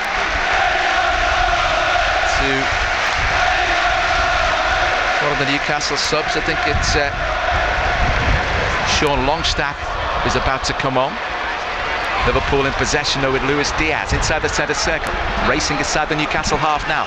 Looks for options. Why did Darwin Nunez run in field? And he should have stayed out left. And Liverpool conceded free kick for a foul by Andy Robertson. That was terrible decision making from Nunez. What was he thinking? I don't know what he was thinking. He just gave Diaz no options, did he, at all? Because what could have all been opening up for Liverpool ended up all closing up. Yeah, it did. Newcastle move it out to the left-hand side. Lofted pass for Gordon to chase after. He gets to the ball before Kwanzaa. Inside the penalty area now. Good touch from Liverpool and Curtis Jones to get it forward towards Diaz. Header from Livramento. Darwin Nunez gets it in tight to his body. He's in a foot race with Dan Burn. Out towards the right-hand side with the ball at his right foot, Darwin Nunez. Out towards the left-hand side rather with the ball at his right foot, and then guides the pass. That's a good one that time for Trent Alexander-Arnold. Now Mo Salah inside the penalty area, right-hand side. Salah goes past the man, pulls it back. He's hit the bar. With the goalkeeper beaten. Mo Salah's right foot shot cannoned off the crossbar. Liverpool retrieve possession with Robertson. Curtis Jones, Zoboslai, Jones again. 10 yards from the edge of the penalty area. Curtis Jones short for Robertson. Newcastle have got everybody back behind the ball. This time, everybody bar Kelleher inside the Newcastle half. Robertson, Curtis Jones, back with Van Dijk. 82 minutes gone almost. 2 apiece at St James's Park. Trent Alexander-Arnold's clever pass for Mo Salah. Mo Salah thought he tricked his way past Lewis Hall there. Lewis Hall clears only as far as Trent Alexander-Arnold. Short for Zoboslai. Back with Alexander-Arnold. Into Salah inside the penalty. That's it's gone it. down. That's a pen. Is that a penalty? Oh, he's got up really quick, hasn't he, Mo? Well, it looked like a pen, didn't it? Newcastle get it clear, only as far as Curtis Jones. Here's Addy Robertson. Diaz inside the penalty area, left hand side on his right foot, pulls it back for Robertson. McAllister, short for Curtis Jones. They just can't find any space. Dummy by Szoboszlai. Trent Alexander-Arnold in towards Salah! He's done it again! Fabulous finish from Mo Salah on the turn. Lovely Liverpool build-up. Mo Salah just keeps on going. He's got another goal, his second on the night.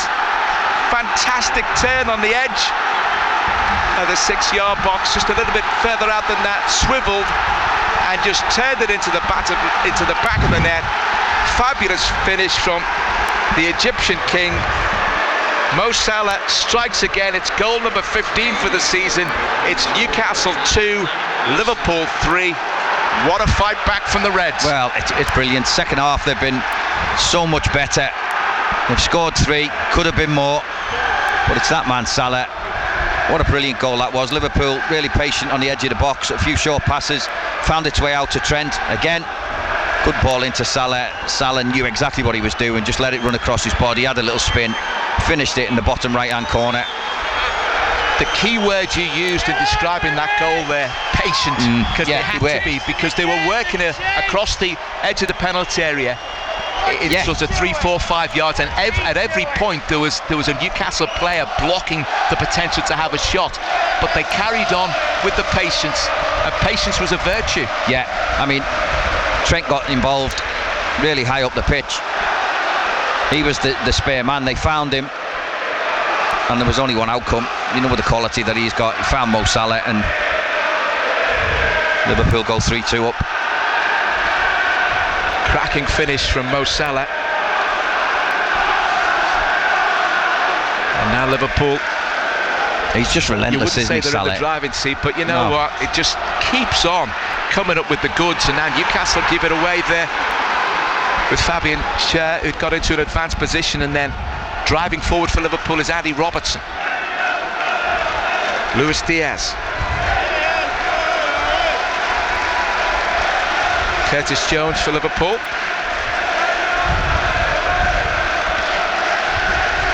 Jones goes back to Van Dijk. Well, they can afford to take the time now and let Newcastle come out. I don't think the Newcastle midfielders have been anywhere near as athletic as they were in the first half. They've looked like they've ran out of legs. Liverpool have got better and better. Better and better as the game has progressed, and full value for their lead. And Newcastle have won themselves a throw-in and got possession. Callum Wilson and Joe Willock are going to come on. It's last throw of the dice time as far as the Newcastle manager Eddie Howe is concerned. Everton leading by 4 goals to 0. Goals from Ashley Young and Orel Mangala. They had one chalked off James Tarkowski after VAR, and 2 own goals from Craig Dawson. 4-0 Everton lead. Man City lead by 3 goals to 0. Chelsea 4-1 up at Southampton. Aston Villa 3, Brentford 0, and Liverpool lead 3-2 at St James's Park. But there's Lewis Hall inside the penalty, pulls it back. Good defending. There's a foul as well. Robertson. There's a foul there. How can the assistant not see that? Seem to follow in on Andy Robertson there. Cheating again! Cheating again! And the substitutions are beginning for Newcastle to throw into the home side. Callum Wilson's coming on. Sean Longstaff and Joe Willock. Wilson, we know he's had all kinds of problems with injuries, but he can be a real danger man inside the penalty area. Yeah, if he's on his game, he's sharp, space, and he can finish, can't he? Scored goals all his career, Callum Wilson. Joe Linton's gone off. How he's never been booked again. Yeah, well, he does it game out. Sean Longstaff is on. Liverpool lead 3-2. 87 minutes on the watch. There will be time to add on. Give us a call on the Total Sport football phone in 0800 731 9333. 0800 7-3-1, 9-3-3-3. Newcastle edge of the penalty. Isak inside the box. Liverpool win it back with McAllister. Isak fouls him, doesn't he? No. Does he give it? He's give it. Yeah, he's give the foul. It's a free kick on that far side, the Liverpool right-hand side. You can get in touch via text as well, 81333. Put the word Mersey before your message, and you can WhatsApp us 08000 321 333. Put the word Mersey before your message on the WhatsApp as well, and your texts and WhatsApp will be charged at your standard rate. WhatsApp are free only if you've got a Wi-Fi signal. Throw in for Liverpool down the line from Alexander-Arnold, flicks off the head there of Fabian Schär, and Dan Burn turns it back to his goalkeeper Nick Pope. Chelsea have got goal number 5 now. Jadon Sancho. It's a night of goals, isn't it? Except the game at the Emirates, it's still 0-0. But Newcastle have won themselves a free kick in a dangerous position, as Joe Linton is applauded by the Newcastle faithful behind us in the commentary position here at St James's Park. We're quite low down. We're almost part of the setup with the fans, not particularly separate the broadcast commentary position. Free kick 15 yards from the edge of the penalty area. Same distance in from the right touchline. In comes the cross. Oh, and Newcastle have equalised.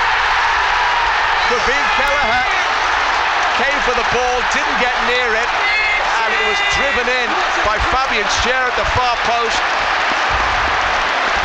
Complete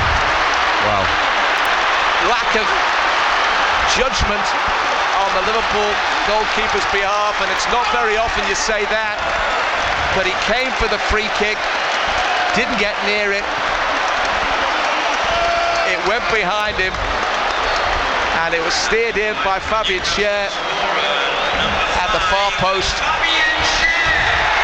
Newcastle are back on terms, and that is an absolute nightmare from a Liverpool point of view. I mean, it's a brilliant finish from Schär. Newcastle 3, Liverpool 3. Yeah, at an angle, but Kelleher pulled his hands away. He could have caught that, Mike, and he didn't. He thought he was going to go out for a goal kick. Just play it. 5 minutes to add on. Luis Diaz inside the penalty area. Still, despite the fact that he's gone down. I mean, that's got to be. Well, he was being pulled down outside the box as well as inside, and nothing's given. That's crazy. Bruno Guimaraes with a challenge on Dominic Szoboszlai. Now I think he's waiting. Yeah, he's waiting. I think this is gonna go. No, it's not. No, it's not gonna. Checks confirmed. Oh, the check. Well, I thought we were gonna be waiting for VAR to have a look at it. No, we're not. We've had 40 seconds of the 3 minutes to be added on, of the 5 minutes rather. Liverpool float it forward for Mo Salah. It's away by Lewis Hall. Nunez over on that far side, wins a throw-in. Can they do it again, Liverpool? You just get the feeling that they're going to get another chance. Nunez for Curtis Jones, down towards the dead ball line. Might break for Salah inside the box. Szoboszlai pulls it back for Trent Alexander-Arnold. Here's Mo Salah. Shovels it back from McAllister, takes a deflection. Is it a penalty? No, the referee says no. Well, that's going to go to VAR. That will go to VAR. That'll be a pen, I think. It was blocked, McAllister's effort. As Mo Salah teed up. Well, it was away from his. It was away from his body. It looked like. Oh no! It's. What? Give a corner. Is he give a corner? Yeah, it's a corner. Is it? Surely VAR are looking at this. They are looking at it. It's a corner. Check over. My goodness. Well, that is so odd, because his arms were away from his body. I don't think it. When you look at it from that angle we've just seen, Mike, I don't think they were. I think he's turned his back on it, but it did look like his elbow was out, wasn't it?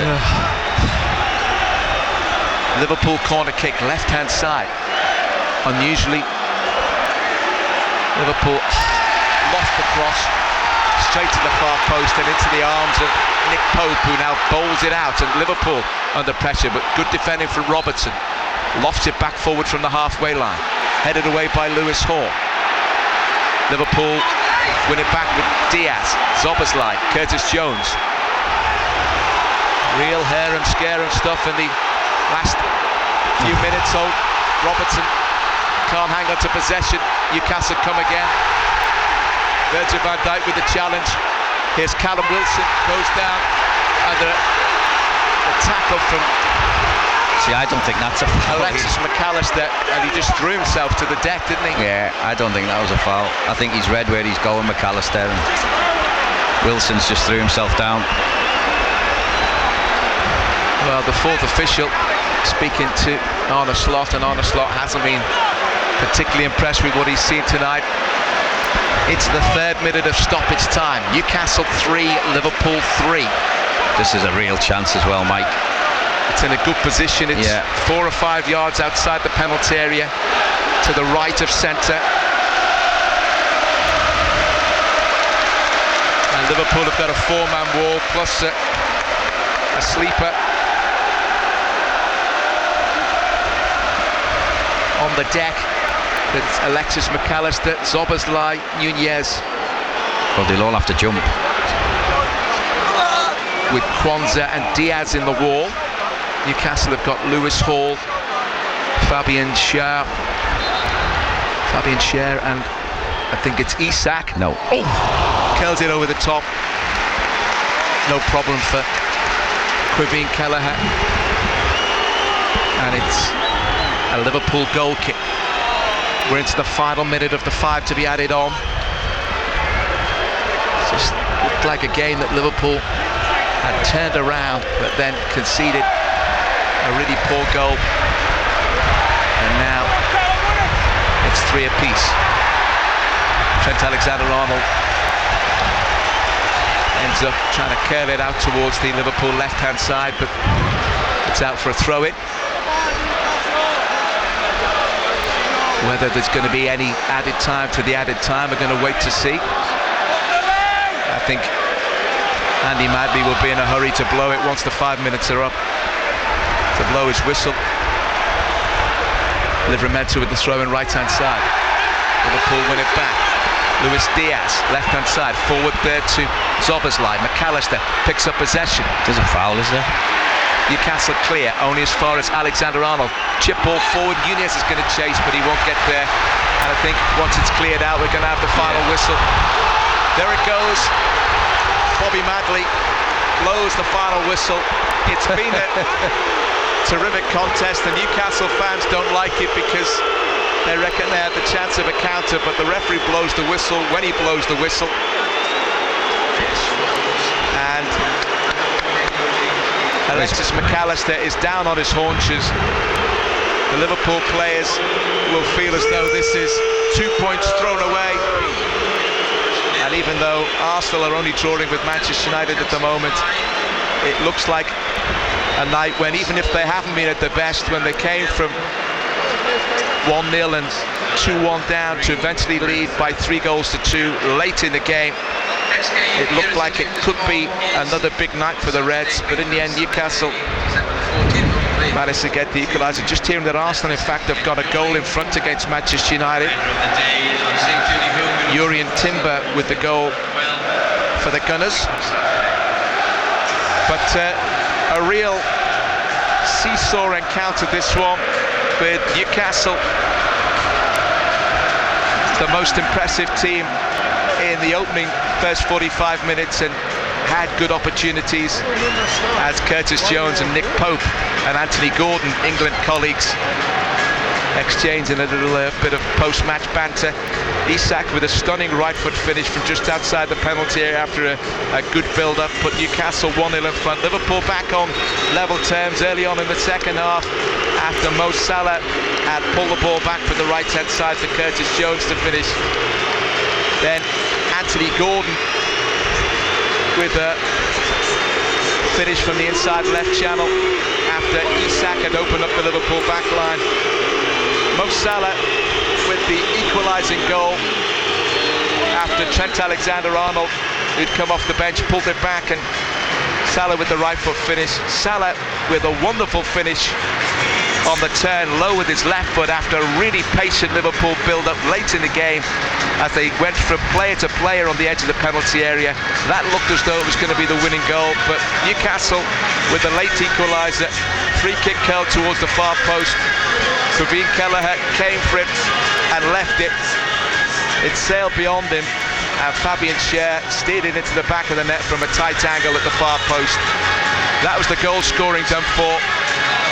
It's not a disastrous night by any means, but even on a night when Liverpool have been quite a way short of their best, Mo Salah with another 2 goals and another assist had put them in the driving seat, got them back in front, but they couldn't hang on to the lead, and Newcastle have got themselves back into the game, and it's ended 3 apiece.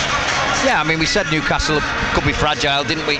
And they certainly were second half. Liverpool created chance after chance. There was one that Mo Salah hit the bar with as well, where he was brilliant. They'll be disappointed, Liverpool, getting themselves back into a winning position from playing like they did in the first half. They were a lot better second half, has to be said. They moved the ball a bit quicker, opened Newcastle up, created a lot of chances. 1 or 2 more decisions could have went their way. They could have won it comfortably.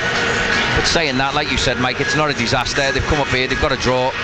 Newcastle were probably at their best, and it's a draw because of an individual error. You know, he doesn't do many, does he, Praveen Kelleher? No, he said he's been fabulous, hasn't he? Yeah. And he's been so much to the fore for Liverpool in all the games he's come in since Alisson got the injury, and they're as rare as hen's teeth. Mistakes from Praveen Kelleher. Yeah, it was just a misjudgment. I think he thought the ball was going to go out and he could waste a bit more time.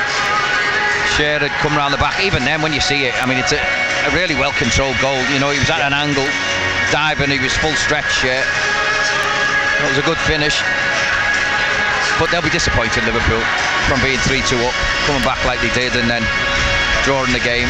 But like you say, Mike, it's not a disaster. And Mo Salah, as you say, 1 assist and 2 goals.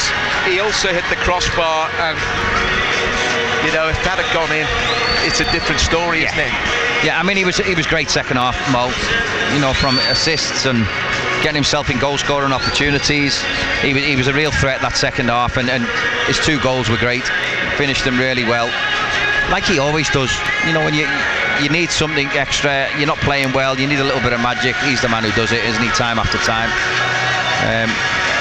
But I thought the subs made a difference. I thought Dominic Szoboszlai made a difference. He was getting in between their midfield and making it difficult for them. Very impressive, wasn't he? Yeah, he was. Yeah, same with Trent. Trent was coming on and feeding them balls through to him. Great passing, and obviously got his assist. So there's plenty of things to be positive about and happy about. It wasn't perfect by any stretch, and Liverpool will play a lot better than that, but they go away here, still haven't been beaten, scored 3 goals away from home, so it's all positive. So the thing is, the yardstick, you know, the bar is set so high for Liverpool, and the fact that they've, on a night when they haven't been at the best, they've come from a goal down and 2-1 down to lead 3-2 in the closing stages of a game, and they've gifted Newcastle the equaliser. But you know what? They've won 18 matches out of 21. Yeah, it's phenomenal. There's only the home defeat by Nottingham Forest, and a draw at Arsenal that you'd take at any point. And Newcastle, wherever they are on the table, this, particularly on a night match for some reason, is always a difficult place to come. Yeah, when they're up for it, Newcastle, and when the crowd's really up for it, it's a tough place. Like I say, they are renowned for shooting themselves in the foot, and they can play well for 80 minutes, and that last 10 minutes they can lose a game. They're a funny team like that, but on their night, and tonight was their night, they could give anyone a game. Yeah, it's emptied out at St James's Park rather quickly. It's been a riveting contest, this one, from start to finish. Newcastle, I think it's probably their best performance of what's been a rather underwhelming season for them so far. Certainly not the case for Liverpool, who made too many mistakes in the first half. They were nowhere near their best. Much better in the second half, and it looked as though that second half fight back had won them all 3 points. It wasn't to be, and Newcastle with that late equaliser thanks to a very rare mistake from Quivy and Kelleher. But Liverpool have got themselves a point, and a point away from home is always better than nothing. The football phone-in with Craig Hignett here at St James's Park and Ronnie Goodless at Goodison Park on what's been a good night for the Blues. Blues and Reds, get your calls in to us, the Total Sport Football phone-in with Munsey in the studio and our two guys at the out grounds. Final score at St James's Park, it's ended up Newcastle United 3, Liverpool 3. Total Sport. BBC Radio Merseyside. Wow, okay, are you ready to catch your breath? What a night of football. Liverpool not quite to be. It looked like Liverpool were going to take all 3 points, coming from behind twice to lead 3-2, but alas, gasp, Newcastle equaliser meant a 3-3 finish. Reds, are you that bothered? Is it still relatively in control, or is that a bit of a blow? 0800 731 9333. And Everton, wow, I mean, you've got to be absolutely over the moon with that. It was a really, really huge game, and Everton put in a performance and a result which is very emphatic indeed. A 4-0 win over Wolves. You must be made up, Evertonians. Give us a call and let us know just how happy you are. 0800 731 9333. Or not, you tell me. It's your phone in. Give us a call and let us know. We've got Ronnie as well at Goodison Park. We've also got Craig at St James's Park. Let's get straight to the phone, shall we? Straight to Josh in Widnes, who is a Blue. Josh, you're on, and I'll bring Ronnie back in as well, who's at Goodison Park. Hiya, Josh, how you feeling? Yeah, boys, how's it going? Buzzing, lads, absolutely buzzing. It was a great all-round team performance. Built on the defensive solidarity, set up the platform for that display. We've been struggling for goals lately, but the goals have gone in. They've been clinical and ruthless.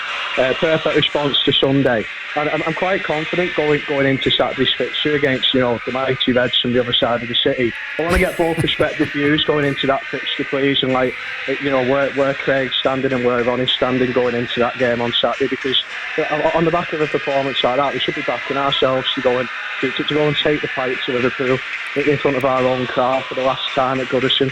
I'm just buzzing. I'm stood here on holiday in Blackpool. I've had a few jars. Sorry for being a little bit emotional, but we pulled it all together. Clean sheet and 4 goals. I'm more than happy, Ronnie. Are you? Well, Josh, you must be made up. Ronnie, I mean, he's confident about the Merseyside derby. Ronnie, what do you reckon? Well, you can have a few more, Josh. You deserve it.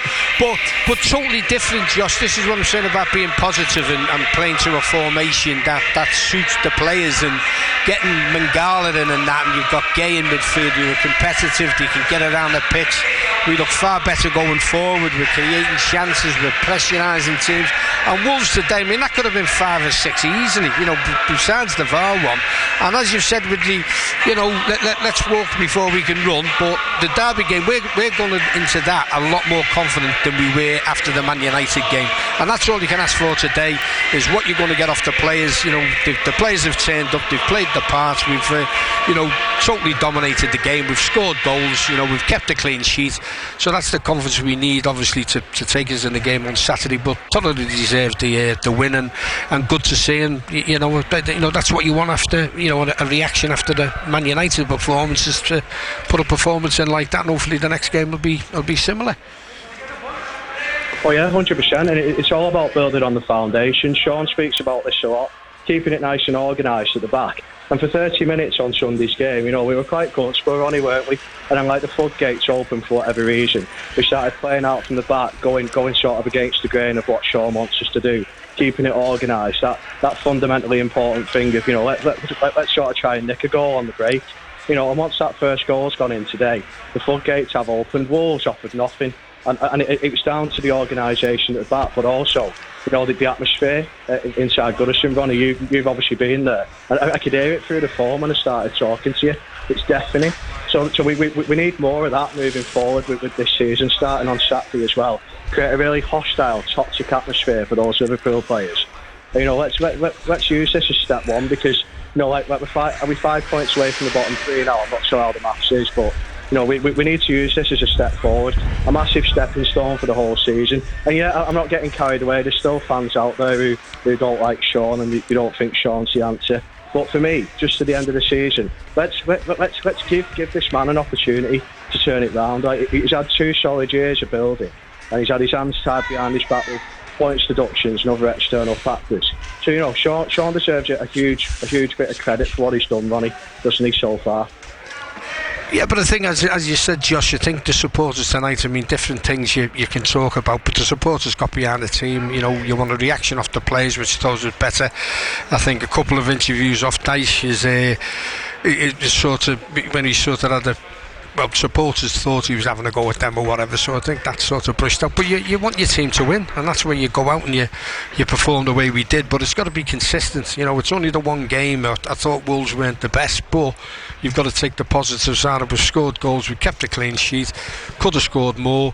You've got players who are playing, sort of, to their ability, what we haven't been. We've been lowered. Calvert-Lewin looked a bit lively. You've got Dawson scored, 2 own goals, but it's pressure off, strikers. Brozier looked good when he come on. He looked, he's been out a long time, but he looked sharp. He, sort of held the ball well, laid a good chance on for Harrison. Harrison blazed 2 over the crossbar, so again the scoreline could have been even better, but that's all you can do. You can just take positives out of the game, but we've got to show the same attitude, the same sort of battling qualities again for Saturday. I mean, you don't need a team talk for any derby game. You get out there and do it, but I just hope sort of Dyche plays sort of positive football and tries to have a go, and just don't sit back and think we can we might make a set piece or something. We showed tonight that you can score goals, we can create things, and as I say, we made Wolves look poor, to be honest. I mean, Gary O'Neill's just getting interviewed now, I don't know what he's saying, but I think they can't wait to get back on the coach. But as I say, it's just the one game. Take the positives and hopefully look forward to a good result on Saturday. Josh, thank you very much for your call in. Witness a very, very happy Josh, who's actually on his jollies and has had a few beers. So good on you, Josh. Enjoy a few sin as you're on your holidays. Why not? Let's switch our attention to Liverpool now, because it didn't quite go according to plan. It looked like it was going to be a fairy tale comeback victory. Let's go back to St James's Park and also bring in Jim, who's a Red in Prescott. Jim, I mean, it's dropped points, isn't it, for Liverpool? Well, we're playing Newcastle away, and it's always an interesting game. And they've beat us, and we've beat them in the past years gone by. And you look at the game, Liverpool didn't start off the way they did against Man City, and it was like it was lacklustre. I don't know if it's in their head that it's Newcastle, we should win this. But then you look at it, and the different things that go on in the game, and the frustration and the problems where decisions don't go your way, that doesn't help.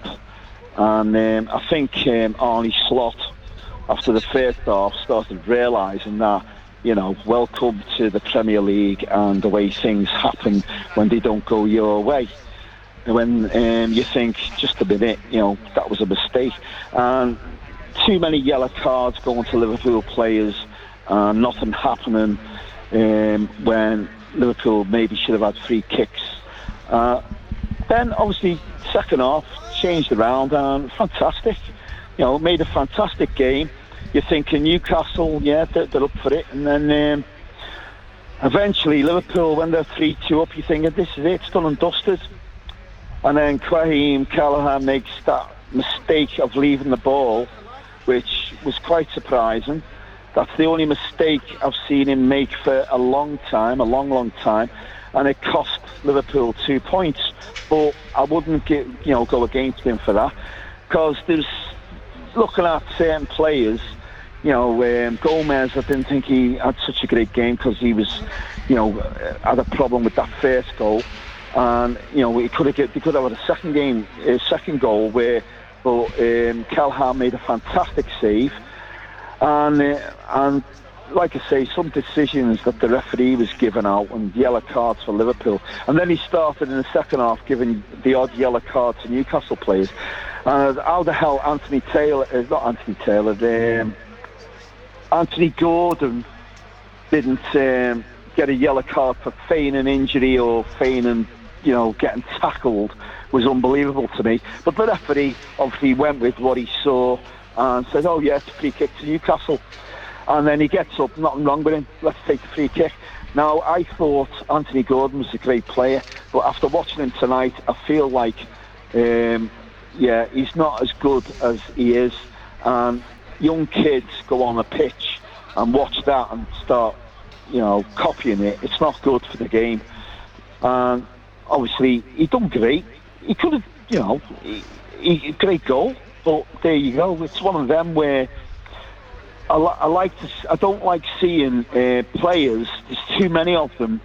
They get touched slightly and they go down, and then referees decide, oh, that's a free kick when we know it's not. It's not a foul. It's no way is it a foul. And I think Arne Slot had a good lesson tonight in what can go wrong. And I think if you look back all of the seasons that Jurgen Klopp had to go through and watch that going on, that's where it wore him down.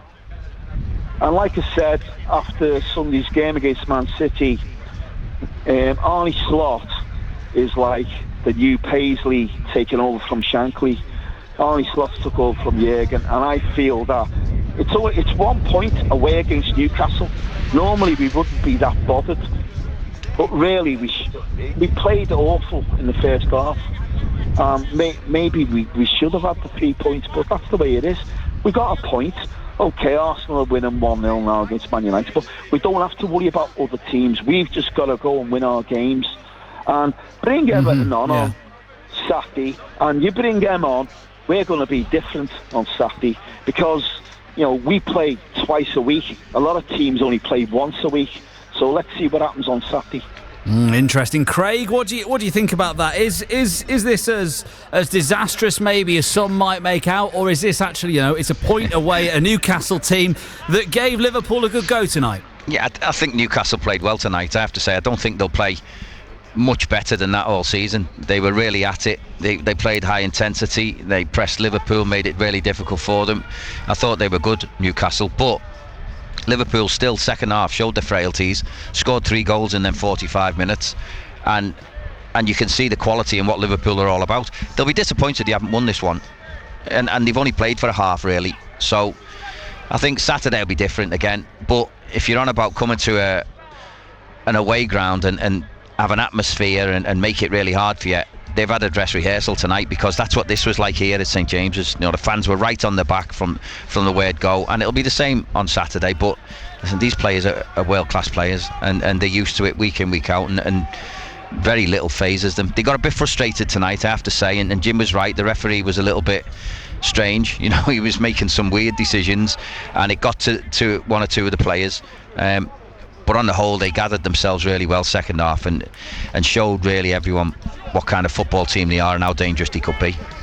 Yeah, there were a few yellow cards in there, Craig, and I believe McAllister is actually suspended for the Merseyside derby as a result. Well, it's ridiculous what he got booked for as well. I mean, I don't even think... He made 3 fouls, and I think he got booked for totting up, but 2 of the fouls weren't fouls. He just got them wrong, the referee, and the third one was a foul, but it was a nothing foul. So how he got a yellow card, I don't know. Joe Linton goes around, nearly decapitating people, and nothing ever seems to happen for him. He was similar last year at Anfield, where he had 6 or 7 fouls, never ever got a yellow card. That'll be a blow, because McAllister is a player who is quality and the way he sees things and his forward passing. That'll be a miss for Liverpool. But saying that, they've got players who can come on. There's a Bosley came on tonight, and I thought he was really good. I thought he made it different. He gave them a different problem. He was on the half turn, looking forward, playing in behind people, off shoulders of people. Trent came on as well. He'll be fresh. So they've got a few players. They've got some returning from injury as well. So it'll be interesting to see what he does on Saturday. Craig, thank you very much indeed. We've got time for another caller. It's a blue. Steve has been to the game. Steve, I mean, be honest now. 4-0, was that in your pre-match predictions? Absolutely not. But it was brilliant, Before the match went down, I was grande while watching the game, and then I was eating my hot walk, and then the free kick went in, and my hot walk almost went everywhere. It was mad, but it was brilliant. I proper enjoyed it, and I didn't expect it. Like, I thought we put in a good performance, but we need to keep it up really, because we can't be getting relegated in that. I mean, it's the Merseyside derby at the weekend, and I think before tonight's game, almost every Evertonian would have been dreading it. They may well still be. Are you still dreading it, Steve? I'm up for it, mate. I'm up for it all day. I'm going to go up with the lads before the game. You know, we're going to be cheering on the lads throughout the whole match, you know what I mean? It's going to be great. I'm sure you'll enjoy it, Steve. Got to put in the same performance as we did tonight, but we'll be laughing.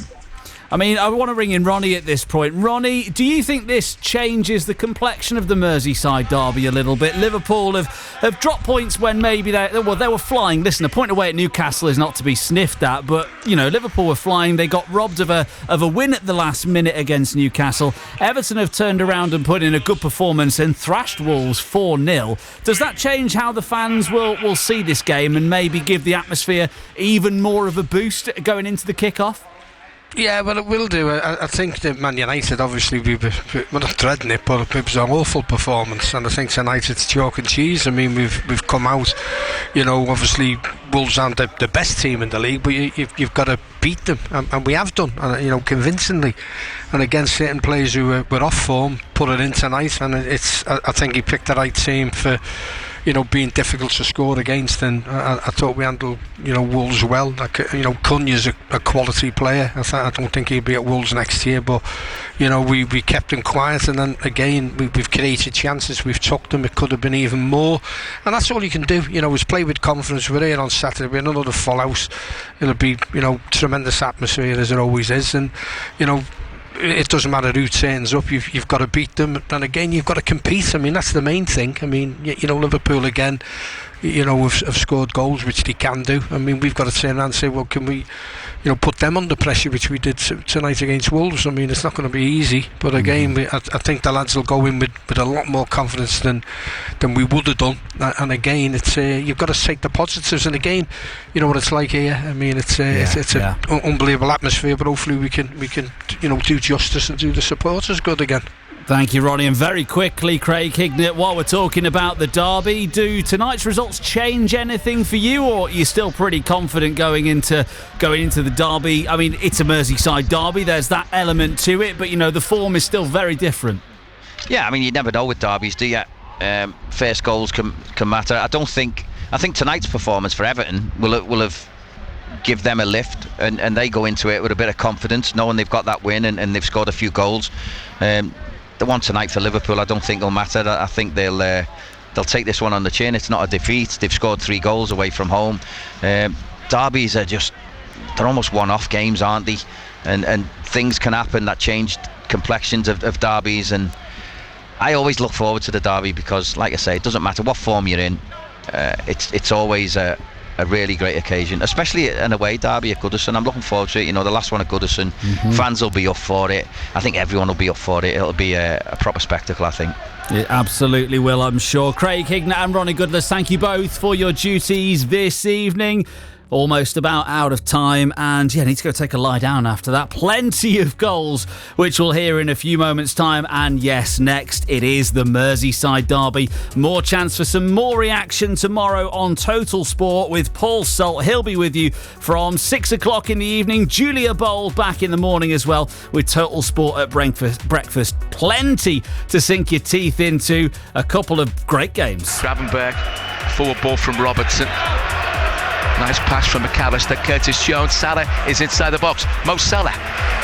Driven shot from the edge of the penalty area from McAllister as the ball was cleared from Salah's dink ball in.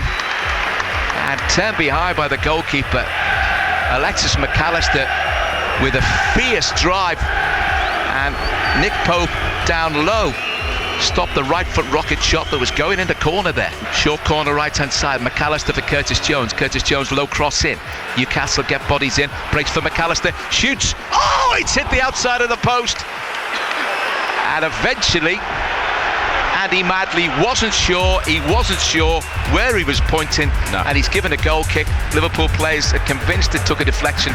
Didn't look like it did from here, but McAllister twice, once with his right, second time with his left, very close to giving Liverpool the lead, and it did take a deflection. Yeah, it did. Took a little deflection, just hit the outside of the post as well. Lewis Hall, who skips one way then the other and gets away from Mohamed Salah to find a bit of space.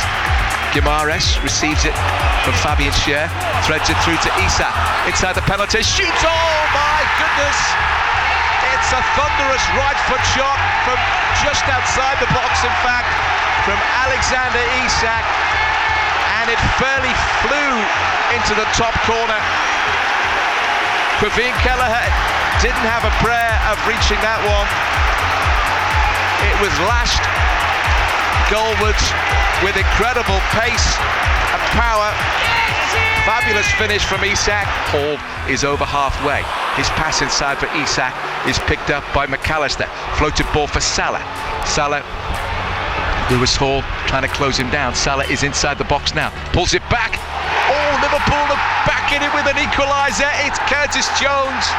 Great work from Salah in a tight situation. Got the better of Lewis Hall. Tucked it back. And Curtis Jones did the rest with a right footer that flew past Nick Pope. Early on in the second half, Liverpool are back on terms. Parity is restored. Curtis Jones with the equalising goal. It's his second goal of the season. It's Newcastle United 1, Liverpool 1. Oh, that's just what Arne Slot would have wanted. 50 minutes gone. Guimaraes, slide drill pass for Isak. In towards Anthony Gordon inside the penalty area on his right foot, shoots. Gordon scores. Newcastle are back in front.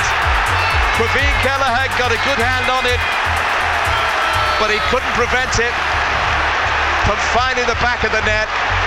Isak's pass opened up the Liverpool back line. Gordon inside left position, cutting in on his right foot. You know what he's going to do every time in those situations. He homed in on goal. The finish towards Kelleher's left-hand side. Kelleher got a hand to it, but it's ended up in the back of the net. Salah. Szoboszlai. Trent Alexander-Arnold with the low cross. A chance. Liverpool are back level. It's an equalising goal. I think Mo Salah got the touch to drive it past the goalkeeper after Alexander-Arnold played his part. It's an equaliser for the Reds. They weren't behind for too long. That moved down the right-hand side. In it came, and then out towards the right-hand side. Pulled back to Salah at the near post, and he angled it past the goalkeeper and into the back of the net. Harry Robertson. Diaz. Inside the penalty, left-hand side on his right foot, pulls it back for Robertson. McAllister, short for Curtis Jones. They just can't find any space. Dummy by Szoboszlai. Trent Alexander-Arnold in towards Salah! He's done it again! Fabulous finish from Mo Salah on the turn. Lovely Liverpool build-up. Mo Salah just keeps on going. He's got another goal, his second on the night. Fantastic turn on the edge of the 6-yard box, just a little bit further out than that, swiveled and just turned it into the back of the net.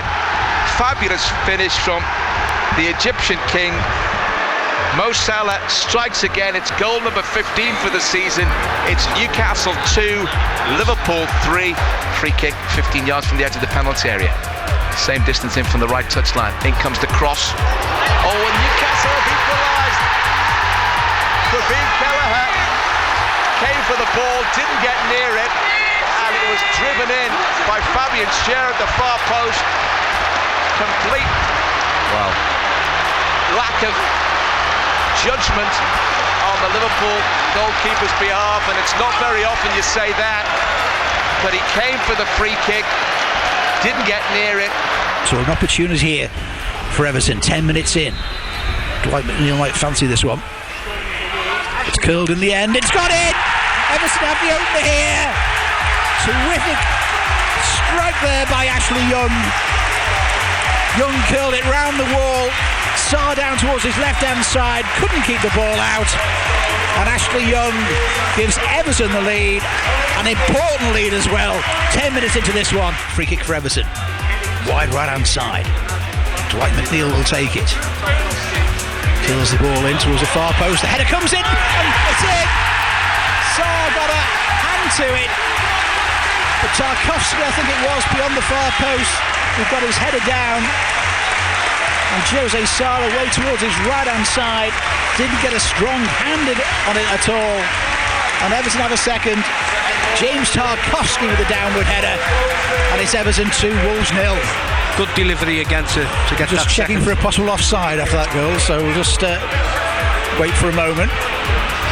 So the referee Michael Salisbury just waiting for Darren England, who's leading the VAR team this evening. See, when he takes it, I think Mangala might have been standing in an offside position, but you've got it where Saar, he's not in his eye line. You haven't got it where. Oh, that's a good header. That's it's one where. Well, the Matt Doherty is the deepest of the Wolves defenders, isn't it? When it comes in, Mangala was offside and then blocked a man, didn't he, inside the penalty area, and he's given offside. Well. Derek, that's why VAR does me head in. It really does me head in. To get shut of it. Another chance for Everton to launch a free kick inside the Wolves penalty area. McNeil's just played it short in the end. Now he will curl the ball deep towards the far post. Branthwaite and Tarkowski are there. Breaks on the edge of the penalty area. It's drilled back in that time by Bikolenko. Branthwaite again, and they have got a second now. Drilled in by Mangala. The ball was headed clear. And there was Oral Mangala, struck it really well into the ground, away towards Josie Saar's right-hand side. Dwight McNeil will take the corner right-hand side for Everton, lead by 2-0. Curls it in, left-footed. Saar is there, and it's ended up in the back of the net, and, well, the referee, Calvert-Lewin, I'm not too sure whether he got the final touch or not there. There were so many bodies there. Jose Saar was nowhere really when the corner came in. I'm sure VAR will have a little look at this one. It's an own goal. It's off the arm of Dawson, I think, in the end, didn't it? Yeah. Well, I think it would have been a penalty anyway, because his arm's up there. You've got it where you're talking about getting a good start. It's an own goal off Dawson. But we said that it's been given anyway. I think he must have had a look.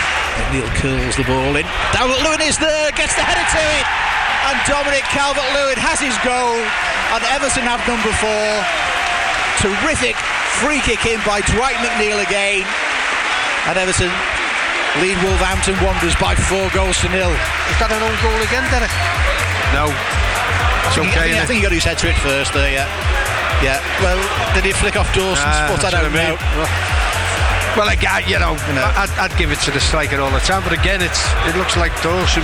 Live Premier League football. BBC Radio Merseyside.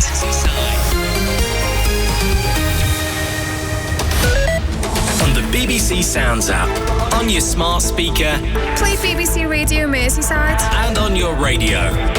The sound of Liverpool is BBC Radio Merseyside.